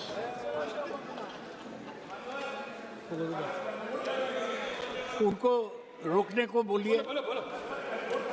नहीं, सौगत राय जी आप बोलिए। नहीं, आपको 3 बार एक्सटेंशन दे चुके हैं सर। आप 20 सेकंड में रखिए, आप 20 सेकंड में रखिए। यस सौगत राय जी आप बैठ जाइए। 20 सेकंड्स प्लीज। मान्यवर सभापति महोदय, जो प्राथमिकताएं हैं वो तो गड़बड़ लग रही हैं। रुपए 1,32,00,000 लाख करोड़ का जो व्यय है, इसमें किसान, युवा, महिला, गरीब कहाँ है? ये सरकार अमीरों के लिए अनुपूरक बजट लेके आई है। इसलिए हम आपके माध्यम से मांग करते हैं कि सब्सिडी से कारपोरेट्स को ना ध्यान दिया जाए, प्रोफेसर सौगत राय जी, जो हमारे गरीब जनता है उसका ध्यान दिया जाए। मैं इस अनुपूरक का विरोध करते हुए अपनी बात को समाप्त करता हूं। आपका बहुत बहुत धन्यवाद। Professor next honorable member T.R. Baluji will be speaking, so kindly. I rise to speak on the supplementary demands for grants. I resent the fact that the finance minister is not here. Even the minister of state, he is there, he has become president of UP BJP. What will he look into finance? Sir, this demand is one for additional 41,000 crore spent. 41,000 crore